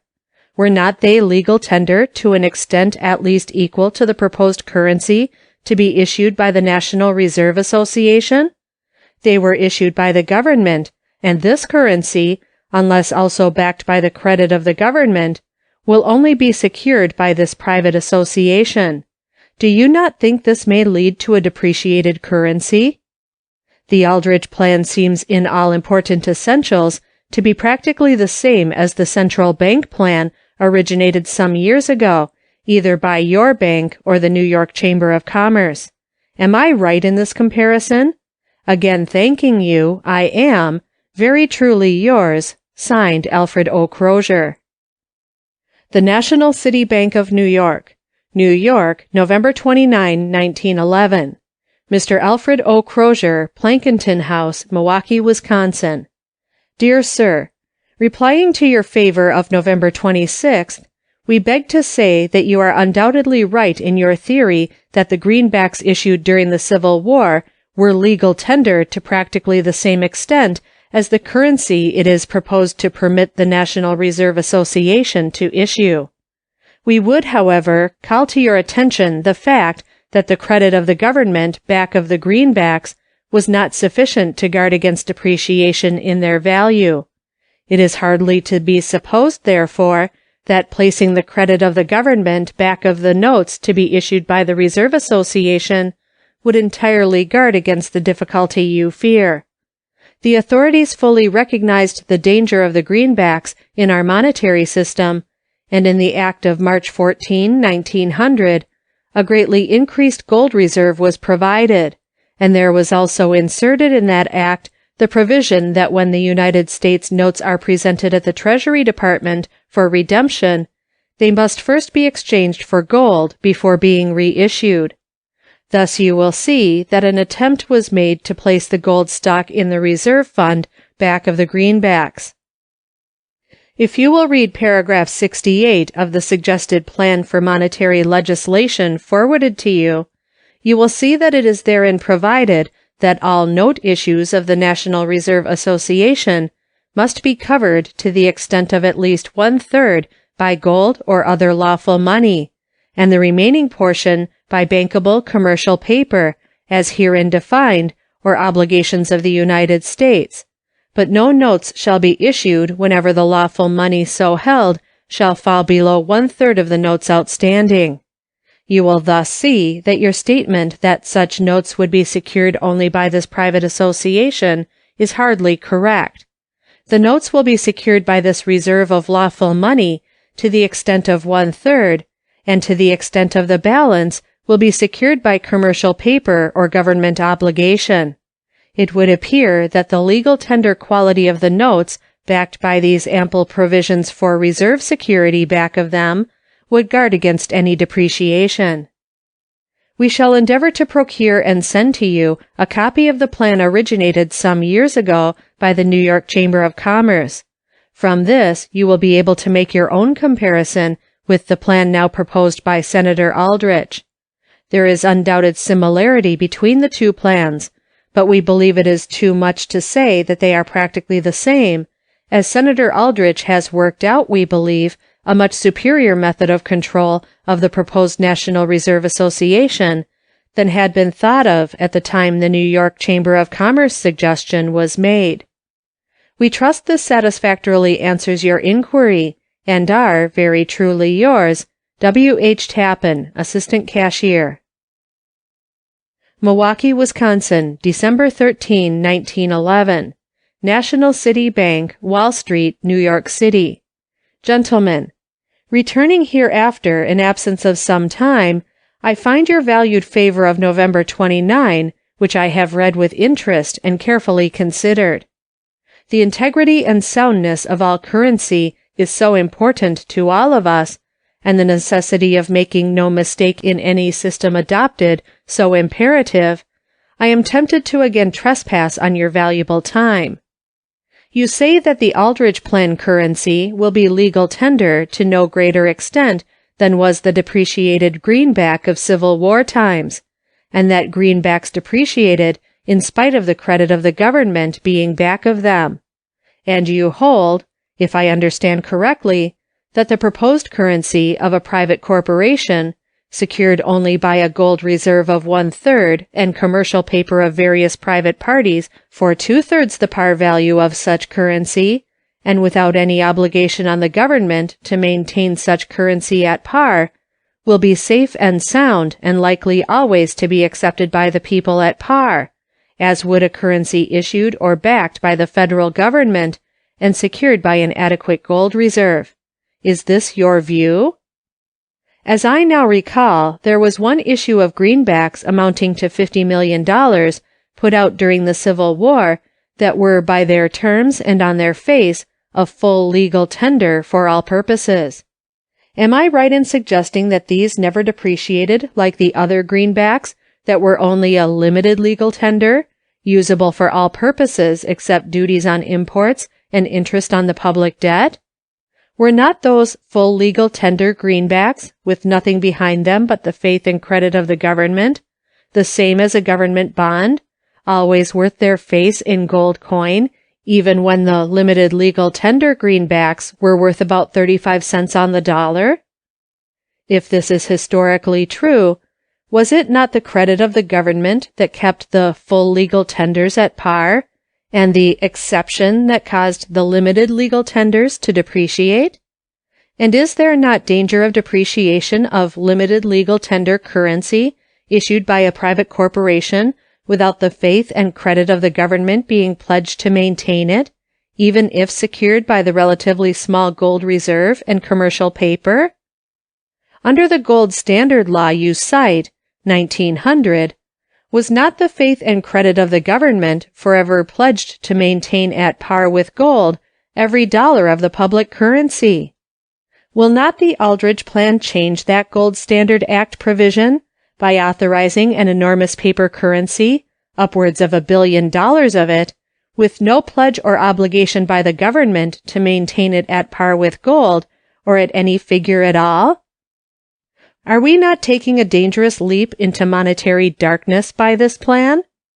Hoping I may be set right if I am wrong in these matters, and again thanking you, I am, very truly yours, signed Alfred O. Crozier. The National City Bank of New York. Capital $25 million. Surplus and undivided profits $25 million. New York, December 15, 1911. Mr. Alfred R. Crozier, Plankinton House, Milwaukee, Wisconsin.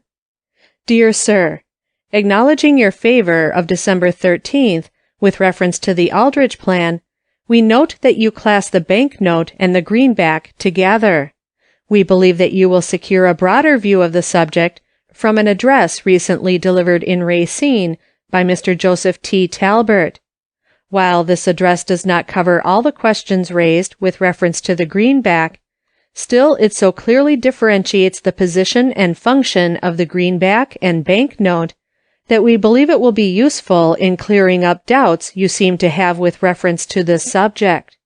We take pleasure in forwarding, under separate cover, a copy of this address, which we hope will reach you promptly. Yours very truly, signed, Thomas A. Reynolds, Assistant Cashier. Evidently the bank could not find or give any explanation that would aid the Aldrich Plan of the historic fact it could not controvert, that the first $50 million of legal tender greenbacks never depreciated, while the $450 million of limited legal tender greenbacks had depreciated. So the bank in its reply makes no answer to writer's letter on that vital matter, the most important question in the impending struggle, but refers him to the speech of banker Talbert, Vice President of National Security Bank and Director of Continental and Commercial National Bank of Chicago, which on examination was found to say nothing whatever on that subject. Thus we find the biggest and greatest bank in the United States that commands the greatest expert financial minds in the country, and has upon its directing board representatives of all the powerful Wall Street interests that dominate the entire national banking system, the mammoth insurance companies, the railroads, and the trusts of the United States, actually unable or unwilling to attempt to explain why legal tender money did not depreciate, while limited legal tender currency badly depreciated. This is not criticism. It is evidence of good sense, the sudden retreat of the bank when it found the water getting too deep and it could not swim. The Aldrich Bill does not invest the proposed corporate currency with half the legal tender power enjoyed even by the $450 million of limited legal tender greenbacks that depreciated. It is not to be made lawful currency at all. It will not be a tender for the payment of ordinary debts between individuals. The Commission's Aldrich Bill reads, Section 53. The circulating notes of the National Reserve Association shall be received at par in payment of all taxes, excises, and other dues to the United States, and for all salaries and other debts and demands owing by the United States to individuals, firms, corporations, or associations, except obligations of the government which are by their terms specifically payable in gold, and for all debts due from one or by one bank or trust company to another, and for all obligations due to any bank or trust company. This is all there is on this subject in the bill. The corporate currency would not be a tender between individuals, or between any individual and any corporation other than banks and trust companies. It will be optional currency, not lawful money. Corporate currency should not be legal tender lawful money, because it would be forcing the people by law to accept the corporation currency for the exclusive profit and benefit of the corporation. That would be a wrongful use of law. The foundation is to be laid by the Aldrich Bill to work off on the people another $1 billion of currency, not lawful money, and it is said not to be guaranteed by the government, but be merely an obligation of a private corporation, the obligation or debts of which will aggregate ultimately more than 10 times its entire cash capital. No wonder the National City Bank hastily dropped the subject. In its letter of November 29, 1911, the bank itself cited the fact that greenbacks, even with the whole credit of the federal government behind them, and only $450 million outstanding, depreciated more than 50%. How then can it be expected that the National Reserve Association, with only $100 million of cash capital and perhaps $1 billion of liabilities, can, without any government guarantee or assistance, keep its $1 billion issue of currency from depreciation and at par? Especially so when it is not even made lawful money, or as much a legal tender as the government greenbacks that depreciated in spite of the support of the government, solely because they were not made full legal tender. It is a wildcat scheme, and it will be a wildcat corporate paper currency like that emitted by the banks and worked off on the people in vast quantities before the Civil War by confidence game methods. It is a reckless, dangerous experiment. The only possible reply is the proposed gold reserve of 33.33% required, but with no provision or penalty to enforce it.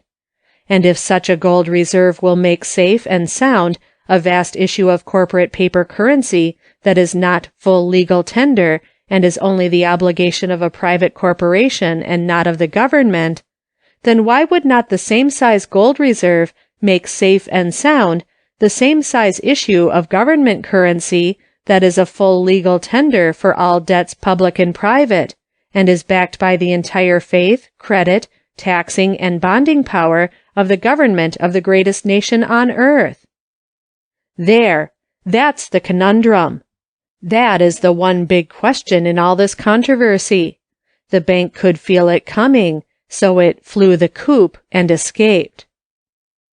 But the people can and will answer the question that the bank dodged, for the reasoning is simple and plain, and the evidence is official, convincing, and conclusive.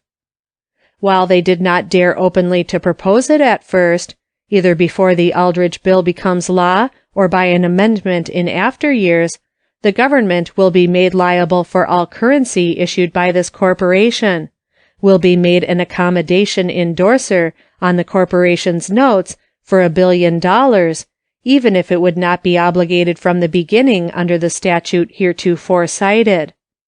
Absence of any provision in all the pending bill expressly stating that in no way shall the government be liable is significant.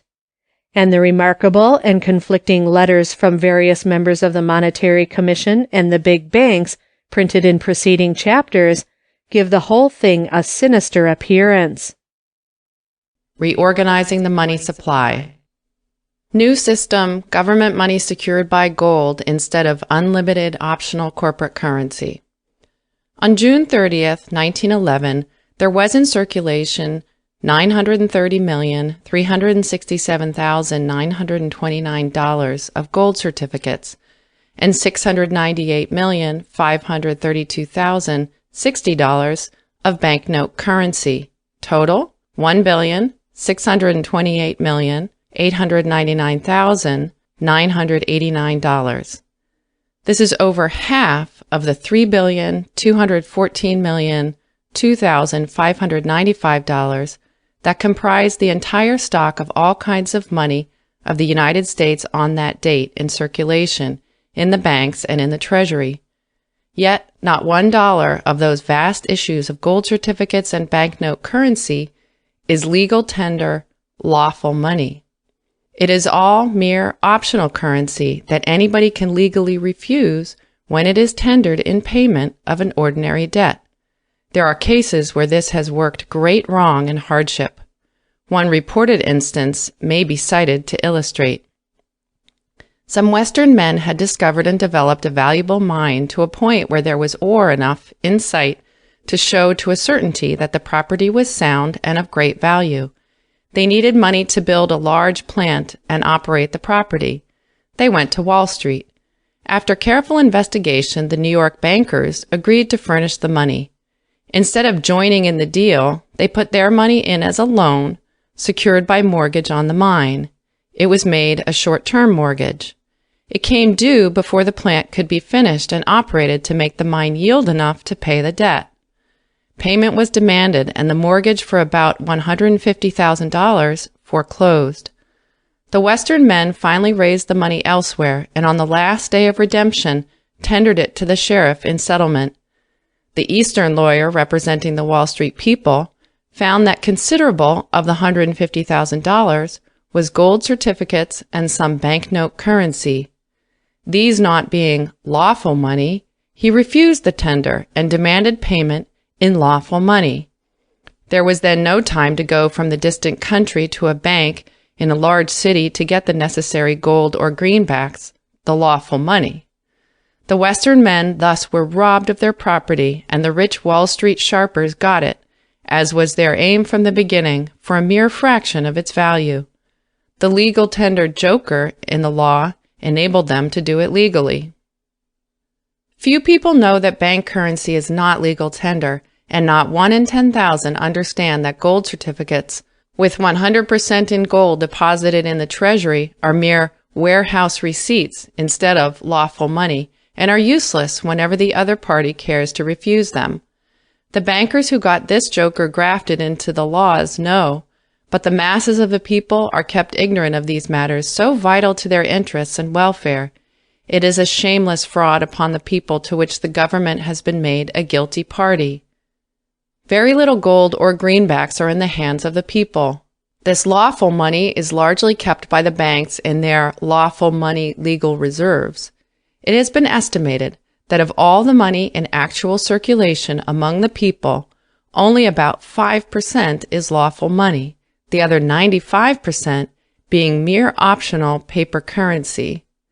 And now the Aldrich Plan would authorize a vast unlimited volume of corporate currency, not guaranteed at all by the government, to be worked off on the people by the banks in the shape of payrolls and otherwise, not $1 of which will be legal tender lawful money, all being only optional corporate currency.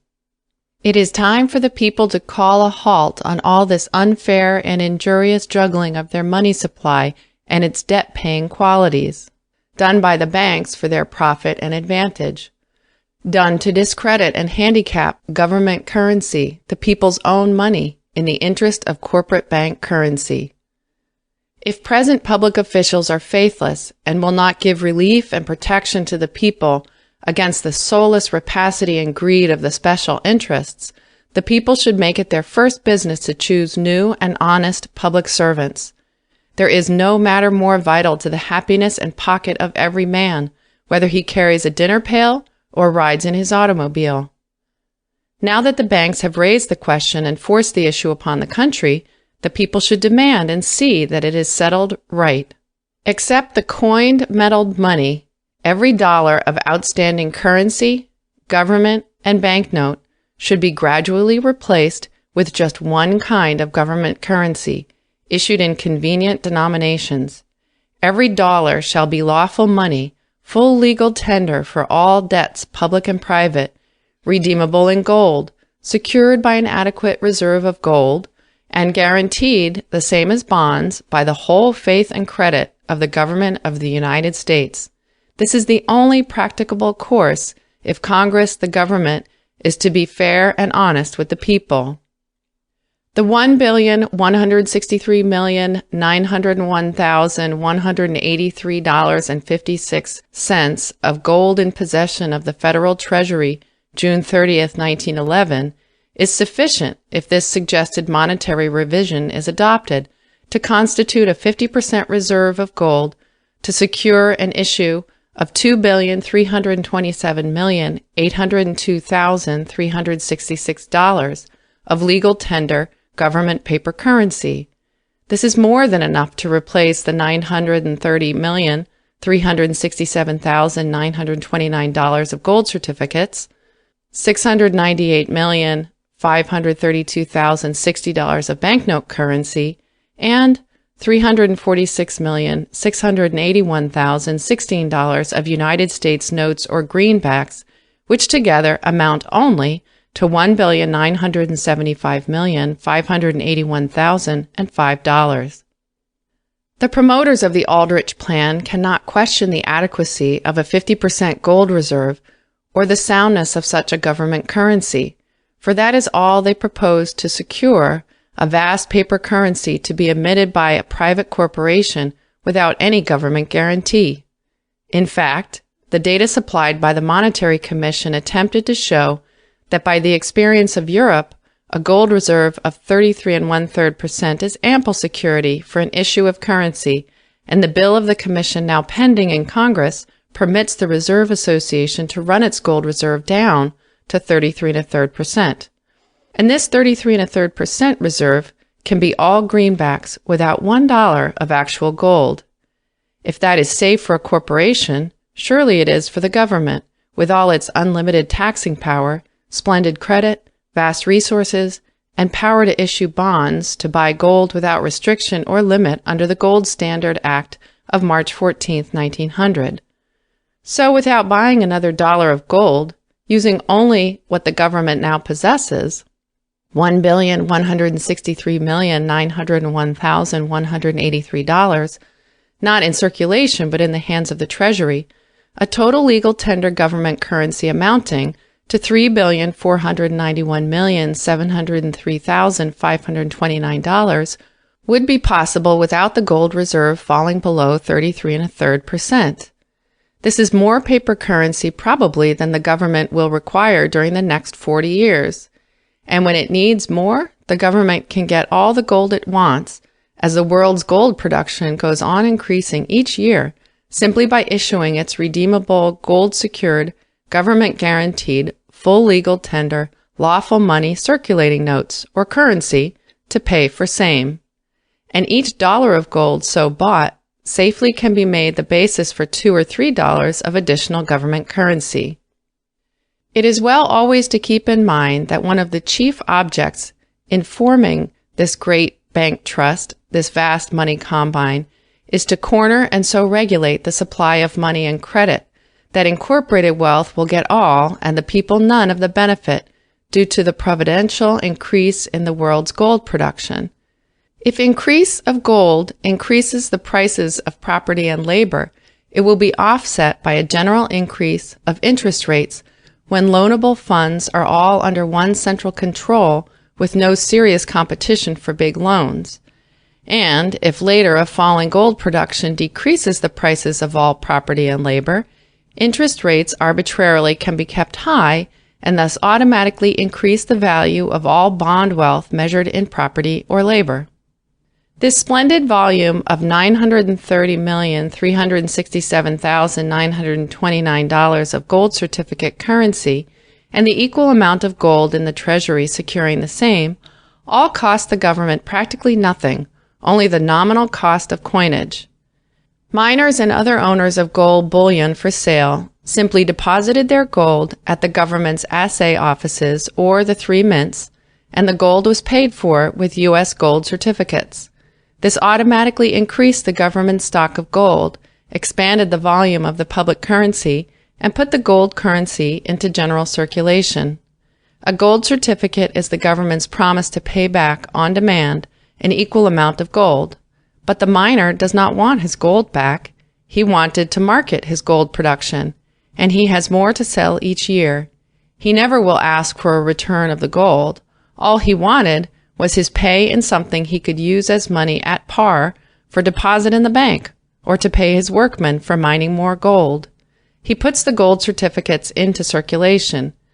They are payable to bearer. They are used as money. Anybody can present them for redemption and get their face in gold coin, but usually no one wants the gold. The paper certificates are more convenient. Holders only want to know that they could get gold if they desired, or that the currency is sound and worth par. Usually, it is only when actual gold is required to settle some international balance that gold certificates are presented for redemption. A very small proportion are presented in the actual gold demanded. The quantity of money has increased faster than population. The per capita circulation was 1862, $10.23. 1865, $20.58. 1878, $15.32. 1880, $22.88. 1898, $25.19. 1900, $26.93. 1908, $34.72. 1910, $34.33. Of the United States gold production of $96,269,100 in 1911, $33,756,546 was used in the arts, and $62,512,546 for monetary purposes. As original deposits of gold made with the Treasury in 1911, for which gold certificates were given in payment, amounted to $175,383,090, it will be seen that much gold came from abroad, nearly two-thirds. The $485,604,000 excess of exports over imports explains this. Although the Act of March 3, 1863, authorized this receipt of gold and issuance of gold certificates, on July 1, 1889, there was only $154,048,552 of gold certificates outstanding, or less than last year's net increase. With this big international trade balance in our favor, hundreds of millions annually, all settled with gold, there should be no doubt of the government having ample gold to protect all the government currency needed to replace all forms of paper currency. It is an unanswerable example, this creation of $930,367,929 of government paper currency, gold certificates secured by a 100% gold reserve, obtained practically without expense to the government, all of it except $154,048,552 since 1889.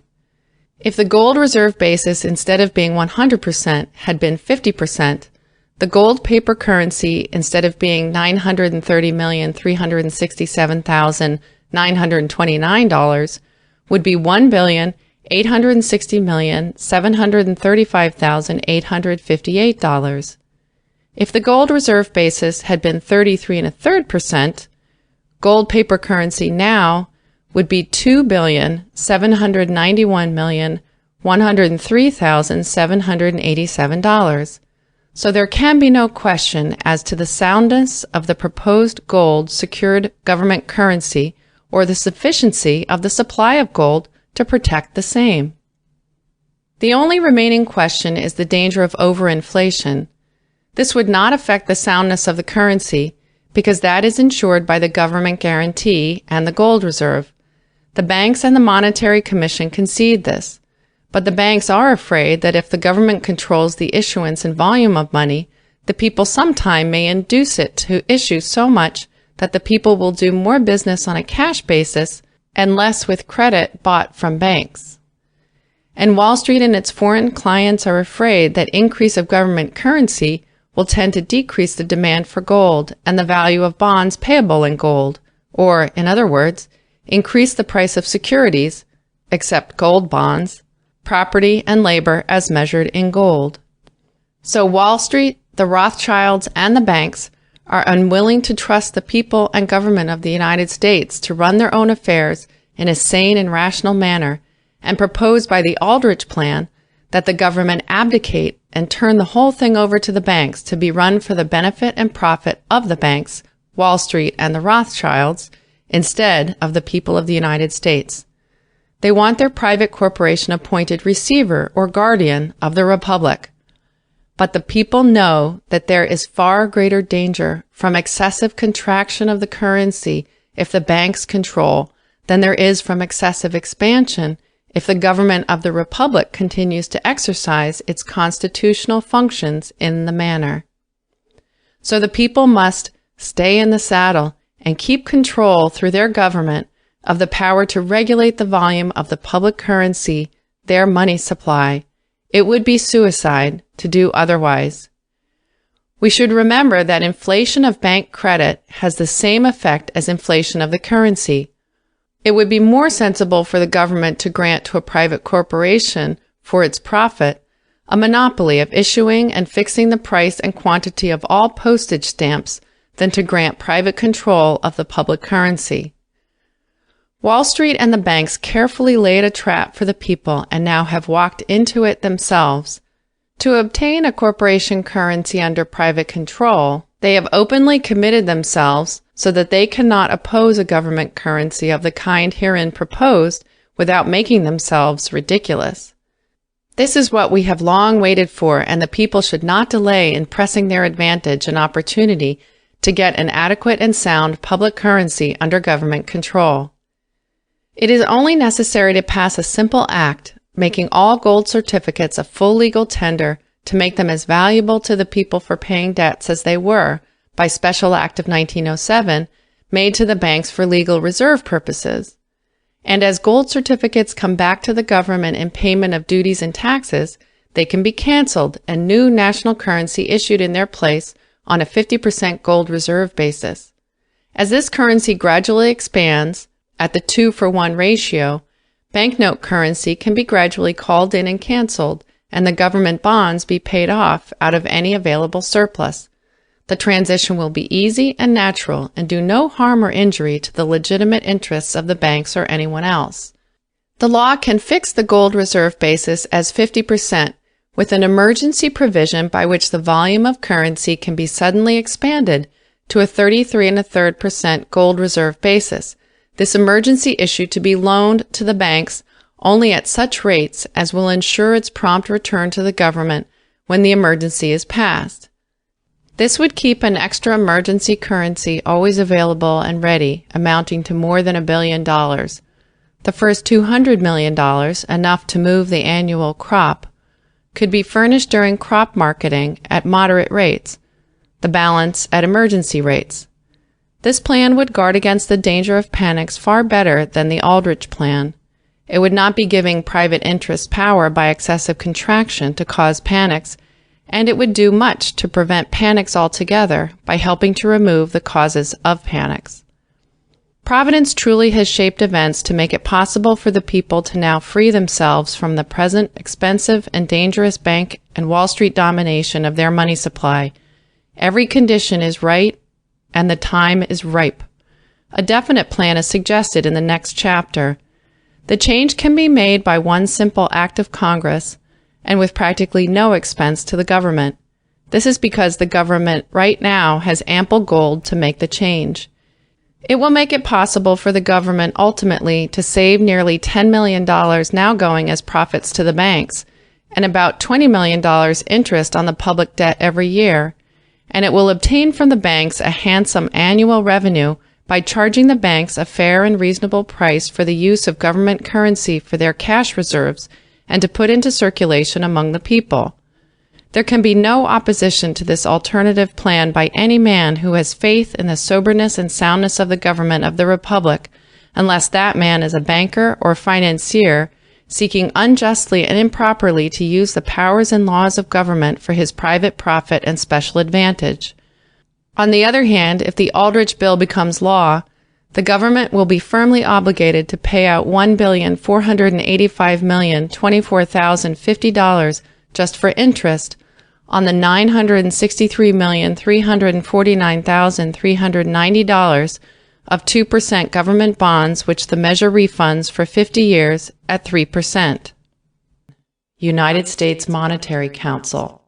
A new currency and banking plan. Instead of the Aldrich Plan for a private central bank named National Reserve Association, it is suggested that Congress create a responsible public institution to be called United States Monetary Council, with original, exclusive, and supreme authority for the government over all monetary and banking matters. It shall not be a mere commission or board, but a new, distinct, and separate coordinate or subsidiary branch of the government with the same control over its delegated functions that the legislative, executive, and judicial departments possess over their respective functions. To that end, subject to such modification of details as may appear wise, it is proposed 1. The United States Monetary Council shall be created by act of Congress, and afterwards made permanent by amendment to the Constitution. It shall be a new, distinct, coordinate, or subsidiary branch of the government, with original, exclusive, and supreme authority over all matters within the functions expressly delegated by the creating legislative act. Congress shall have the same control over such council as it has over the executive and judicial departments, and no more.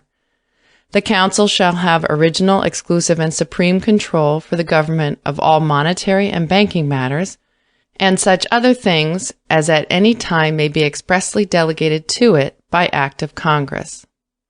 2. The council shall consist of 75 members called governors, a majority being a quorum. The Chief Justice of the Supreme Court, Vice President, Speaker of the House, Secretary of the Treasury, and Secretary of Commerce and Labor shall be ex officio members, each having power to appoint an alternate to act in his stead at any meeting. The other 70 to be appointed by the President, one on the mandatory nomination of the governor, or vote of the people of each state without confirmation, the other 22 by and with the advice and consent of the Senate. The term shall be 4 years, the appointed members to be so arranged that 1/2 of those nominated by states and 1/2 of those confirmed by the Senate will go out of office each 2 years, the President in the same manner appointing their successors and filling any vacancies. Impeachment for cause by the council shall lie against any governor or elected officer of the council. By majority vote, the people of any state may recall its representative and substitute another governor.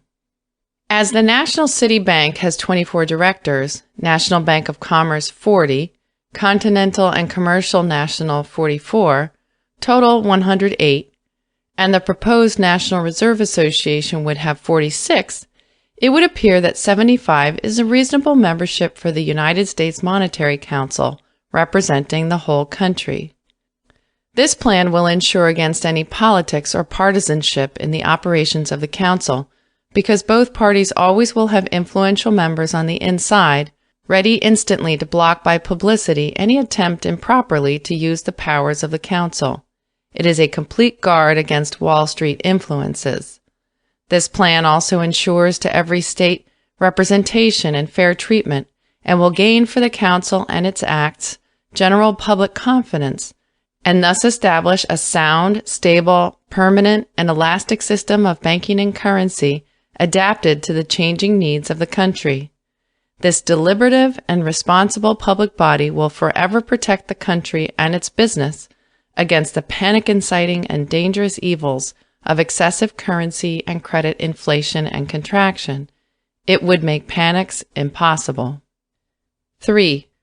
The Council, from its membership, shall elect 4 persons by open ballot to serve for 1, 2, 3, and 4 years respectively, the one having the shortest time to serve to be president, and the 3 others vice presidents.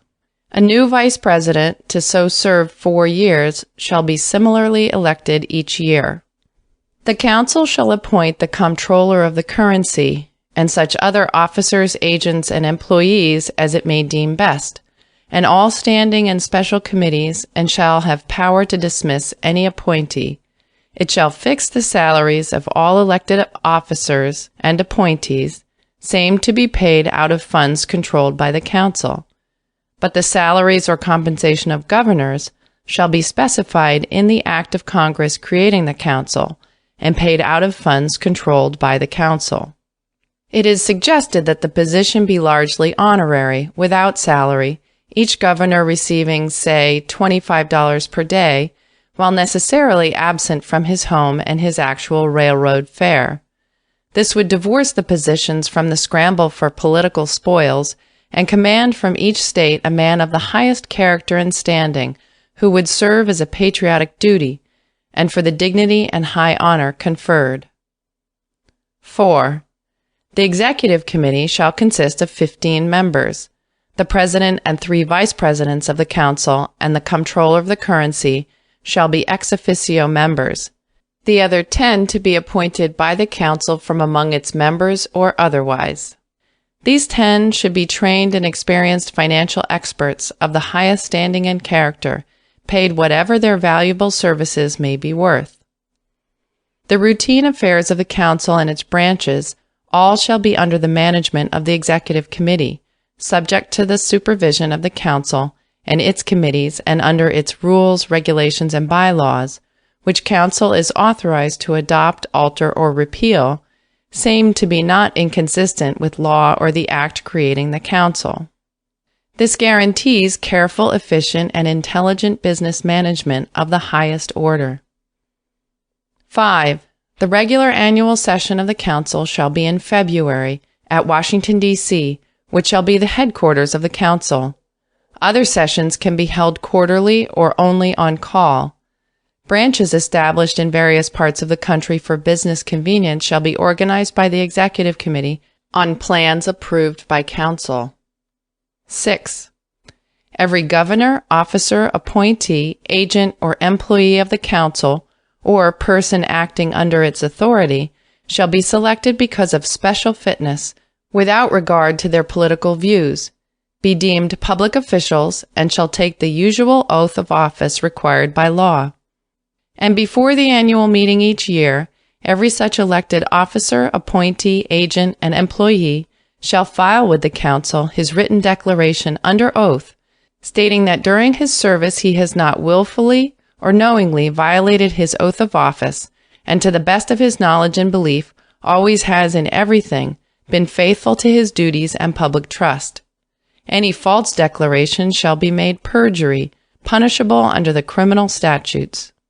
Any attempt improperly to use the powers or functions of the Council by any person charged with the exercise of any of such powers or functions, and any attempt by any person to induce such improper use of such powers or functions, shall under the penal statutes be made a crime severely punishable by fine or imprisonment or both.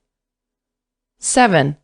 The Council shall have full, exclusive, and supreme control of the issuance and disposition of all coin and public currency, but every dollar shall be full legal tender for all debts, public and private, redeemable at par on demand, in gold when required, secured by a gold reserve of at least 33 1/3%. Council may put such currency into circulation through national and state banks and trust companies on such terms, security, and conditions as it may from time to time prescribe, same to be impartial and uniform throughout the United States, and so far as practicable, in accordance with general regulations formally adopted and publicly announced by the Council. It may create a general discount market and rediscount for such banks and trust companies first-class commercial paper under proper safeguards, fixing from time to time its general uniform rate of discount, using for such purposes its currency and the deposits made with the Council by the banks and trust companies and the government, which shall be Council's only depositors. The government shall deposit all public moneys with the Council and make all its disbursements through the Council. The Council will not be a bank and shall not do general banking business in competition with banks. Every national bank and every participating state bank or trust company shall deposit with Council all of its legal cash reserves not kept in its own vaults, and in any event at least 2/3 of its required legal reserve, the legal cash reserve of all such banks to be by law reduced to a minimum of 12% of their total deposit liabilities. Banks may sell drafts against this central deposit instead of New York drafts. The interest to be allowed to the government and the banks on deposits, if any, and charged for currency and rediscounting are factors likely to change with changing conditions from time to time, and safely can be left to the wise judgment and discretion of counsel and its experienced executive committee to be always adjusted on a fair business basis with reason and justice in the light of all circumstances then existing and by rule of the square deal. The council will be entirely self-supporting and also will furnish to the public treasury a very large and steady revenue, easily obtained without any unfair burden to business or the banks, paid in return for the invaluable service and protection rendered by the council, and for the valuable immunities and privileges conferred by law upon banks, under which they have a monopoly of the right to receive deposits, and to loan at interest their mere credit to an amount averaging 10 times their net cash assets. As the government and its laws make this possible, the banks should pay to the government whatever such privileges reasonably are worth to the banks. Any private business would be ruined by such unbusinesslike practices as the turning over of hundreds of millions of government money to the banks absolutely free or for a nominal 1%. The council will put the matter on a business basis. This council plan and its branches puts each city on equal footing, breaks the financial monopoly of New York, takes bank cash reserves out of Wall Street, mobilizes them in one central reservoir, there to be always ready for instant use to extinguish a financial conflagration occurring in any part of the country, and for constant daily use in all parts of the United States where required by the ever-fluctuating demands of business. Genuine and safe elasticity of the currency, made to automatically respond to the rise and fall of the volume of trade and commerce and the marketing of crops, without danger of arbitrary manipulation for selfish purposes, would thus be firmly and permanently established. With all its powers, Wall Street then could not cause general panic or endanger the banks anywhere in the country with fatal runs by frightened depositors. Every bank is left free and independent, and yet the resources of 240,392 banks and of the federal government are combined through the council for the protection of each bank, depositors, business borrowers, and the public generally. A panic, then, would be harmless. 8. Council shall maintain the gold standard in accordance with the Act of March 14, 1900, and a gold reserve of not less than 33 1/3% of all government paper currency of every kind in actual circulation outside of the public treasury and council, gradually retiring all banknote currency, greenbacks, and gold and silver certificates, substituting the uniform, full legal tender, redeemable, gold-secured, national currency proposed by this plan. It shall have power to acquire at par from the banks 2% U.S. bonds, used as a basis of circulation as the banknote currency is retired, paying for same with such new public national currency. This, in time, would extinguish the entire interest-bearing public debt, $963,340,390, with non-interest-bearing currency, without materially increasing the volume of public currency. In this way, the government would save the $1,485,024,050 of future bond interest imposed by the 50-year refunding scheme of the Aldrich Plan, and $963,349,390, the amount of outstanding 2% bonds to be exchanged for currency. Total, $2,448,373,440. Also, the millions of currency burned or destroyed by other accident, the benefit from which under the Aldrich Plan would go to the banks. And the government also would get pay for use of its surplus revenues. It shall be lawful for any holder of national currency to present same and demand the actual gold for any legitimate business objects, but organized raids upon the public gold reserves made for the purpose of embarrassing the government or forcing the issuing of government bonds, shall be made a felony punishable by a fine equal to the amount of the currency presented for redemption for such purpose, and by imprisonment not more than 10 years. It is even more important thus to protect the government against criminal raids than it is to protect banks, as some states by law do, against artificial runs. 9. Council shall have exclusive control of the regulation of banks and may make, alter, or rescind any rules and regulations for such purpose, not inconsistent with law, that it may deem necessary.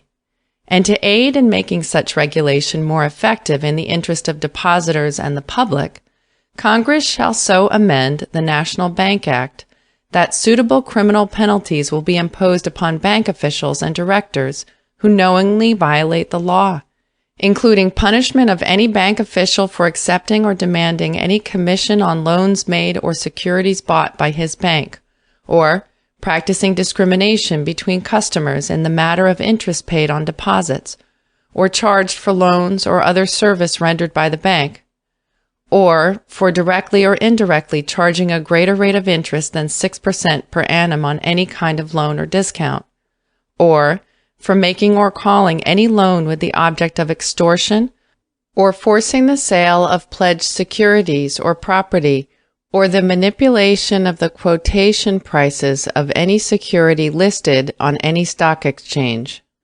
This would stop the scandal of the use of the banks and people's deposits for unfair stock market manipulations, and of 10, 50, 100, and 1,000% interest on call loans paid to entice the money of the whole country away from legitimate business and into Wall Street gambling. National banks, so prohibited, would in their own interest force the passage of state laws to stop state banks and trust companies charging over 6% on either time or call loans, or practicing discriminations between customers, or the other evils thus made unlawful. This is designed to establish a general condition of obedience to law, common honesty, and the square deal in the world of banking. 10. This plan, or some modification thereof, is the only possible way to create a bigger and stronger financial power than that now possessed by Wall Street, and no time should be lost because Wall Street each day is getting stronger. It would break the stranglehold the special interests now have on the entire banking capital of the country, and through the banks upon all business, and divorce the entire banking system, state and national, from Wall Street, by at one stroke making the banks independent of Wall Street and dependent for safety and currency upon the deliberate, dignified, independent, impartial, law-controlled public institution operating in the open instead of in secret, granting as a legal right instead of a bartered favor the service and privileges of the council to each bank direct without discrimination or favoritism. This is the only way to give all the people the benefit due to increase of general wealth, regulate rates of interest, the price of money and credit, by preserving and protecting free competition for loans between separated and independent banks.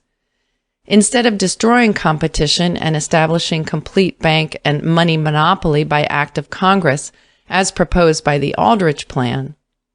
This is the only way to curb or destroy the excessive, growing, and dangerous financial, industrial, and political despotism of high finance, emancipate the banks and all business from the multiplying and intolerable evils of the present, and reestablish industrial liberty and financial freedom in the Republic.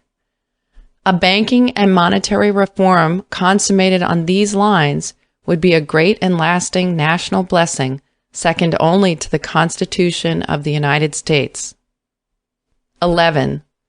This council plan is in line with the rising spirit of the hour that seeks at all hazard to preserve popular government by maintaining or increasing direct control by the people over their own affairs and welfare. The Aldrich Plan is the direct contrary. It deprives the people, and even their government, of any effective voice, control, regulation, or restraint over the private corporation that would monopolize their entire money supply and possess powers that can be used to make or break the business welfare of every individual and corporation, and the prosperity of the nation. At the very moment when the whole power of government is being exerted to regulate and restrain lawful combines and destroy lawless trusts, the Aldrich Bill boldly proposes that Congress actually legalize a great money combine, a trust of the trusts. Shall the public currency forever be controlled by a council with the source of power in the people, or by a private corporation with the people and government eliminated and the source of power exclusively in the beneficiary banks? Is it to be Aldrich's National Reserve Association or the People's United States Monetary Council? Shall it be an unrestrained private central bank or a law-controlled public institution? The Aldrich Bill actually is pending now. Congress soon will decide. The people without delay should make their will known. They should require every candidate for president and Congress to publicly pledge himself. Take no man high or low for granted. Both parties should take a position for or against. This must be made the chief issue of the 1912 campaign. It is the only safe course for the people. Shall it be United States money or private corporation currency? The Octopus. Coming Incorporated Money Monster. See frontispiece. The American Experience Table of Mortality is about 50 years old. It was based on conditions that prevailed a half-century ago. It was devised by a big insurance company that arbitrarily loaded same for its greater safety and profit with figures about 1/3 higher than actual experience. The figures have not changed. Improved sanitation and knowledge have reduced the average death rate. The actual combined experience table of mortality of the large life insurance companies is about 1/3 lower than the American table. But the American table has been permanently grafted into the statutes of most states and long has been used as the basis for settling estates, computing the value of dower, life estates of widows, children, and men, and the amount of damages in personal injury cases. If the true expectancy of life at the stated age is in fact 1/3 longer than that in the statute, great injustice is done. Writer has verified the above facts with the opinion of an actuary of one of the largest old-line life insurance companies. Insurance has become a great public necessity. Rates should be equitable and administration honest, impartial, and strictly for the good of policyholders and the public. The highest and most compelling motives have induced millions of people to become regular annual contributors to these funds for the protection of future widows and orphans.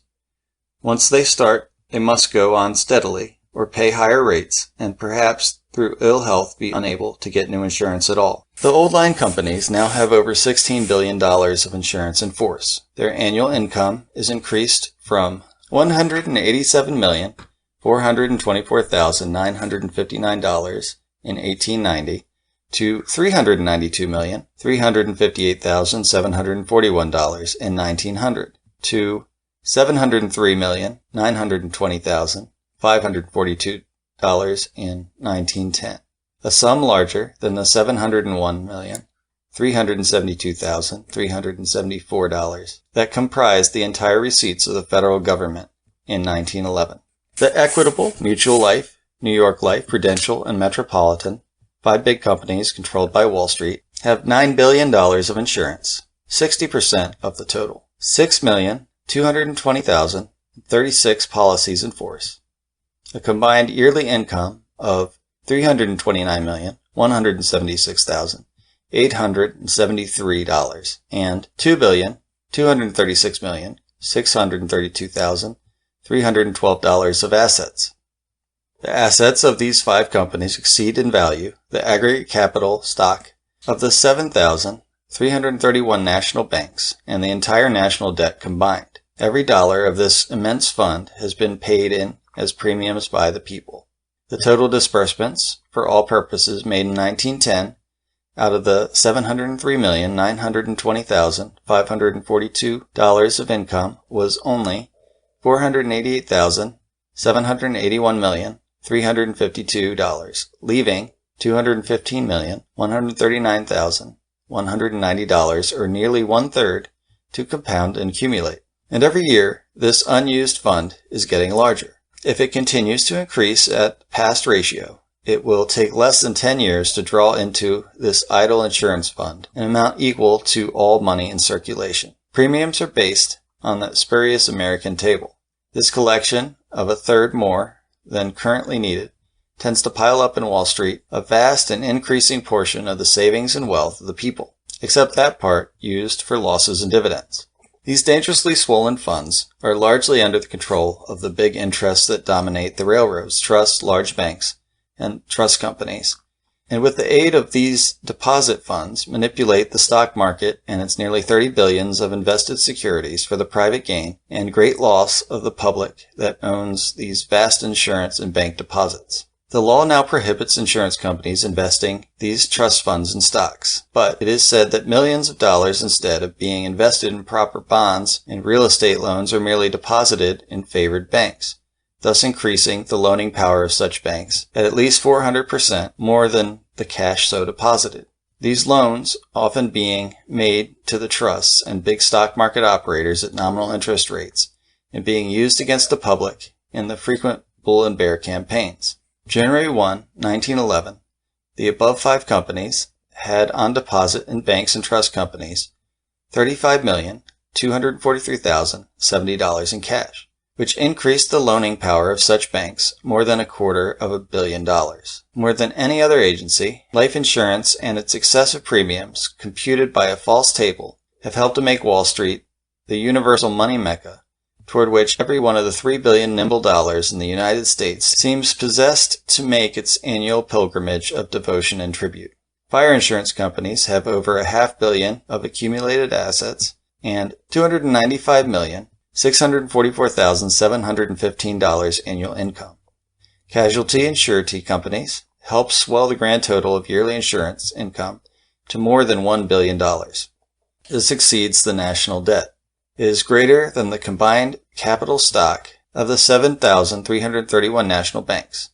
If 1 year's insurance receipts was converted into $1 bills, 4 of them could be given to every man, woman, and child in the United States, and there would be enough left so that, if sewed together end to end, they would be long enough to go around the world once at the equator and again by way of the North and South poles. Other potent agencies conspire to ever increase the golden flood that constantly sweeps into Wall Street from every part of the country. The Bell telephone system, now ruled from New York, has a capitalization of $580 million and $53,600,000 cash of liquid assets. It has 5,882,719 stations, handling 22,284,010 messages daily. With 120,311 employees, it controls the Western Union Telegraph with 24,926 offices and $144,264,443 capitalization. The Postal Telegraph also has large business and revenues. The 4 big express companies controlled by Wall Street collect more than $100 million every year, paying 14% to 54% annual dividends. They keep in their treasuries more than $70 million. The United States Steel Corporation has $508,302,500 common stock, $369,281,100 7% preferred, and $596,351,867 of 5% bonds. Total $1,464,935,467. Its net profits made in 10 years exceed $1 billion. It gathers and draws into Wall Street every year an enormous volume of money. It keeps on deposit in banks at least $75 million cash. The Tobacco Trust is said to have $20 million cash on hand, and other trusts a greater or less amount. The Standard Oil interests no doubt command and draw to Wall Street more money than any other trust because they are in one way or another interested in and taking profits from so many different kinds of enterprises. If, as reported, their actual net profits approximate $100 million every 12 months, as much as the average annual net profits of the Steel Trust, then each 10 years this will add to $1 billion to their liquid capital and wealth. In fact, the compounding of interest and excessive profits from multiplying investments, and huge speculations made doubly successful and certain because of the command of unlimited bank capital and bank credit, may add $1 billion to their resources in 5 to 8 years, and another $1 billion each succeeding like period, the time constantly shortened as profits and capital increase at compound ratio. If these interests continue their policy of buying up control of the banks in various parts of the country, and thus acquire complete control of the proposed National Reserve Association with its limitless powers, the time surely will come when these interests and their allies will be able to clear $1 billion a year, and possibly several times that ultimately, every dollar of which will be paid by the businessmen and producers of the United States. And the evidence is abundant and conclusive that the Aldrich Plan was originated and is being promoted by the Standard Oil interests and their local and foreign affiliations. The capitalization of the industrial combines grew, 1819 to 1908, from $3,784,000,000 to $31,672,000,000. This astonishing development has its headquarters in Wall Street, to which a large portion of the cash revenues are set. Trust growth has injected new problems into American life. These must be met and solved. It will require patience, wisdom, and courage to eliminate the bad and preserve the good, to exterminate the rats without burning the barn. There is little objection to the combinations being big. Big instrumentalities are required to accomplish big things, in a big country with big resources and big-minded, ambitious men, and these instruments must be in corporate form. No individual could supply all the capital. In a co-partnership, each partner is liable without limit for joint debts. In an ordinary corporation, a stockholder is liable only for the amount he has invested. The almost universal incorporation of industry is due to the desire for permanency and to limit individual liability. A corporation's life, unlike the human, is not liable any day to end. Practically speaking, a corporation is immortal, yet it has no soul. The general incorporation of all business tends to eliminate much of the personal or human element, substituting an inanimate, driving, everlasting, heartless machine with matter-of-fact cogs and wheels, and levers in cold metallic, selfish, sordid, and in its operations often criminal. There is but one way to put a soul into a corporation. If the law will impose adequate fine and imprisonment upon each consenting officer and director, whenever their corporation does an illegal or improper act, the whole attitude of the corporations toward the public and their entire course of business will be changed and improved, and more than half of all corporate evils and abuses instantly will disappear.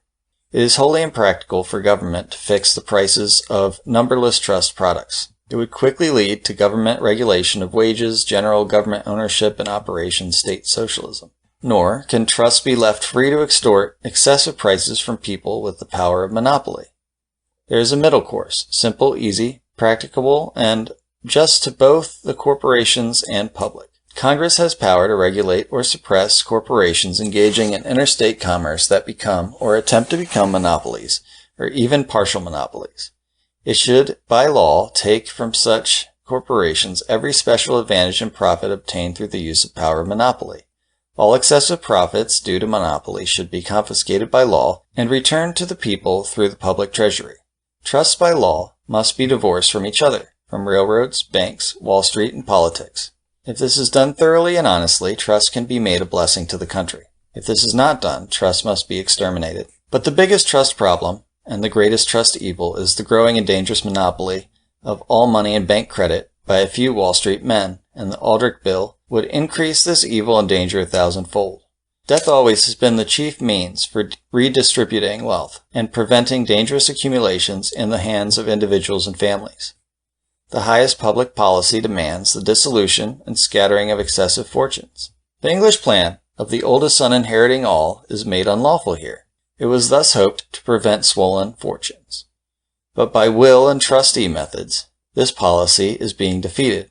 And unless great care is exercised, the perpetual corporation will be used as the means for perpetuating these giant fortunes of victory over death and the laws of nature, and they will go on growing in size and power until they rule the government or destroy it altogether.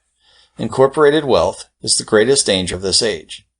The railroads annually gather vast sums, much of which goes through Wall Street, because that is the location of the principal financial office of each system. They now have 239,000 991 miles of trek, 1,699,420 employees, with 8 million dependents. Aggregate capital stock, $8,380,819,190, and bonds, $9,600,632,906.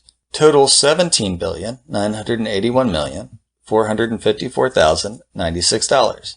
And collect as gross earnings each year the enormous sum of $2,804,580,939. If all of this was sent to New York, and in cash the railroads annually would gather up and ship to Wall Street every dollar of money in the United States outside of the Treasury, including all actual money in the 24,302 banks of the country. Many railroads have vast accumulations of cash assets, deposited in favored banks, controlled by big financial interests that dominate the roads. Some lines have $30 million to $60 million of cash or liquid assets. Each million so deposited in New York banks, where the legal cash reserve is 25%, enables the bank to increase its credit loans $4 million. If the million is deposited in a country bank, where the reserve is 15%, or an estate or trust company, and 3/5 of it then is redeposited by the outside bank in a Wall Street bank, all of which can be done in one day, that $1 million forms the legal cash basis for about $10 million of extra credit loans by their cooperating banks. The stock exchange is the chief instrument used by high finance for despoiling wholesale the people of the entire country. It hides the character of the transactions and the identity of the parties. It bids up the interest on call loans and thus sucks out of the banks of the country and into Wall Street untold millions seeking usury. It causes the public each year a direct loss of more than $1 billion by methods that might fill the prisons with high financiers, but for the fact that New York, for a liberal share of the ill-gotten gains, shields the guilty and licenses or tolerates these crimes against her sister states and the nation. Serious are the above-described conditions by practices of the Allied banks may constitute a bigger evil and their combined power a greater danger. This because of their countrywide organization, perfect machinery, political influence and activity, control of a large portion of the ready cash, and monopoly of the vastly larger volumes of bank credit. All business, individual, and corporate, more or less, is dependent always, or at certain periods, upon banks. It cannot prosper without bank assistance, because gradually business has worked away from the cash basis, and now 95% of the entire volume is carried on with bank credit. All American business is in the hollow of the bank hand, and can be aided or squeezed according to the will of the big interests that in recent years have acquired control over the banking system. Unless before too late businessmen help to check the growth of this dangerous, incorporate bank power, their business eventually will be swallowed up in the great money maelstrom, or become food at some future feast of the all-devouring interest. And thousands who now proudly consider themselves independent bankers soon will be reduced in authority to mere clerks, hired servants, executing the orders and doing under compulsion the will of the absent Wall Street masters of finance, to the lasting injury of local business, their communities, neighbors, and friends. Will the banks prefer Wall Street for master to a law-regulated public institution? It must be one or the other. The United States Monetary Council would establish justice and the square deal as the rules of action in banking, finance, and business. Each bank, then, would keep its reserve balance with the council against which it can make and sell drafts for general business and use instead of New York drafts. This will break New York's monopoly and put every other city on equality with the metropolis. And there is nothing more important to the rest of the country than to stop the present rapid concentration in New York of power over every kind of enterprise and activity. As Rome was the Roman Empire, so New York will be the United States unless the balance of the country asserts its right to equal opportunity and speedily enforces the same with legal safeguards. A United States Monetary Council is the best instrument now available for that purpose. New York banks have little reason for keeping a deposit in any outside bank, but the present law respecting cash reserves induces country banks to keep large balances in New York banks. Instead of keeping its cash reserve at 15% of deposit liabilities all in its own vault, The country bank is allowed to keep 3/5 thereof on deposit in some central reserve bank. New York pays 2% interest for such deposits. This tends to concentrate in New York a dangerous proportion of the country's cash capital. The Aldrich Plan leaves this reserve scheme unchanged, and most of the country's cash in Wall Street. National banks alone, on September 1, 1911, had $744,614,305 on deposit with reserve agent banks, half of the total cash held in all banks.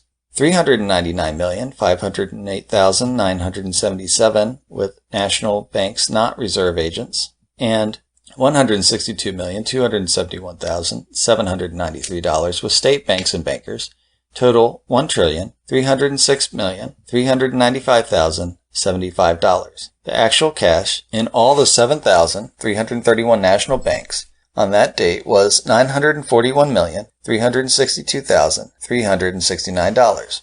Their credit loans were $5,663,411,073 and total resources $9,956,476,830. The 24,392 reporting banks of all kinds on June 7, 1911 combined had $1,554,147,169 cash, $2,788,772,572 deposited by banks and other banks, $13,040,389,844 loans, and $23,631,083,382 of resources. These interdeposits between banks often is a bond binding them together for mutual advantage and profit. In this way, one bank may obtain a strong control over another. With all reserves in the United States Council, each bank will be independent. It no longer will depend for safety or profit on other banks or Wall Street. The cash or liquid assets deposited in the banks by the railroads, express, telegraph, telephone, industrial, and insurance companies that are controlled by a few men are believed to be equal to the $1,554,147,169 that comprises the total cash held by all the 24,392 banks. If so, then those men have power by withdrawing such deposits to force every bank to call in and cancel practically all of its loans, to force businessmen suddenly to pay up over $15 billion of debts to banks. That action, if taken, would plunge into bankruptcy most of the 24,392 banks and the borrowers of such banks, and inaugurate the greatest panic in history. Probably it will not be done, at least to that extent, but the power to do it is in the hands of a few Wall Street men, and every banker knows it, and is afraid to antagonize the high financiers. That is the black-hand threat that Wall Street ever holds over the financial institutions of the United States. That is the deadly power that would be abolished by the creation of the United States Monetary Council to regulate and protect the banks and the business of the country with an independent and ample supply of elastic public currency. The bank tax on all business computed at 5% on $23 billion of bank resources exceeds $1 billion per year, or more than the national debt. The transportation tax annually levied on business and commodities by railroads for service is nearly $3 billion. The insurance companies collect another $1 billion. The trust probably as much as the railroads. These four agencies therefore collect from the people each year a total sum larger than the value of all crops. A larger portion of this vast business is expense that is added to the cost of food, clothing, and other things, and thus directly increases enormously the cost of living. This is in addition to the profit and expense added by many middlemen between producer and consumer. It does not include rent, gas, fuel, and numberless other items that enter into the cost of living. A large portion of these vast and ceaseless streams of money flows through many artificial channels extending all over the country, and now converge in Wall Street, financially draining the country and carrying to that one center an ever-increasing proportion of the people's income and nation's wealth. It was to simplify this process and make the desired results more certain that Wall Street invented the pending Aldrich Plan for a vast private central bank, or association that should legally and firmly and permanently bind the 24,392 banks, all in one vast combine for mutual profit and advantage as against the people. Is there a money trust? A trust is an artificial condition in any line of business that restrains trade and tends to eliminate competition and establish monopoly. Complete stoppage or control of trade is not necessary. Elimination of all competition or absolute monopoly is not essential. If the artificial conditions are such as to suppress competition entirely or in part and create complete or partial monopoly, it is a trust. The conditions not only must naturally operate to produce these results, but they must be artificial. If the conditions are artificial created and naturally tend to produce such results, the law will assume that those creating such conditions intend thus to form a trust. Incorporation is not essential in forming a trust. The growing, selfish, and insolent money power, incorporated and unincorporated, violates every law regulating and restraining its conduct, treats the people and their government with contempt, and then invokes the protection of the laws and the courts to shield the stolen vested rights and privileges against violence that their own lawless course tends to incite. Wall Street is a trust. It is a trust manufacturing trust. Every condition there is artificial and calculated to eliminate competition and install monopoly. And it actively seeks to establish this trust condition among railroads, industries, and banks. The chief object is increased profits. There are many money trusts. In every city, the banks are forming a local trust, usually by clearinghouse rules or oral agreements. The object is to keep as low as possible the interest paid for deposits and as high as possible the interest charged borrowers. If bank power continues to grow in time, they will pay no interest on deposits. In form and effect, it is an injurious conspiracy against depositors and borrowers, the customers of banks. The agreements are identical, and for the same object in the banking business as in the acts of the industrial world that are made criminal by the antitrust law. And there is less reason or excuse for these bank trusts that control the supply of money and credit than for industrial trusts, and they are far more burdensome and dangerous. The prices of exchange and other bank charges often are regulated locally by trust agreement. The policy of charging regular customers exchange on out-of-town checks deposited is spreading rapidly by clearinghouse agreements. A certain city that has about 500,000 population recently adopted the scheme. Next day, a leading hotel was charged by its bank 15 cents exchange on a $50 check drawn by writer on the Cincinnati Bank.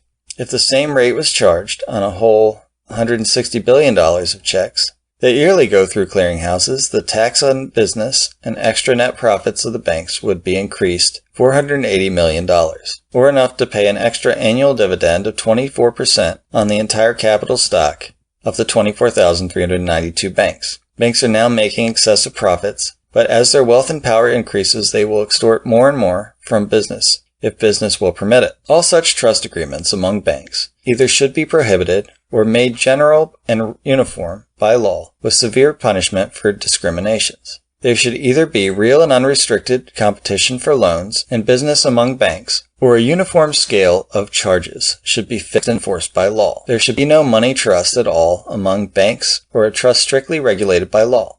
That is the only safety, the one protection for business.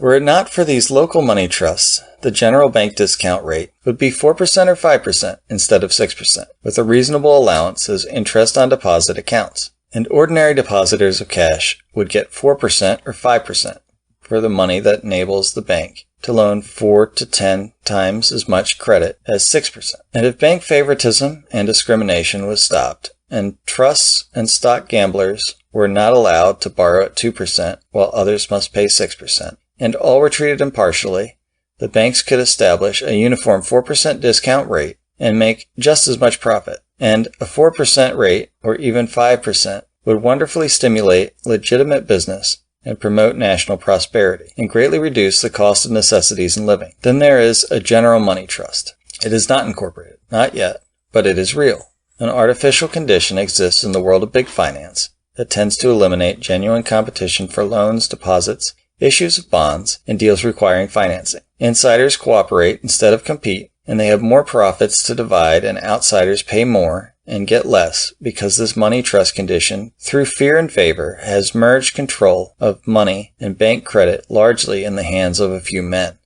These men, by direct or indirect means, dominate practically all the important financial institutions of the United States. The will of these men is a most complete, definite, powerful, and dangerous money trust. Its intangible and invisible form increases its irresponsibility, rapacity, craft, and daring.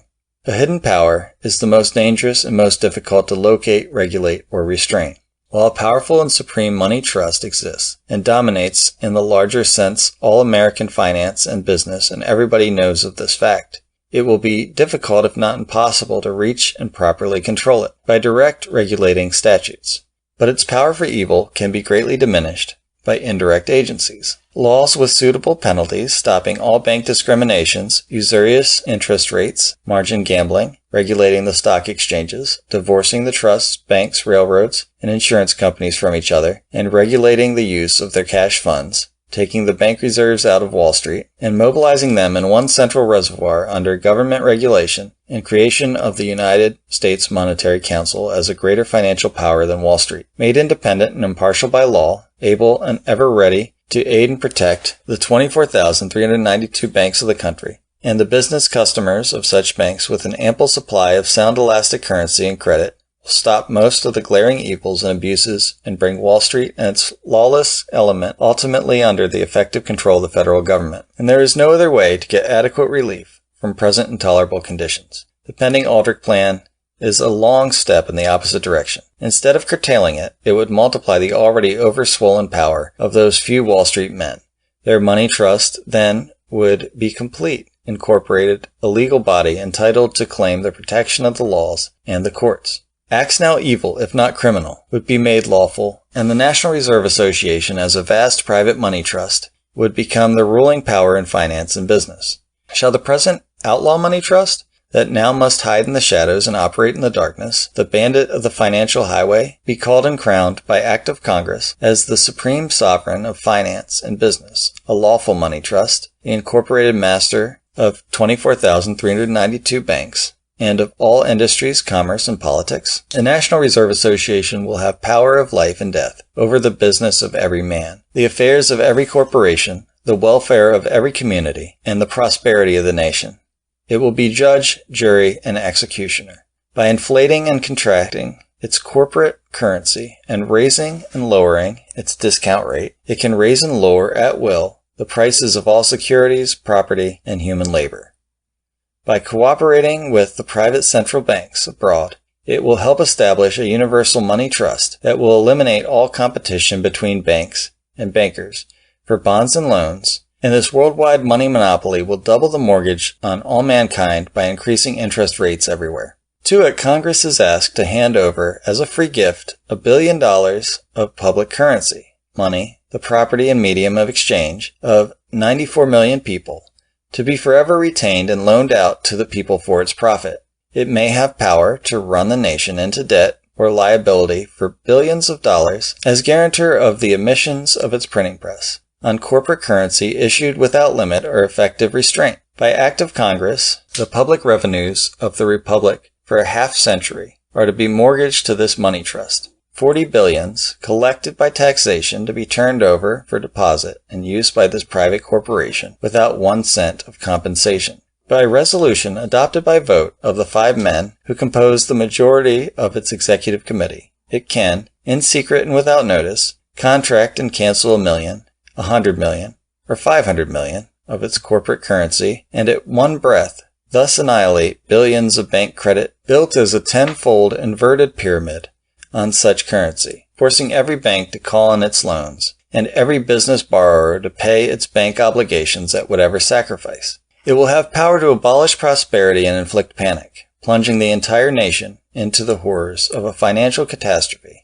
that would paralyze industry and commerce, close the factories, and turn millions of workmen out to tramp the streets without means to provide food and shelter for their helpless wives and children. To 5 men, perhaps mere dummies, irresponsible, paid employees of an unregulated, uncontrolled, and unrestrained private corporation, Congress is asked to absolutely and unreservedly commit for 50 years the vital destinies of the Republic in the interests and welfare of its 94 million inhabitants. The National Reserve Association, a great private central bank, owned by the banks controlled by Wall Street, is to be invested with supreme governmental powers and incorporated as a great dominating money trust by law, independent of government and above all public authority. That is the omnipotent and deadly octopus Congress is urged to legally set loose and install as the master of American banks, business, finance, industry, commerce, and politics. Its poisonous and itching tentacles will gradually reach out and bind themselves about every home,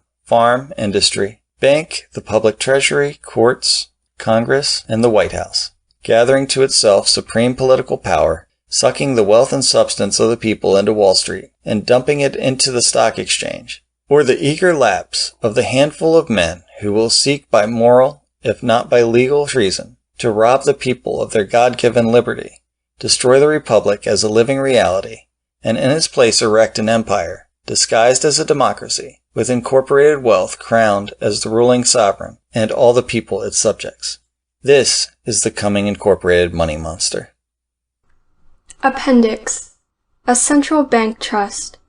President of the United States gets analysis of the Aldrich Plan made by author, position of President Taft, letters and inside facts made public.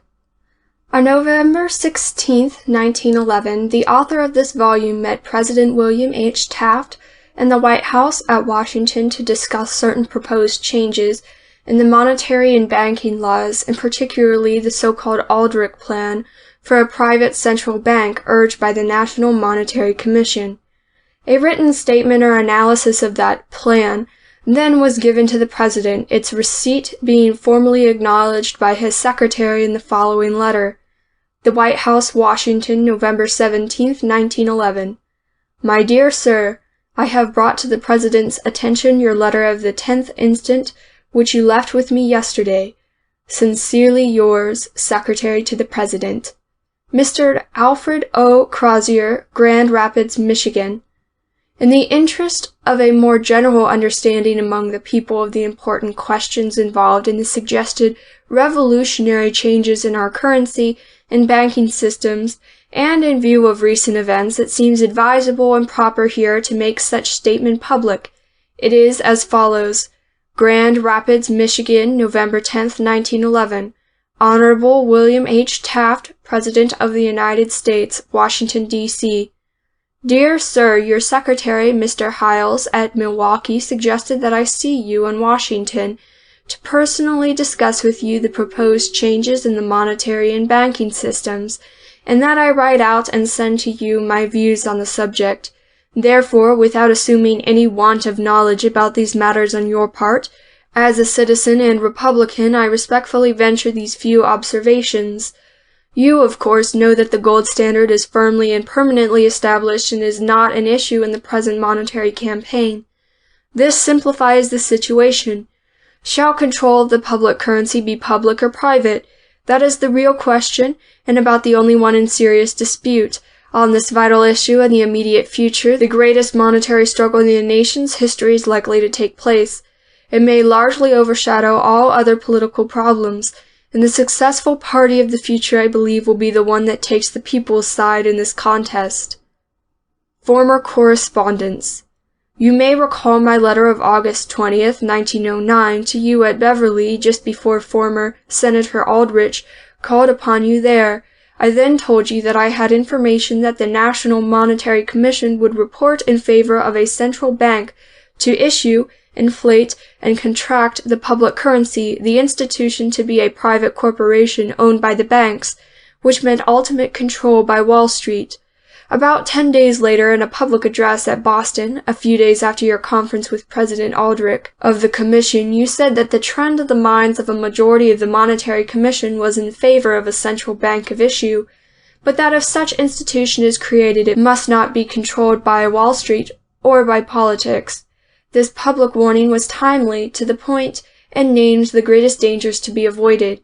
It is my view that any private corporation controlling the currency supply of the entire country inevitably would in time be controlled by Wall Street, and that it will use the imperial powers of the institution over all banks, and through the banks over the business of every man and corporation to dominate in its own interest the politics of the states and nation. That if such an institution be needed and is created, it should be a public institution under absolute public control, instead of a private corporation.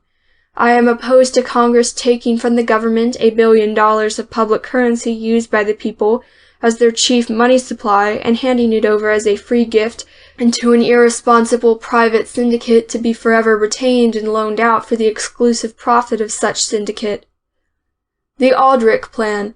The revised Aldrich Plan put forward by the National Monetary Commission asks Congress to create a great central bank to be named National Reserve Association. It is to be a private corporation. The $300 million stock is all to be owned by the banks in proportion to the size of their capital stock. For example, the National City Bank of New York, having $25 million of capital, will own 1,000 times as much National Reserve Association stock as a country bank with $25,000 of capital. 3 large Wall Street banks together will own nearly as much central bank stock as half of all the national banks of the United States, taking the smaller banks. If all the stock is subscribed and only half payment is required, the 4% stock will net the banks 8%. The big banks, of course, will own the central bank, and Wall Street will control the big banks. Already the larger banks are organizing side partner security companies, a sort of financial Dr. Jekyll and Mr. Hyde, to acquire banks throughout the country to control the central bank. The National City Company is the Siamese twin of the largest Wall Street bank. It is reported to have already acquired more than 100 large banks in Washington, Chicago, and elsewhere. But it was too hasty or too public about it. Publicity of this illegal scheme endangers the Aldrich Plan in Congress. So we are told that at least for a time the National City Company is to put all these bank stocks out of its hands. Presumably the certificates will go into friendly hands or remain under its control. Then ostrich-like, it will be completely hidden from the people because its head is buried in the sand. The elaborate and complicated system of branch boards and local associations does not fully disguise or change the potent fact that the National Reserve Association will be a private corporation owned and absolutely controlled by the special interests. The banking fraternity is to select 42 of the 46 directors of the National Reserve Association. The other 4 are public officials representing the interests of 90 million people whose entire public currency supply is to be handed over by Congress to be forever kept and manipulated by this private corporation. As 4 is not a majority of 46, this share of control allotted to the public would be a huge joke, if not so dangerous. The ratio of 42 to 4 in favor of the banks doubtless correctly represents the division of benefits between the special interests and the people. The general plan, in most features, is all right, but the scheme of private instead of public control reveals the climax of the greed and audacity of high finance. It is conceded that the scheme originated in Wall Street, and I think you will take judicial notice that high finance never supports a financial measure unless its interests and power will be advanced by its adoption. Private monopoly of the public currency. The chief aim of the interests is to obtain through a corporation owned by them a private monopoly of the public currency. In my letter of August 20th, 1909, I fully explained how at the New York meeting of the National Civic Federation, December 17th, 1907, the distinguished Wall Street bankers present publicly refused to accept my amendment to their currency reform resolution, viz., provided that control of the volume of the public currency shall not be taken away from the federal government and put into private hands. In that letter, also I recalled the fact that in his emergency currency bill, Senator Aldrich attempted to eliminate from the present law the prohibition against contracting the national bank currency more than $9 million per month, and that he consented to strike out of his bill this dangerous provision, allowing unlimited and sudden contraction of the entire public currency only when attention was called to the matter by the public reading of my petition in the Senate the next day after his speech for his bill. Thus every currency move emanating from Wall Street seems to be an effort to induce Congress to give private interests unlimited power suddenly to contract the currency supply, to make money scarce without warning. The private syndicate under the Aldrich Plan, without any substantial consideration to the government, is to get nearly $1 billion of currency used as money for about the cost of printing. This money never will be returned to the government. Millions will be destroyed or burned by accident. The benefit goes to the syndicate, not, as now, to the people. This syndicate of bankers, for its own profits, is to loan this vast public currency to their own banks. If the banks are to use it as a reserve basis, it will enable them to loan to the people for interest profits more than $10 billion of bank credit in the shape of ordinary bank loans, for thus empowering the syndicate and its banks with relatively little extra investment to collect from the people continuously interest on about $10 billion of extra loans. The Aldrich Plan demands that the syndicate pay the government 1.5% per annum on all currency issued in excess of $900 million and 5% on all excess of $1,200 million, but nothing on the first $900 million. Even this apparent generosity vanishes in the light of the fact that it is not expected this currency ever will exceed $900 million.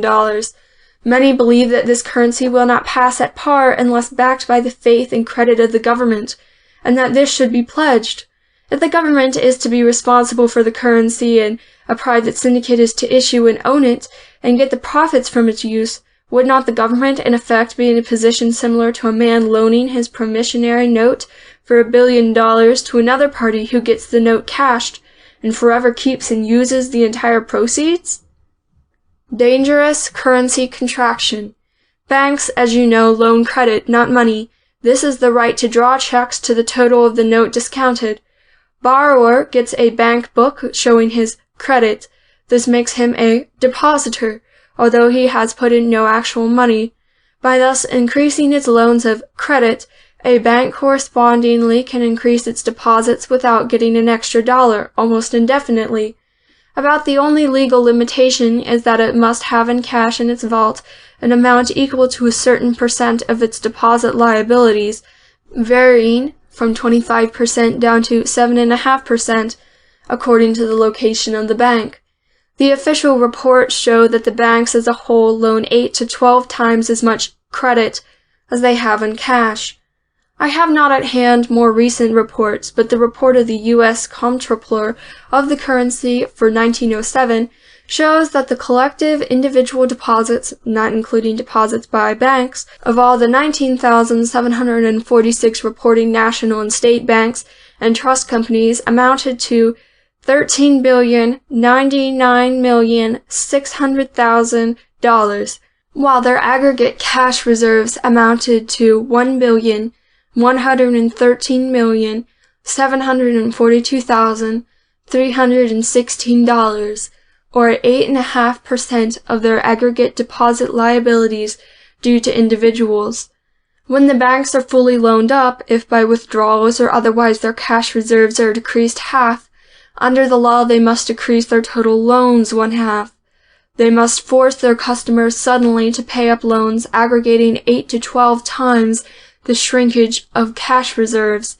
If $500 million thus is withdrawn from bank reserves, business borrowers must pay up at once over $5 billion of loans due to the banks, an amount more than twice the total of all the money in circulation in the United States, no matter what sacrifices of securities, properties, and commodities it entails. The banks cannot do other than force such payments, even if it closes industries, plunges labor into idleness, causes general distress, panic, and financial ruin. A private corporation with power suddenly to contract the outstanding public currency without limit, of course thereby could almost to any extent deplete the reserves of the banks and force them immediately to call in their loans in such volumes that general panic and financial disaster would be inevitable.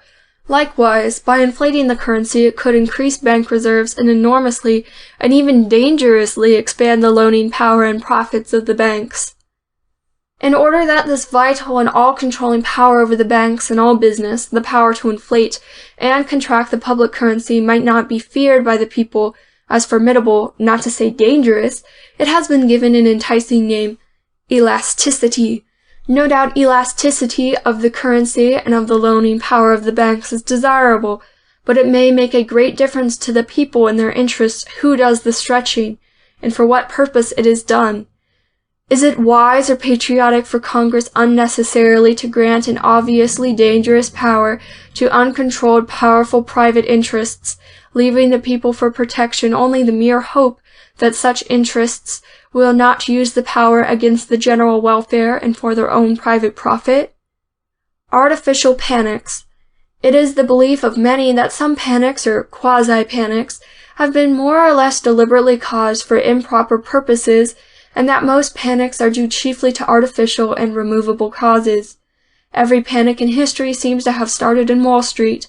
To stop panics, should we not go there and remedy the evils that tend to create panics, such as margin gambling, usurious interest rates, and illegal bank practices, instead of merely legislating to safeguard the banks against the results of panics? You may know of the fact that 75% of all transactions on the stock exchange are fictitious, illegal, gambling, and wash sales, and that 80% of the money and credit to conduct such deals is supplied by the banks that hold the deposit savings of the people. Congress will have to act to protect the country against these harmful things, because the great state of New York, for about $4 million annually in stock transfer fees, has sold to the gamblers the privilege of wrongfully despoiling on its soil the people of that state and of the United States.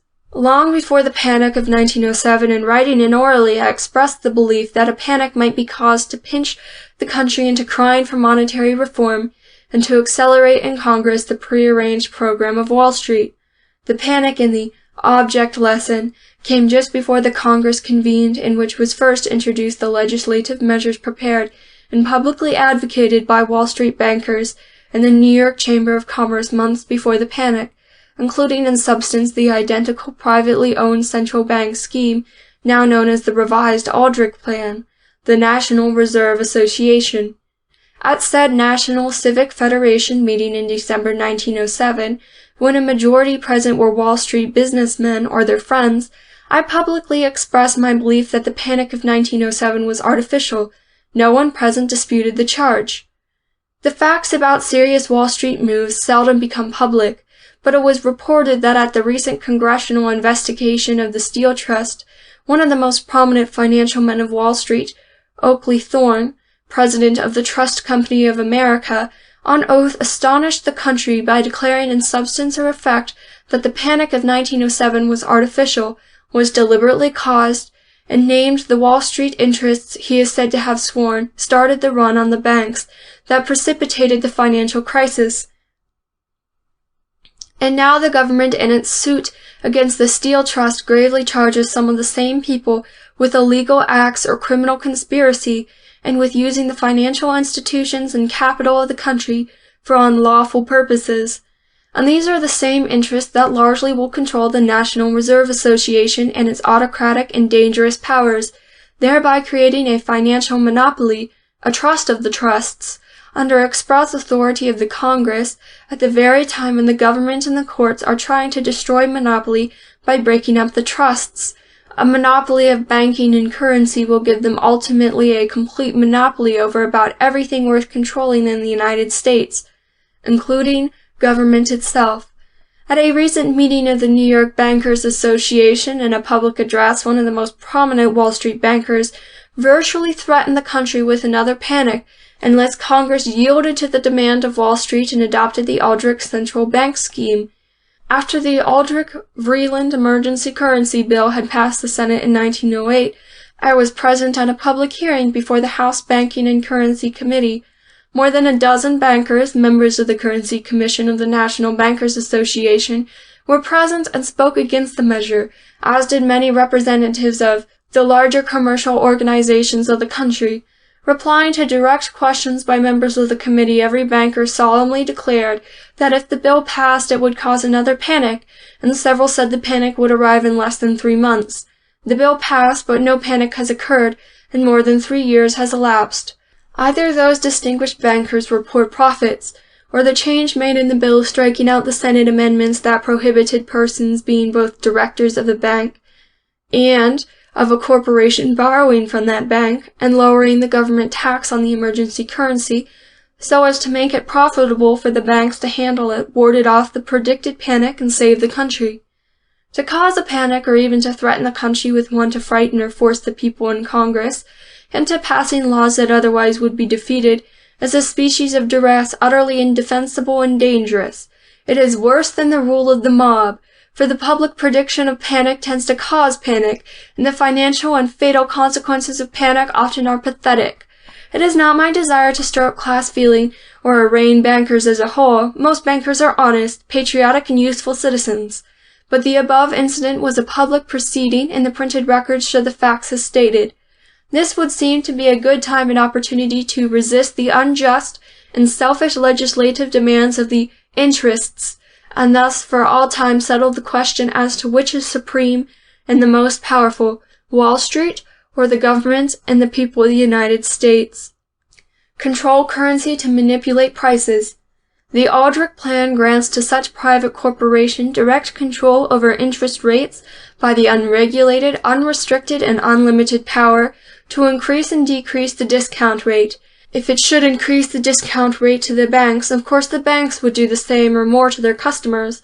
Otherwise, those in control of the central bank by increasing the discount rate could instantly deprive every bank and trust company in the United States of a substantial portion of their entire profits. Would not every banking institution in the country in sheer self-defense find itself obliged to obey the financial and political orders of those who may have seized control of the National Reserve Association? Would not this create a vast and dangerous political machine that inevitably would result either in its controlling the federal government or itself being abolished for political action like the old United States Bank of Andrew Jackson's time in the midst of universal panic and financial chaos? The central bank, simply by inflating and contracting the public currency or by raising or lowering the discount rates, could automatically and immediately raise and lower the prices of all securities, property, and labor. Prices of the $25 billion of listed securities at times fluctuate at least 20 to 50%. This is partly due to natural causes, but more often it is due to unfair manipulation by secret pools that cause interest rates to be run up on the stock exchange to ruinous figures and bank loans to be called in large volumes to aid inside operators in their speculations against the public. And yet a drop of but 10% in the average price quotations indicates a direct and immediate loss to the holders of securities of a sum equal to all the money in circulation in the United States. Bidding up the rate on call loans is the effective magnet used to entice away from local business the money of the people deposited in banks that it may be used in high finance flotations and to promote gambling speculation in Wall Street. Bank discriminations. A related evil that should be made impossible by law while Congress is reforming the banking system is the practice of many large banks of discriminating in the matter of loans and interest rates in favor of trusts, insiders, and stock speculators. Why should trust and Wall Street operators usually be able to borrow from the banks practically in unlimited quantities at 2%, while responsible business and commercial customers often cannot borrow enough properly to conduct legitimate business and always must pay 200 to 300% more as interest than is paid by stock gamblers? As the banking system is a quasi-public institution clothed with a public interest by law, enjoying special privileges and immunities, it should exercise its duties to the public impartially, without discrimination, and not in any way be an instrument used to oppress individuals, corporations, or communities, or to promote unlawful monopolies and unnatural and improper concentration of wealth in the few to the disadvantage of the many. International money monopoly. You of course realize that whoever controls the monetary circulation to a large extent will control the credit, interest rates, price, and the business activities of the world. A central bank issuing the public currency, if a private corporation naturally will cooperate with the great privately owned government banks abroad and comprise in effect an international monetary trust with a worldwide monopoly of money. The result, if not the design, will be permanently to eliminate all competition for large loans. This will make it easy to double the mortgage on mankind without $1 of extra benefit, simply by increasing the rate of interest on nearly 30 billions of bonds. of governments and the vast quantities of state, municipal, and corporation bonds, as they mature and from time to time are refunded. The revised Aldrich Plan proposes immediately to increase the rate of interest and so refund the national debt of the United States, amounting to nearly $1 billion that it will not be paid off for half a century. It would unnecessarily mortgage the next generation before it is born. Surely this is not the desire of the people, and I do not believe their Congress will do it. In a broad sense, there is always a struggle on by the great individual and corporate owners of the vast fixed income or bond wealth of the world to decrease the relative value of property and labor, as measured in money, by increasing the rate of interest on bonds. Thus they hope to recover what they lost when Providence unexpectedly swelled the output of gold, until gold and gold bonds now will purchase much less labor or property. By bringing the large competitors for such bonds into cooperation, either interest rates can be increased or the bonds be bought below par, because there will be no other available market for the bonds. The Aldrich Plan will help create an international financial world power above and beyond the reach of all law, that through the power of the purse will be able to rule governments and kingdoms, cause peace and war, extort from the peoples of the world an ever-increasing interest toll, and tend to develop a civilization where the dollar with its metallic heart will be of more importance than man with his immortal soul. And the more war there is, the greater the demand for money for armies and battleships, and the higher the interest rates can be raised by the coming great international monetary combine. An alternative plan. At the New York meeting of the Academy of Political Science in December 1910, President Aldrich and other members of the Monetary Commission being present, I suggested tentatively an alternative plan. We had listened to the clever and astute arguments for the Aldrich Plan by the distinguished Wall Street bankers present. One of them is a partner in a great international banking house said to represent in America the Rothschilds of Europe. He declared gravely that if dividends on the central bank stock are limited by law to 4%, there would be no danger of control of the institution falling into the hands of the special interests, because there would not be enough temptation to make them want control. Replying, I cited the purchase of a few thousands of equitable life insurance stock for $2,500,000 made by a well-known Wall Street banker when the law limits dividends on the stock to 7% annually, and said that it was power the banker sought, and that it was the power the interests seek through a central bank under their control. I then told them that I did not believe they ever could persuade Congress to take away from the government and grant to a private corporation an exclusive monopoly of the entire public currency. The great issue now raised is whether control of the public currency shall be public or private. It always has been public, and the Constitution so intended. The burden of proof is so on those urging the radical change. Suppose we grant the need of currency and banking reforms, consolidation of bank reserves, elasticity, a central bank or agency to issue the currency, and even rediscount for the banks. In fact, to do all of the things proposed by the Aldrich Plan.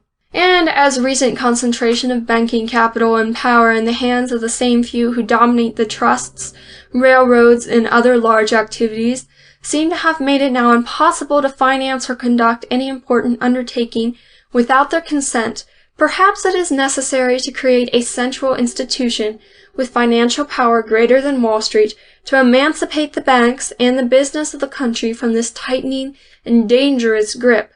But no convincing reason has been advanced why the National Reserve Association should be a private corporation instead of a public institution under public control. Why should Congress make the dangerous experiment when the historical public control will be better and more safe? Ample safeguards easily can be provided that will keep all partisanship and politics out of the institution. There are several ways to provide public control. One way, the plan I suggested at said Academy meeting, is to have the President appoint a board, say of 100 non-salaried governors, one on the nomination of the governor of each state. This body to select an executive committee of well-paid, highly trained financial experts, sworn as public servants and divorced from all other business, to run the institution. This plan, or some modification of it, would ensure representation and fair treatment to every state, guard against partisanship, and inspire the confidence of the people, which is necessary to ensure the usefulness and permanency of any such institution. It will be far safer for banks to be able to obtain adequate assistance direct from a public institution as a defined legal right instead of begging a favor from a private corporation, and perhaps on the side being forced to submit to some unprofitable secret agreement with the interest and control of the corporation by way of flotations or the purchase of securities. The banks constantly will be in grave peril if the Aldrich Plan is adopted. They will be the storm center of such bitter partisan strife, crimination, and suspicion that depositors may take alarm, withdraw, and hoard money, inflicting upon the banks and the country in even more aggravated form the very evils and dangers sought to be avoided by monetary reform. Public investigations of banks and bank practices will be frequent, demanded, and conducted for partisan purposes. If my definite information is correct, and I believe it is, that the official reports on file with the United States Comptroller of the Currency show, on sworn admissions, that nearly 40% of all national banks knowingly violate the law, you can see the harm to the banks and the handle that would be made politically if these reports were made public and exploited in a partisan congressional investigation of the banking system. The exigencies of political strife might emblazon the fact that right now there are more than 60 convicts who formerly were bankers in just one of the many prisons, and wholly unwarranted inferences might be drawn, casting unjustifiable suspicion upon all bankers, when, as we know, the great majority are law-abiding, upright, and useful citizens. This may excite public fear, induce runs on banks, do permanent harm to the influence of bankers generally, and endanger the solvency of their institutions. The Aldrich Plan, if adopted, I believe will stir up class distinction and hatred more than any legislation ever proposed in the country's history. What folly to take these risks when it is not necessary. If the banks reach for more profit and power, they may have many of the special privileges and immunities they now enjoy taken away. At best, the interest and power of any country bank in the central bank will be insignificant and useless. Bankers should remember that in Andrew Jackson's time, when banks became the issue in politics, they suffered frightfully along with the entire country and the resulting panic. As the nation and its activities now are more extensive, the calamity may be far greater. An attempt is being made to persuade or drive all bankers into a suicidal support of the Aldrich scheme. But I know that there are very many patriotic bankers who realize the danger and will vigorously oppose the plan. Some will not, because afraid of reprisals by Wall Street. I do not believe Congress will farm out the public currency to be forever exploited for the profit of a private syndicate. If Congress insists that control of the National Reserve Association be public instead of private, and those promoting it oppose and block all monetary reform because their personal interests are not served, the responsibility for any resulting future panics will be upon them. You will understand that we do not oppose the legitimate business of Wall Street, but insist that its lawless and unjust acts must cease. The practice of the interests, and hailing as a statesman the man who furthers their designs, and crying demagogue when anyone objects to their unfair use of the powers and laws of government against the general welfare, has lost its effect because the people are more thoughtful, observant, and alert in their own interest. You, of course, realize that no monetary or banking reform is possible as a permanent solution of current defects unless it accords with the discriminating judgment of a majority of the voters of the United States. Your commanding position, power to recommend to Congress and to veto its acts, makes it possible for you to protect the country by defeating this attempt to obtain private control of the public currency. For this reason, my appeal is addressed to you with full confidence, and in this I know I voice the earnest views of very many citizens. Mr. President, still I am an optimist. Most people are good, but in the Steel Trust suit the government seems to think some are not so good. It is no want of faith in humanity when we object to Congress taking an obviously dangerous power from the government and the entire people and unreservedly putting it into the irresponsible hands of the selfish few. Very respectfully yours, signed Alfred O. Crozier. President Taft's position. Writer is a Republican, but Lincoln, not Aldrich, is his ideal. He has admired the judicial temperament and genial personality of President Taft, and approved many of his important official acts during his long public career. He had hoped the president would take such a stand for the people and against the special interests that his reflection would be advisable, imperative. Believing that the crucial test of the president's courage and independence would come when the Monetary Commission reported to Congress the predetermined plan for the creation of a huge money trust to privately control the public currency and rule the banks and through them the business of the entire country, Arthur in all fairness and in writing frequently made the president aware of the true situation, so that there would be no chance of his being taken by surprise or misled. The foregoing, one of many during the past 3 years, illustrates. Ryder's letter of August 20th, 1909 to the President was received and read just before Senator Aldrich arrived at Beverly to confer about the Monetary Commission's work, and, if reports then current were correct, to urge a special session of Congress to hastily put through the central bank scheme in November 1909. If that course was contemplated, it was abandoned as unwise. About 3 weeks after his conference with Aldrich at Beverly, the first public intimation was given that the Monetary Commission was even considering a central bank plan. This was made by President Taft in his Boston speech on September 14, 1909, the first of his 13,000-mile western trip. In that speech he said, "It is apparent from the statements of Mr. Vreeland and Mr. Aldrich that the trend of minds of the Monetary Commission is towards some sort of arrangement for a central bank of issue, which shall control the reserve and exercise a power to meet and control the casual stringency which from time to time will come in the circulating medium of the country and the world." Mr. Aldrich states that there are 2 indispensable requirements in any plan to be adopted, involving a central bank of issue. The one is that the control of the money system shall be kept free from the Wall Street influences, and the other that it shall not be manipulated for political purposes. These are 2 principles in which we can all subscribe.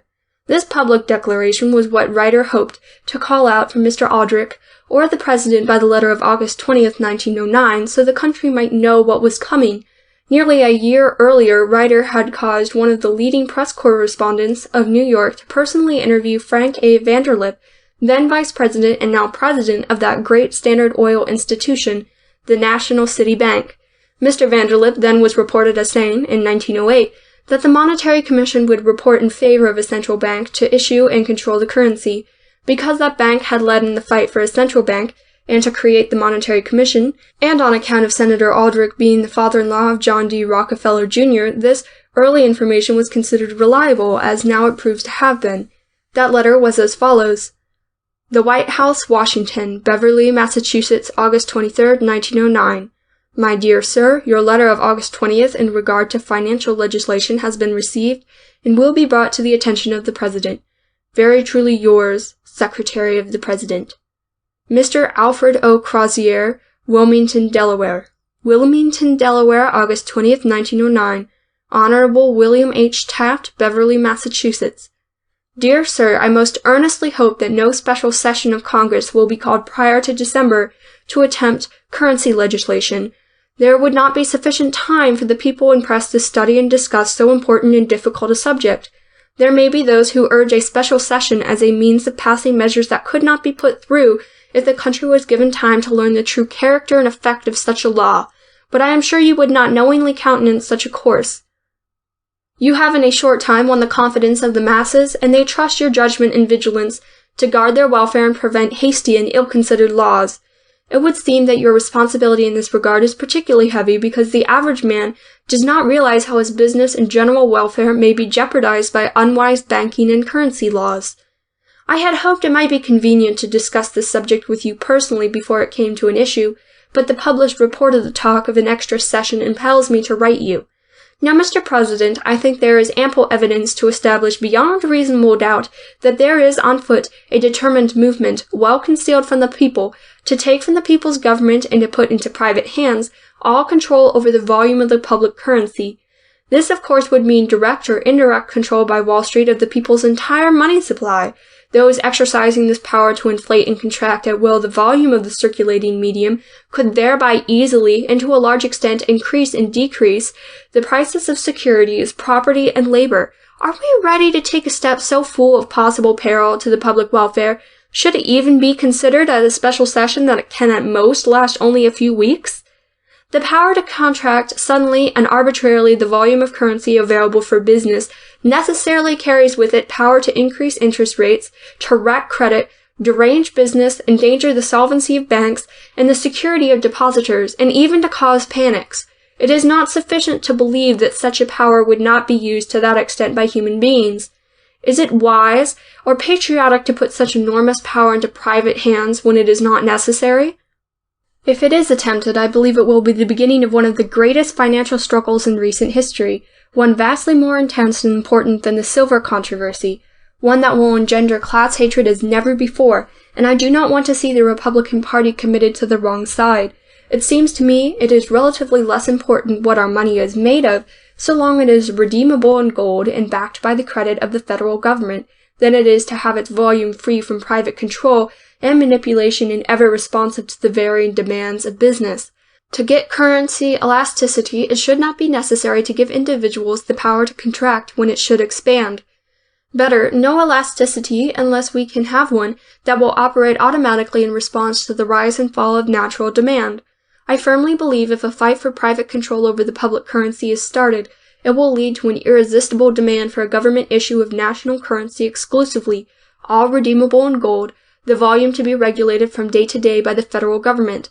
I am not saying that this would be wise, but I think it would be inevitable, and preferable if the alternative is private Wall Street control, direct or indirect, over all the money of the people. The distinguished governor of one of our largest states said to me that he could not believe anyone would seriously propose such a plan, yet the Committee on Resolutions at the National Civic Federation meeting, a majority of whom were Wall Street men, flatly refused in public to accept my amendment to their currency resolution, which said merely, provided that the power to regulate the volume of the public currency shall not be taken from the federal government and put into private hands. The Aldrich currency bill, when reported, contained a provision allowing sudden contraction not only of the $500 million of emergency currency, but also the $700 million of banknote circulation, totaling $1,200 million, or nearly half of all currency in circulation in the United States. When my petition of protest was read in open Senate in the midst of the discussion of that bill, exposing this dangerous provision, Senator Aldrich instantly went privately to the senator who introduced my petition and told him the Finance Committee would strike out the provision allowing the sudden contracting of the entire banknote currency. But why was it put in at all? Those who drafted that bill and those in whose interests many believe it was framed are not novices. There are those who believe that the Aldrich-Vreeland law was largely but a foil for the real measure desired and which will be revealed only when the Monetary Commission created by that law reports, and that the recent significant reorganization of certain congressional committees was part of a predetermined plan to force through Congress the mysterious measure, the character of which is to be carefully concealed from the public until the last moment. If this be true, the demand of the interested promoters for hasty action at a special session is explained. If information which came to me nearly a year ago proves correct, the Monetary Commission will report in favor of a great central bank. This is to be given absolute control of the financial business of the government, with exclusive power to issue currency ad libitum and to contract the volume at its pleasure. This institution to be called a government bank, but owned privately. It will be thinly sugar-coated by a provision allowing the president to appoint some of the directors. The chief fight then will be as to whether the institution shall be owned and controlled privately or by the government. The Republican Party cannot afford to take the wrong side if this issue is to be forced upon the country. It will court disaster if it does so. The people were led to expect that the Monetary Commission would be open and impartial in its investigation and hearings, giving ample opportunity to all who might desire to be heard. The hearings have mostly been held in Europe and not in the country chiefly concerned. They have been as secret as a council planning a military campaign. Those attended, who were privately invited, and their names have been carefully concealed from the public. The people and the press of the United States have been completely ignored, and now rumor says that you are to be asked to convene Congress in extraordinary session to receive and hastily act on this mysterious report, presumably that its plan may be enacted into law before the people have time to understand its provisions and their effect, or to organize and express their opposition. I sincerely hope our fears are not justified, but in any event, I am sure we can rely on the executive authority to protect the people against hasty and unwise financial legislation. Very respectfully yours, Alfred O. Crozier. Writer has refused to credit the published reports that the President's mind was being shaped by Mr. Aldrich, and the more serious intimation that the apparently insurmountable opposition to President Taft's nomination in 1908 was overcome by a deal that resulted in the passage of the Aldrich Emergency Currency Bill, then supposed to be killed, the creation of the Monetary Commission with Aldrich at the head and Democrats and Republicans of his selection with him, the sudden change of front in Mr. Taft's favor of the most powerful banks and Wall Street financiers, with the alleged understanding that if nominated and elected, he would be depended upon at the last moment not to veto, but to support the private central bank plan that from the start it has been known the Commission was created to promote. Surely the President was not a party at any such unpatriotic deal, even if it was made. If Mr. McVie, a Democrat, was appointed Secretary of the Treasury at the instance of the promoters of the Aldrich Plan, so that a prominent Democrat would be in position to help fool Andrew Jackson Democrats into believing that the contemplated central bank is not a central bank, of course the President was not aware of the scheme.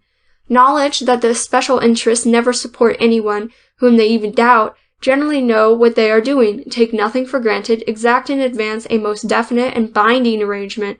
The fact that the sudden change of such interests at the last moment cinched Mr. Taft's nomination and election, the character of some of his chosen official advisers in the cabinet and in Congress, were all incidents calculated more or less to shake one's confidence and create grave doubts and fears.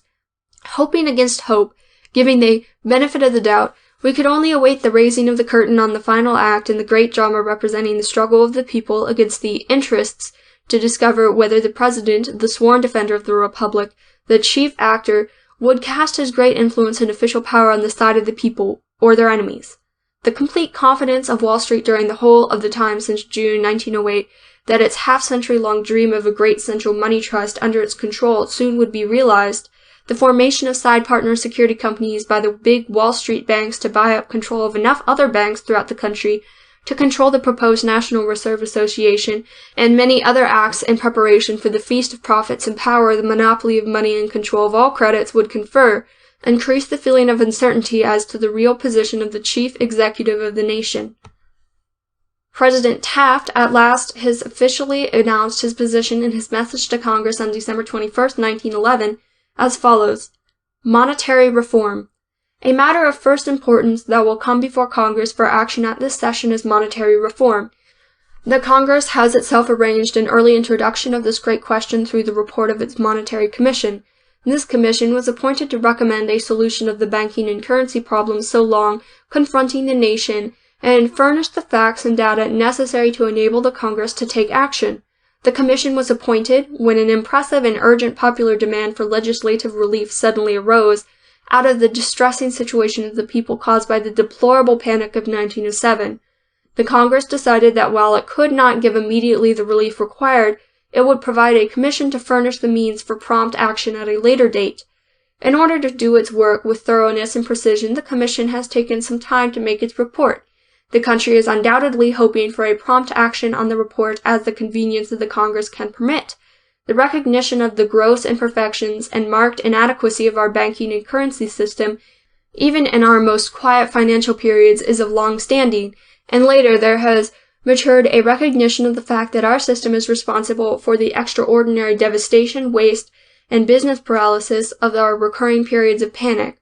Though the members of the Monetary Commission have for considerable time been working in the open, and while large numbers of the people have been openly working with them, and while the press has largely noted and discussed this work as it has proceeded, so that the report of the Commission promises to represent a national movement, the details of the report are still being considered.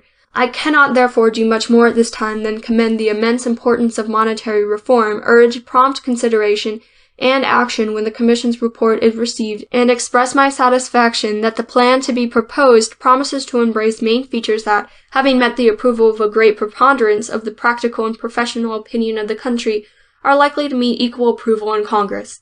It is exceedingly fortunate that the wise and undisputed policy of maintaining unchanged the main features of our banking system rendered it at once impossible to introduce a central bank, for a central bank would certainly have been resisted, and a plan into which it would have been introduced would probably have been defeated. But as a central bank could not be a part of the only plan discussed or considered, that troublesome question is eliminated, and ingenious and novel as the proposed National Reserve Association appears, it simply is a logical outgrowth of what is best in our present system, and is in fact the fulfillment of that system. Exactly how the management of that association should be organized is a question still open. It seems desirable that the banks which should own the association should in the main manage it. It will be an agency of the banks to act for them, and they can be trusted better than anybody else chiefly to conduct it.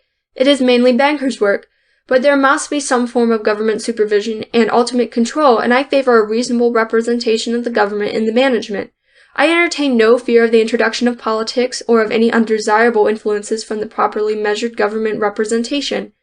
I trust that all banks of the country possessing the requisite standards will be placed upon a footing of perfect equality of opportunity. Both the national system and the state system should be fairly recognized, leaving them eventually to coalesce if that should prove to be their tendency, but such evolution cannot develop impartially if the banks of one system are given or permitted any advantages of opportunity over those of the other system.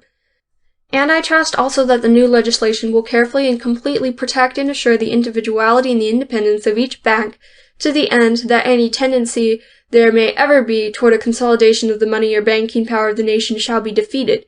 It will always be possible, of course, to correct any features of the new law which may in practice prove to be unwise, so that while this law is sure to be enacted under conditions of unusual knowledge and authority, it also will include, it is well to remember, the possibility of future amendment. With the present prospects of this long-awaited reform encouraging us, it would be singularly unfortunate if this monetary question should by any chance become a party issue, and I sincerely hope it will not. The exceeding amount of consideration it has received from the people of the nation has been wholly nonpartisan, and the Congress set its nonpartisan seal upon it when the Monetary Commission was appointed. In commending the question to the favorable consideration of Congress, I speak for and in the spirit of the great number of my fellow citizens who, without any doubt of party or partisanship, feel with remarkable earnestness that this reform is necessary for the interests of all people. To avoid any possibility of doing the President injustice, the following letter was sent. Milwaukee, Wisconsin, December 22, 1911. Honorable William Taft, President of the United States, Washington, D.C.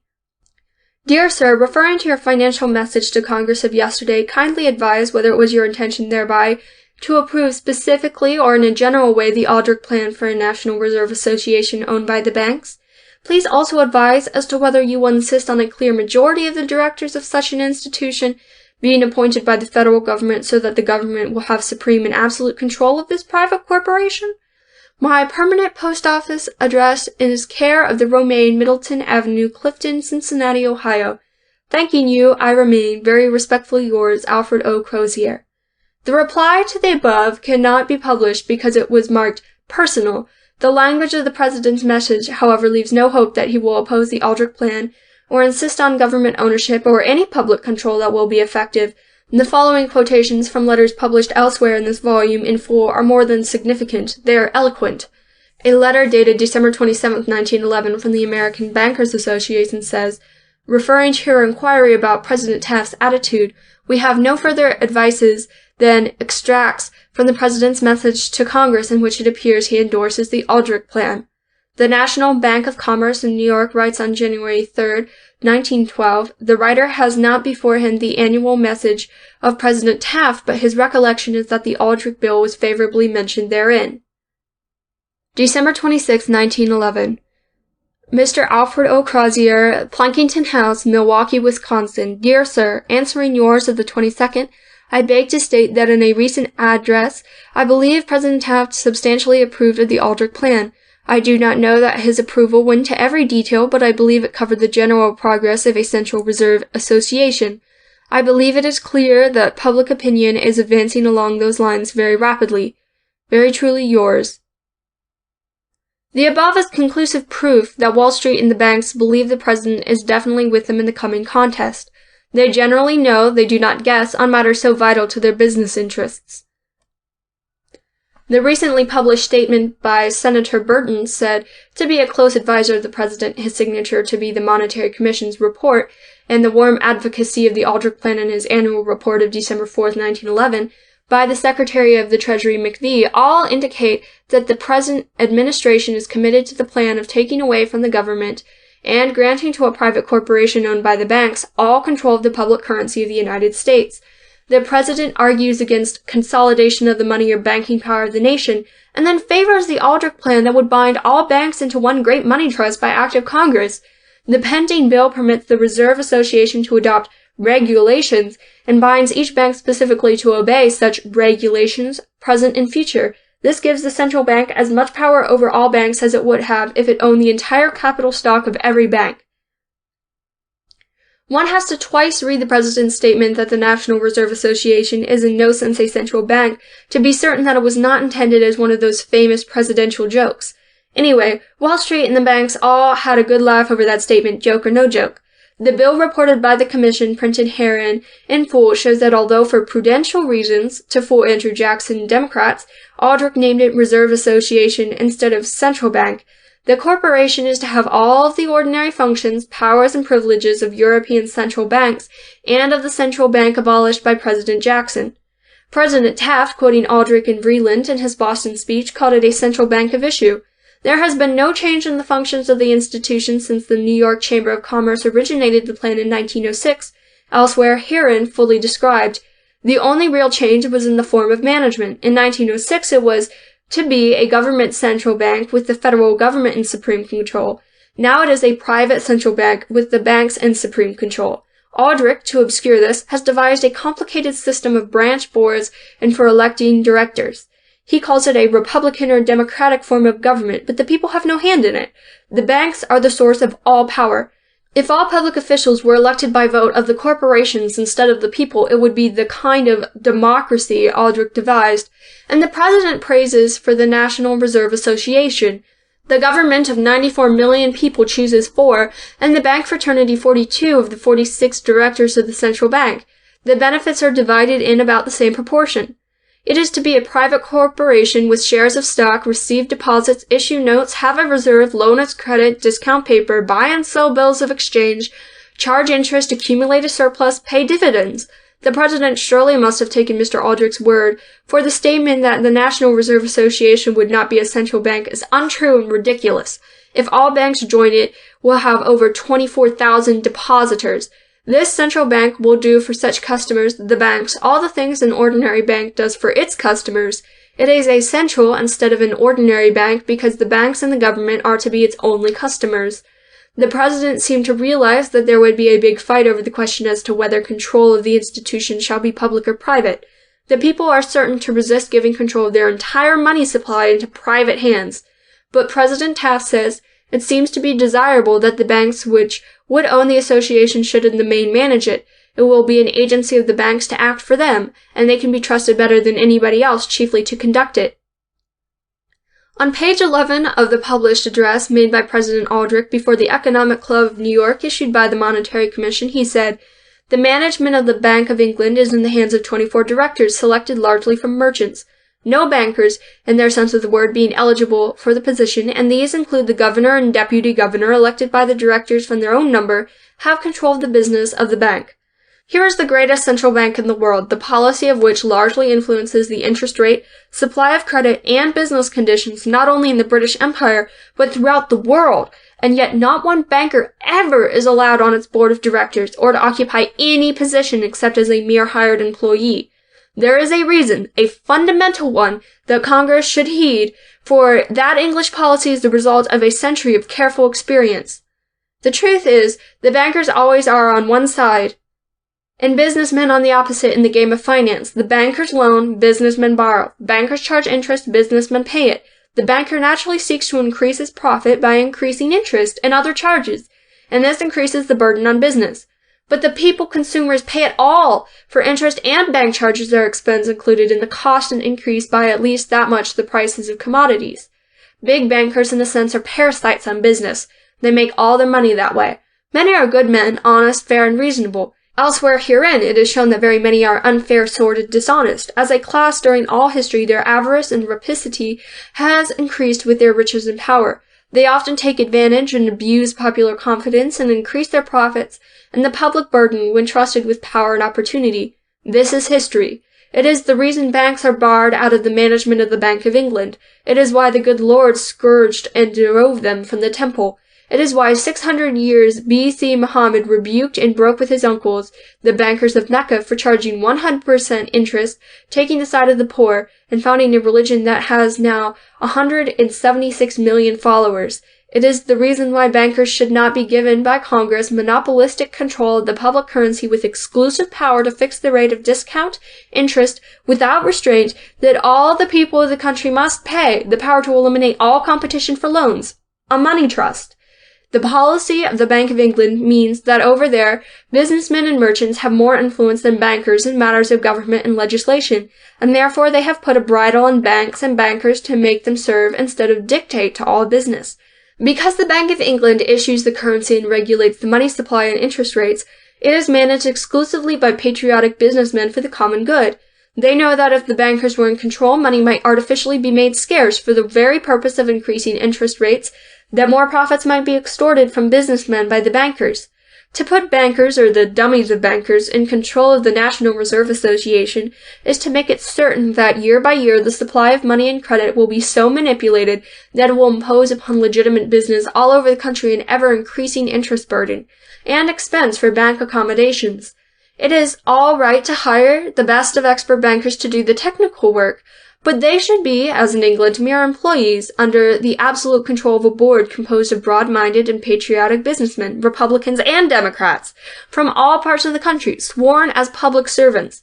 That is the only safe plan. But Aldrich and the President would turn the whole thing, public currency, public revenues, government funds of all kinds, all the money in the United States, over to absolute control of a selfish private banking syndicate, so that no one could get a dollar for any purpose without the consent of the syndicate and on its terms. The President's argument that Congress need not hesitate about adopting the scheme because it does not work well, it can be amended, is like urging a sick patient to swallow the unknown content of a bottle marked poison, because if he doesn't like it and he finds it is likely to kill him, the patient can just simply throw the poison up again. Did Aldrich get the President to insert that clever suggestion, concealing from the Chief Executive the amending clause of the Commission's bill as follows? Section 58. Congress reserves the right to alter or amend the provisions of this Act to take effect at the end of any decennial period from and after the organization of the National Reserve Association. Note the absence of the word repeal in the above section. It is nowhere in the bill. Decennial means 10th anniversary. Congress is asked to bind its own hands and shackle the whole country for 10 years, so that during that time the sovereignty of the government is powerless to make any change. It puts the central bank, the money trust, above, independent of, and superior to law, government, the people, for 10 years, and successive periods of 10 years. Before 10 years, the promoters expect this money monster will have attained such political power that thereafter any amendments will be for the benefit of the banks and Wall Street instead of for the people. This provision is typical of the whole bill and reveals the grasping power of the special interests, now bringing pressure on the whole country through the banks and otherwise to force it through Congress. And it strikingly reveals the unpatriotic course of the paid, sworn, and trusted public servants of the Monetary Commission, who seem to be trying to betray the people in the country into the power of the banks and Wall Street. This is the most insolent amending clause ever inserted in a bill introduced into Congress, and the government's paid and sworn Monetary Commission urges its adoption. The first to start the cry of nonpartisanship in the alleged hope of keeping the opponents of the Aldrich Plan divided, while the minority as a compact balance of power can be used to terrify both parties and extort unwilling support for the Aldrich Plan in Congress among both Democrats and Republicans, was Paul M. Warburg, partner in the great Wall Street banking house of Kuhn, Loeb and Company, said to represent or do business for Standard Oil and the Rothschilds of Europe. He, as the reputed author of the Aldrich Plan, did this at a meeting in Wall Street of bankers and others held to advance the plan, as elsewhere herein fully shown. Mr. Aldrich took up this Wall Street cry and used it throughout the country, and now the chief executive of the Republic echoes it from the White House of the nation in his official message to Congress. The president's message, however, is even more remarkable for its omissions. When it was written, the president had available the official report of the United States Comptroller of the Currency made on December 4th, 1911. The comptroller, as shown elsewhere here in full, made the most astounding and terrible charges against banks and bankers ever contained in a public document. He showed that over half of all national banks knowingly and constantly break the laws of the United States. He charged bankers wholesale with dishonesty, grafting, and crime.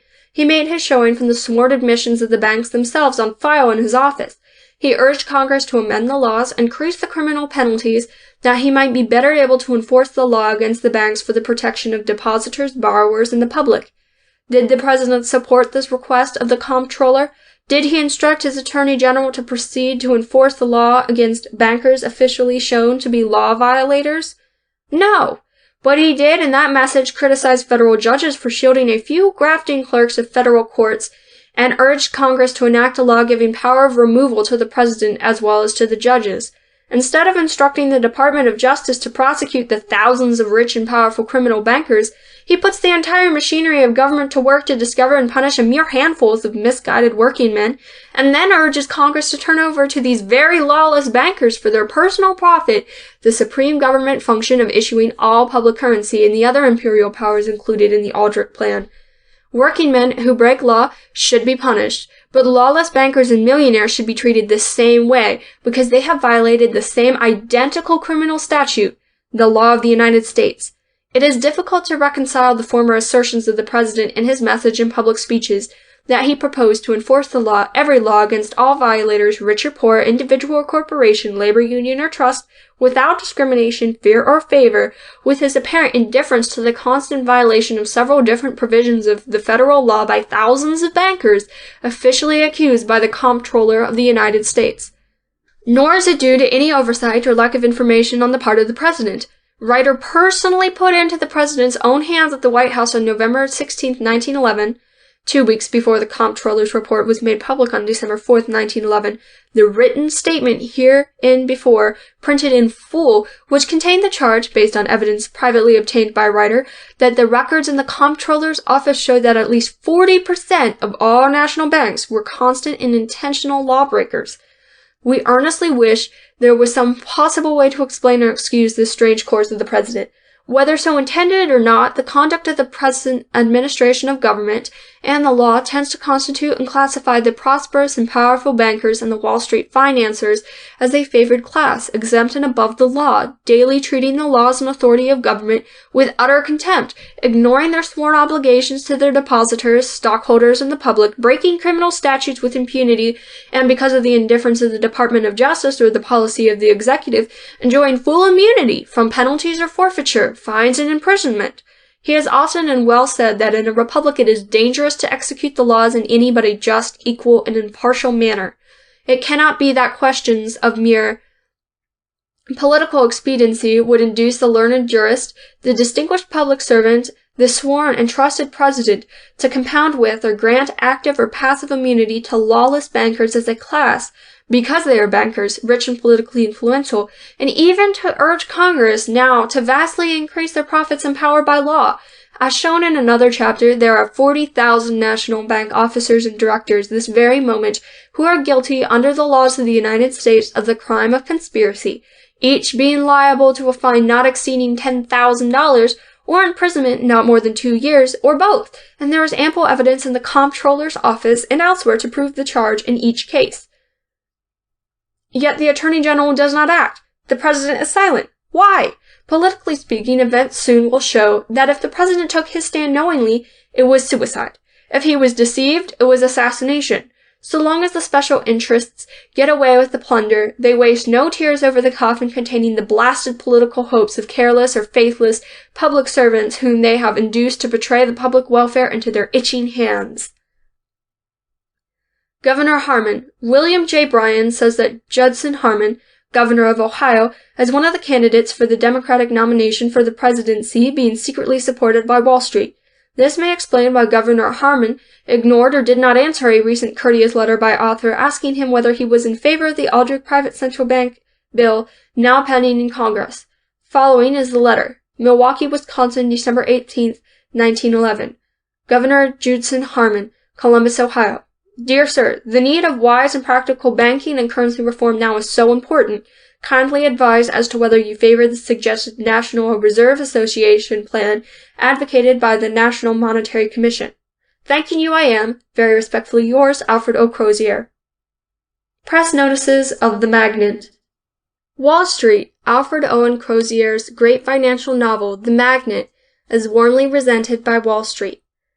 The book exposes in detail the precise secret methods by which, with the aid of the stock exchange and the ticker, high finance manipulates quotation prices on 20 to 30 billions of listed securities and fleeces the public out of $1 billion each year. Author did not expect or desire Wall Street's approval. In the Magnet scrapbook was found the following letter, which is here reproduced without consultation with the former publisher. Author considers it evidence that the Magnet hit the right mark. New York, January 2nd, 1908. The Funk and Wagnalls Corporation, New York City. Gentlemen, we beg to return you under separate cover the copy of the Magnet which you sent us. We do not think favorably of this work, and not caring to criticize it otherwise in our column, we are sending it back. Thanking you for your courtesy, we remain, yours very truly, the Ticker Publishing Company.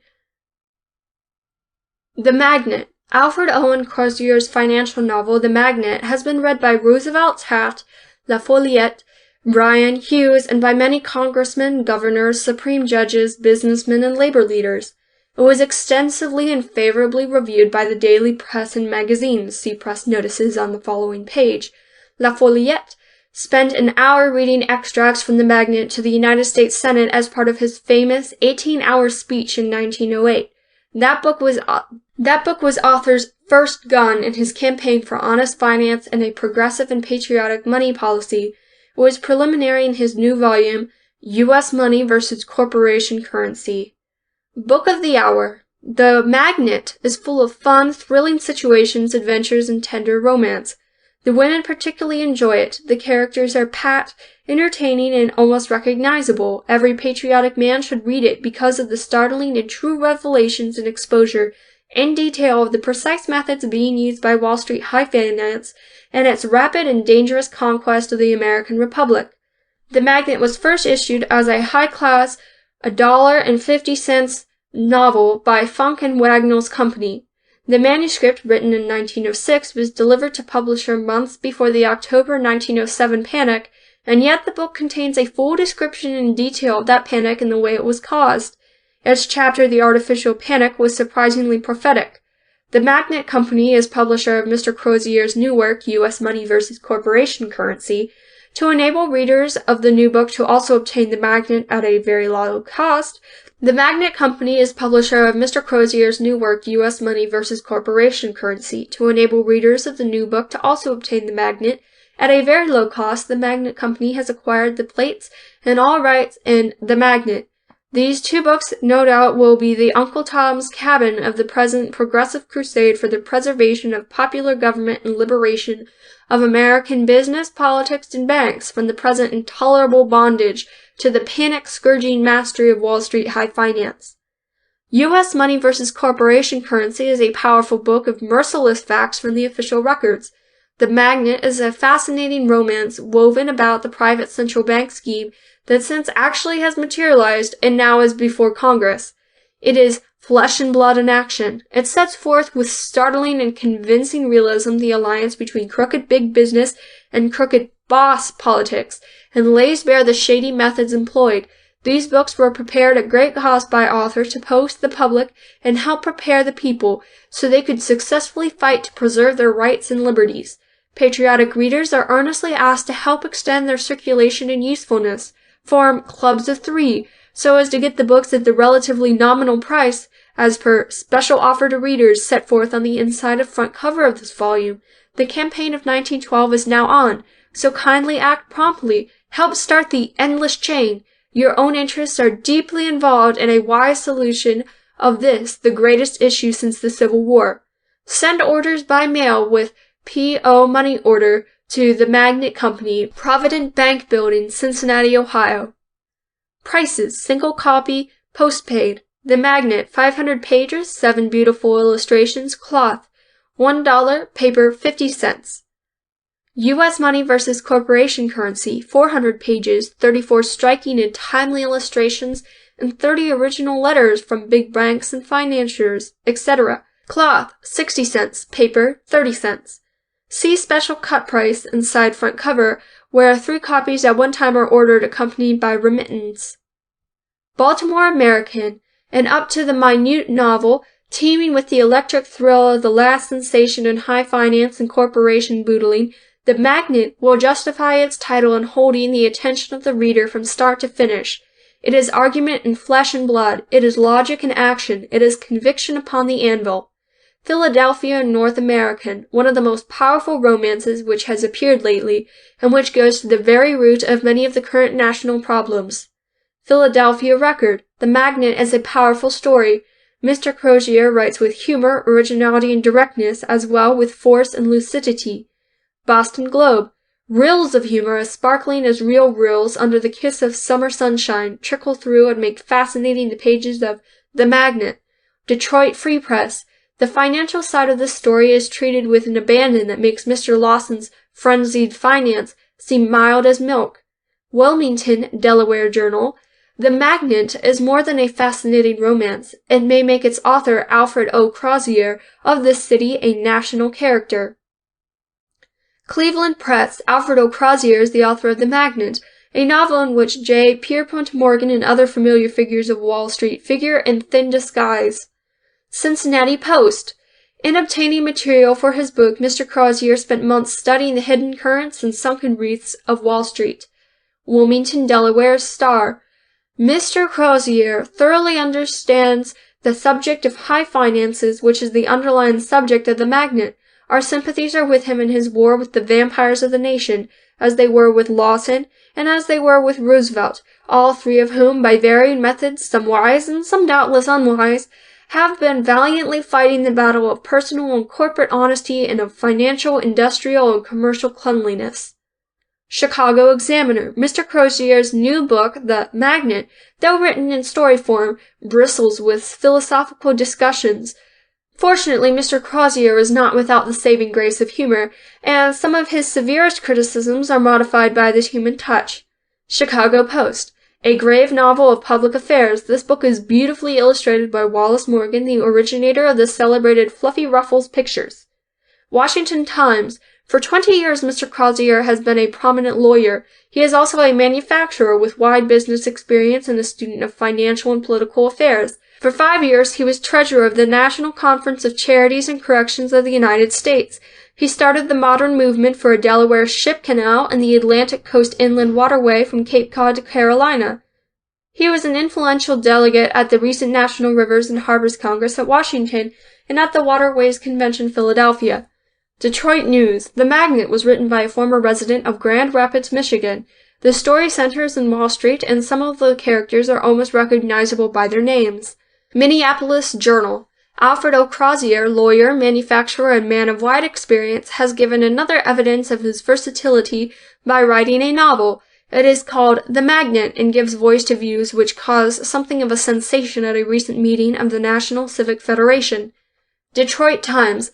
The Magnet by Alfred Owen Crozier is a powerful and fascinating romance interspersed with philosophic humor. St. Louis Republic. The Magnet by Alfred Owen Crozier should find many readers. It is a romance of the battlefields of modern financial giants, great financial matters being dovetailed into a pretty love story. The book is written in a new and original style and is designed to appeal to the serious minds of all thoughtful Americans. Cleveland Leader. The Magnet by Alfred Owen Crozier is certainly one of the most appropriate books for the times. At a time when the country has been suffering from a lack of currency, it is interesting to read an account of how one man was able to get all the gold under lock and key and actually get his hands on so nearly all of the rest of the currency that the country was nearly frenzied. Of course, it all became a grand problem for the President, Cabinet, and Congress to struggle with. The metaphysical struggle with Sterling Morton, the man who actually cornered the money, is better read than described. There is an interesting love story running through the book. Augusta, Maine, Herald. One of the most conspicuous publications of the hour is the new novel by Mr. Crozier, which is, in reality, an arraignment of the evil forces at work in Wall Street. Chicago Tribune. Mr. Alfred Owen Crozier, an attorney of Wilmington, Delaware, has written a novel called The Magnet, which attacks Wall Street and its methods. Mr. Crozier is the member of the Civic Federation who so badly baited August Belmont at the meeting in New York a month or so ago. Kansas City Star. The Magnet is by Alfred Owen Crozier, a distinguished lawyer of Wilmington, Delaware, who has decided views on Wall Street's panic-making machine and other manifestations of modern finance. Grand Rapids, Michigan Herald. Mr. Crozier has studied his subject from several viewpoints. It should be read to be appreciated, for an outline of the plot does not give the fullness of the tale. Seattle, Washington Post Intelligencer. Mr. Crozier has written a polemical novel whose ideas may be gleaned as follows. Congress should go slow on currency legislation. The recent artificial panic was to scare the country into forcing Congress to act quickly and blindly. Selfishness instead of patriotism seems to be the inspiration of every proposition emanating from banking sources. They want elasticity, a rubber currency. This means simply the power to expand and contract the volume of money. But in every plan the banks demand the exclusive right to exercise this dangerous power. They are unwilling to let the people's government have any say. Mr. Crozier is much in earnest and very zealous. New York Sun. There is a passage in The Magnet describing Wall Street at page 55, which makes us think that Mr. W. J. Bryan must have read the book before making his speech at Carnegie Hall last Tuesday evening. Montreal, Canada Witness. The Magnet cannot fail to arouse at least a determination to discover how much of truth is contained in its vigorous and fearless denunciations.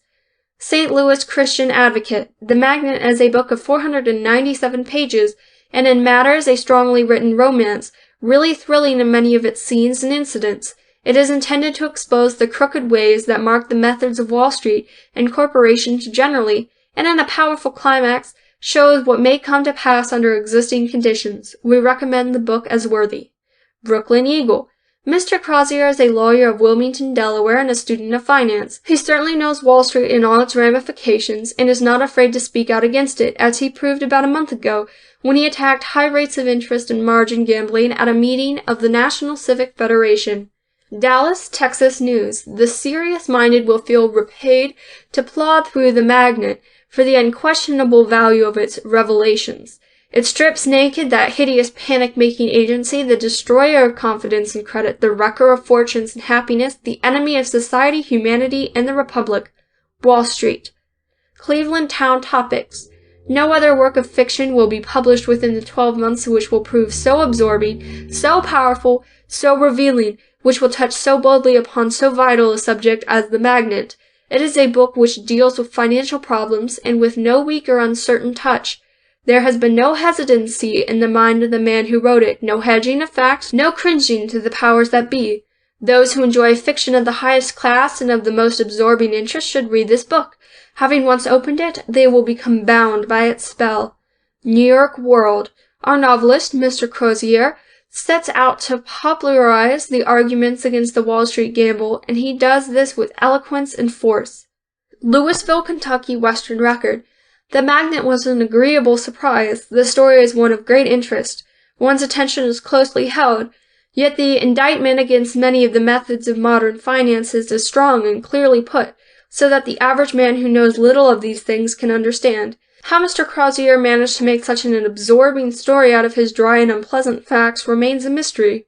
Madison, Wisconsin Journal. The evils of Wall Street gambling, elastic currency schemes, political conspiracies, etc. are laid bare in a new novel by Alfred Owen Crozier.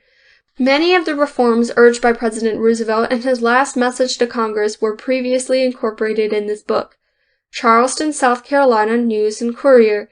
In his book, Mr. Crozier has written in a powerful and fascinating way about a question of intense practical moment, weaving into his romance a great deal of delightful philosophic humor, and telling the story in a new and most original way of the conditions which so nearly affect not only the business life of the country, but its social and domestic happiness as well.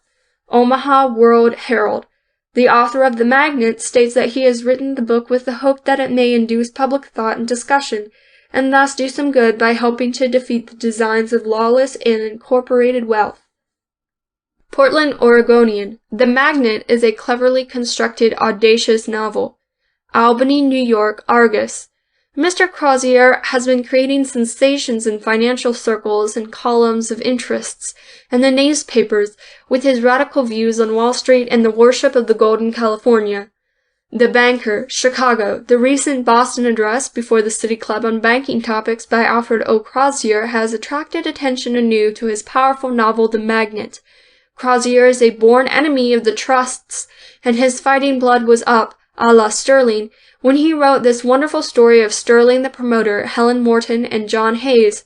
As a description of a venture in high finance, it is worthy of a place in any library. It teaches a useful lesson for those who risk all for money. The plot and counterplot are clever, with a grand climax and a moral victory to conclude. Buy it and read it. Des Moines, Iowa, Register and Leader. The Magnet is a delight to the jaded reader who has wearied of the conventional and purposeless drivel which seems to have usurped the romantic market. Mr. Crozier, first of all, writes with a defined object in view. His theme is drawn from important public questions of today. Glasgow, Scotland News.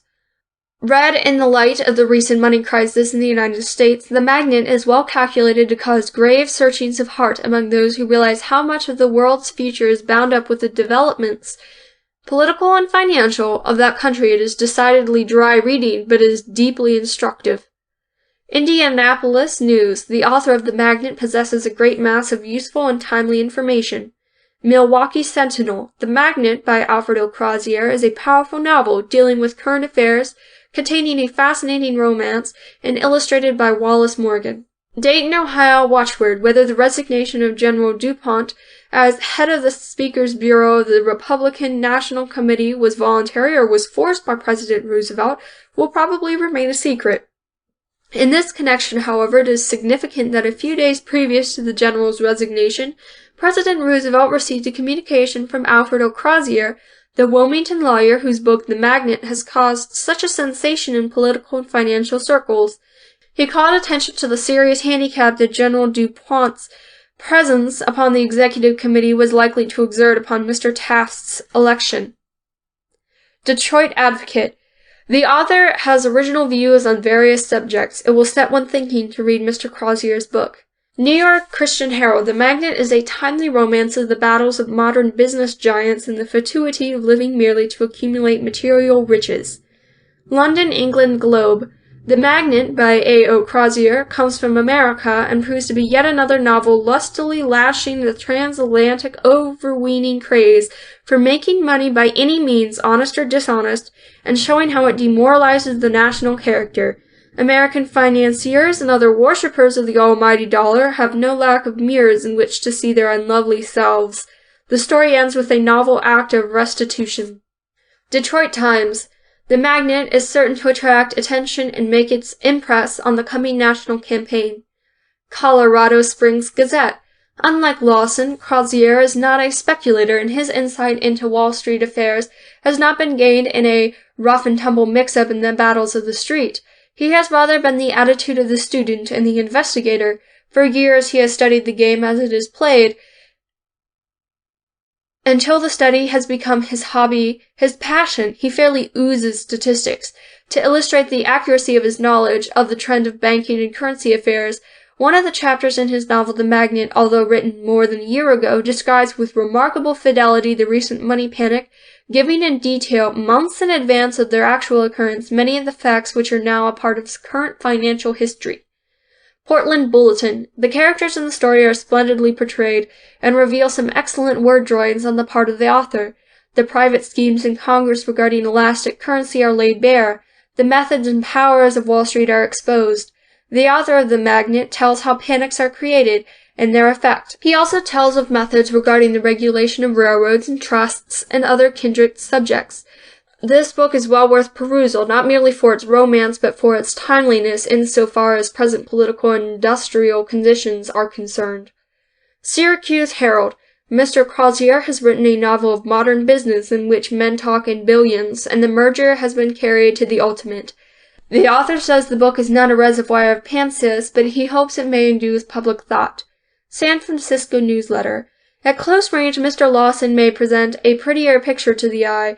His graces of person, his immaculate taste in dress, with its touch of the aesthetic, and the always conspicuous boutonniere being well known, but when it comes right down to physical bulk, Crozier makes an impressive eyeful. He is a fair specimen of what we have come to expect a fighter should look like.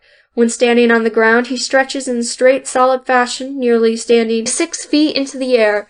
The scale would probably register his weight at 225 pounds. His hair, surmounted with a stiff growth of that peculiar copper wire hair which we are wont to associate with unusual physical strength, tops off a face that is as grim and relentless as a Pilgrim Father's, 2 lean, muscular jaws jutting away like the sides of a gunboat from a somewhat long and inquisitive nose, terminate in a firm and knotty chin. In platform speech, these jaws snap shut at impressive intervals, and it is then that the man's strength and fixity of purpose is revealed at its best. A close friend says his eyes are gray. Perhaps they are, but if so, they are the coldest, steeliest pair of gray eyes ever set in a man's head. If you or me were to be pulled suddenly from a dark room into the light, our eyes would blink and blur until they become accustomed to the changed condition. Perhaps Crozier's eyes would act likewise, but they do not convey that impression. They strike one as eyes that would gaze at you steadily and unblinkingly under almost any conditions. Boston Globe. The Magnet is the magic and attractive title of an up-to-the-minute novel by Alfred Owen Crozier, published by Funk and Wagnall's Company. In a style which holds the interest of the reader from beginning to end, the author deals in a logical, convincing, and entertaining way with high finance and boodling. New York Christian Observer. In this novel, The Magnet, of nearly 500 pages, the machinery of Wall Street is uncovered to the public eye, revealing its diabolical methods and the tragedies that result. Fourth Estate, New York. The Magnet is a book of 500 pages, so magnetic, so fascinating, that the reader, having once begun it, will not be ready to lay it aside until he has finished it. The story is one of so-called high finance, related in a captivating style. An overwhelming desire to secure the power which wealth is supposed to give possesses a man of apparently strong character, who is described as playing a desperate game to obtain the control of national finance. Love, hatred, fear, intrigue, and other passions skillfully interwoven play their parts. Fortunately, love gains the ascendancy over the greed for gold, and a moral victory is won. Traits of American life and manners are graphically pictured in this romance of the battle of giants that figure on modern finance. New York Commercial. Mr. Crozier lives in Wilmington, Delaware, as a well-known lawyer and is also a successful manufacturer. He is intensely in earnest, and this very earnestness gives him a poise and ease of demeanor that never desert him, even under trying circumstances. During the recent meeting of the National Civic Federation in New York, at which was present Andrew Carnegie, August Belmont, Seth Low, Samuel Gompers, and scores of other notable figures in American public life, the discussion had ambled along in a dignified and orderly, if somewhat desultory manner, until near the close of the meeting, when Crozier slowly arose from his seat, and in his characteristic way fired a question at Belmont. The question was simple in itself, but it was not just the kind of question that members of that august body were accustomed to have put so bluntly, and it created a stir. A battery of well-bred stares was focused in Crozier's direction, but it did not quail him. He serenely waited his answer, and he got it. The incident is characteristic of the man. He impresses you as one who will get what he goes after. Although not endorsing all the conclusions reached by Mr. Crozier, President Roosevelt, with whom Mr. Crozier has conversed on the subject uppermost in his mind, is following a similar line of reasoning, as is evidenced in the President's recent remarkable special message to Congress. New York American. Alfred Owen Crozier, the big Wilmington, Delaware lawyer who furnished the 3 explosions which made the recent convention of the National Civic Federation the liveliest in its history, did not speak his whole mind on the sins of Wall Street and capital in the Federation session. On Monday he chastised Wall Street as a panic-making machine and made some of the big financiers present squirm. Tuesday he stood up August Belmont on the charge of capitalizing franchises, and wrung from him his first public defense of the Interbureau Metropolitan merger. He then tried to inject a saving clause into the elastic currency resolution proposed by Isaac N. Seligman. Since he startled the State Civic Federation, there has been no little curiosity as to just who Crozier is. He comes from New York stock and was born in Grand Rapids, Michigan. He graduated from the University of Michigan in 1886 and has been a lawyer for 20 years. San Francisco Call. In the opening chapter of The Magnet, which antedates the story about 30 years, the upbuilding of the plot is well outlined. New York Tribune. Alfred Owen Crozier, the Delaware delegate to the National Civic Federation, who was appointed to draw up resolutions of thanks to retiring President August Belmont, together with Isaac N. Seligman, after he had tilted with both of them at Monday's and Tuesday's meetings, is anxious to bring about an organized effort to do away with margin sales and call loans at exorbitant rates of interest. Mr. Crozier said last evening that only by these means did he think that panicky conditions could be securely guarded against. New York World. A bomb was dropped into the placid councils of the National Civic Federation yesterday, and the echo of its explosion had not ceased to reverberate at the annual dinner held last night at Hotel Astor. The man who had the temerity to raise this storm was Alfred Owen Crozier of Wilmington, Delaware, a lawyer, and the author of The Magnet, a book attacking Wall Street. Face to face, he told the financiers they caused the money panic. New York Herald. August Belmont, chairman of the boards of directors controlling the surface lines and traction facilities above and beneath the earth in New York City, made the longest impromptu speech of his life yesterday in defending traction companies and mergers. He took the position that, since the obligation to operate cars was laid so heavily upon the corporation, the employee also should be made to feel, when he accepted a position with the transportation company, that he was in the service of the public and should not be permitted to leave his post without notice. Mr. Belmont, added Mr. Crozier, if an employee entering the employment of a public service corporation at a modest wage thereby incurs an obligation as a servant of the public, should not the corporation which receives the franchise from the public free, a franchise which is not property but a mere license, should it not also have an obligation to the public and be prevented from capitalizing that franchise for $100 million and then charging the public higher rates so as to pay dividends on such capitalization? Mr. Belmont was astonished by the long, hypothetical inquiry, and a wave of red swept over his face. Some of the labor element in the room applauded Mr. Crozier. Many more press notices from other leading papers and magazines and strong endorsements of The Magnet by men prominent in public life could be given, but space will not permit. To many, Mr. Crozier seems to be an extreme radical, but the fact is he is a cautious and careful conservative. His radicalism is only the radicalism of naked truth, which he states bluntly and always without qualification or apology. He believes the time to temporize with dangerous national evils has passed, and that the only way to prevent the swing of the pendulum to a dangerous extreme is to quickly establish justice and a square deal in finance, business, and politics, in between capital and labor. That is all he seeks. He would not harm any legitimate business, big or little, not even that of Wall Street, but he thinks the only way to safeguard legitimate business is to destroy the evils. Mr. Crozier and the family went to Cincinnati, Ohio, because of the unsurpassed school system of that city, and that his two daughters might complete their education in the splendid university and art school of that town. He also has established there the headquarters of his cement products company that supplies special machinery and erects plants for the manufacture of brick with ordinary wet process cement concrete under the Crozier system, of which he is inventor and principal owner, the product being known as Crozite, stone and brick. But for years, Mr. Crozier constantly has pushed the nonpartisan progressive campaign for the preservation of popular rule and to retaining the people and their government control of the country's supply of money. He has freely and gladly expended very many thousands of dollars and years of time and personal effort in making the investigations and collecting the information now made public for the common good. The relatively nominal price put on his new book has been made possible by him. If Congress, instead of adopting the Aldrich Plan, will take up the Crozier Plan for a U.S. Monetary Council, will prove a great and lasting national blessing. The Magnet Company. End of U.S. Money versus Corporation Currency, Aldrich Plan by Alfred Owen Crozier.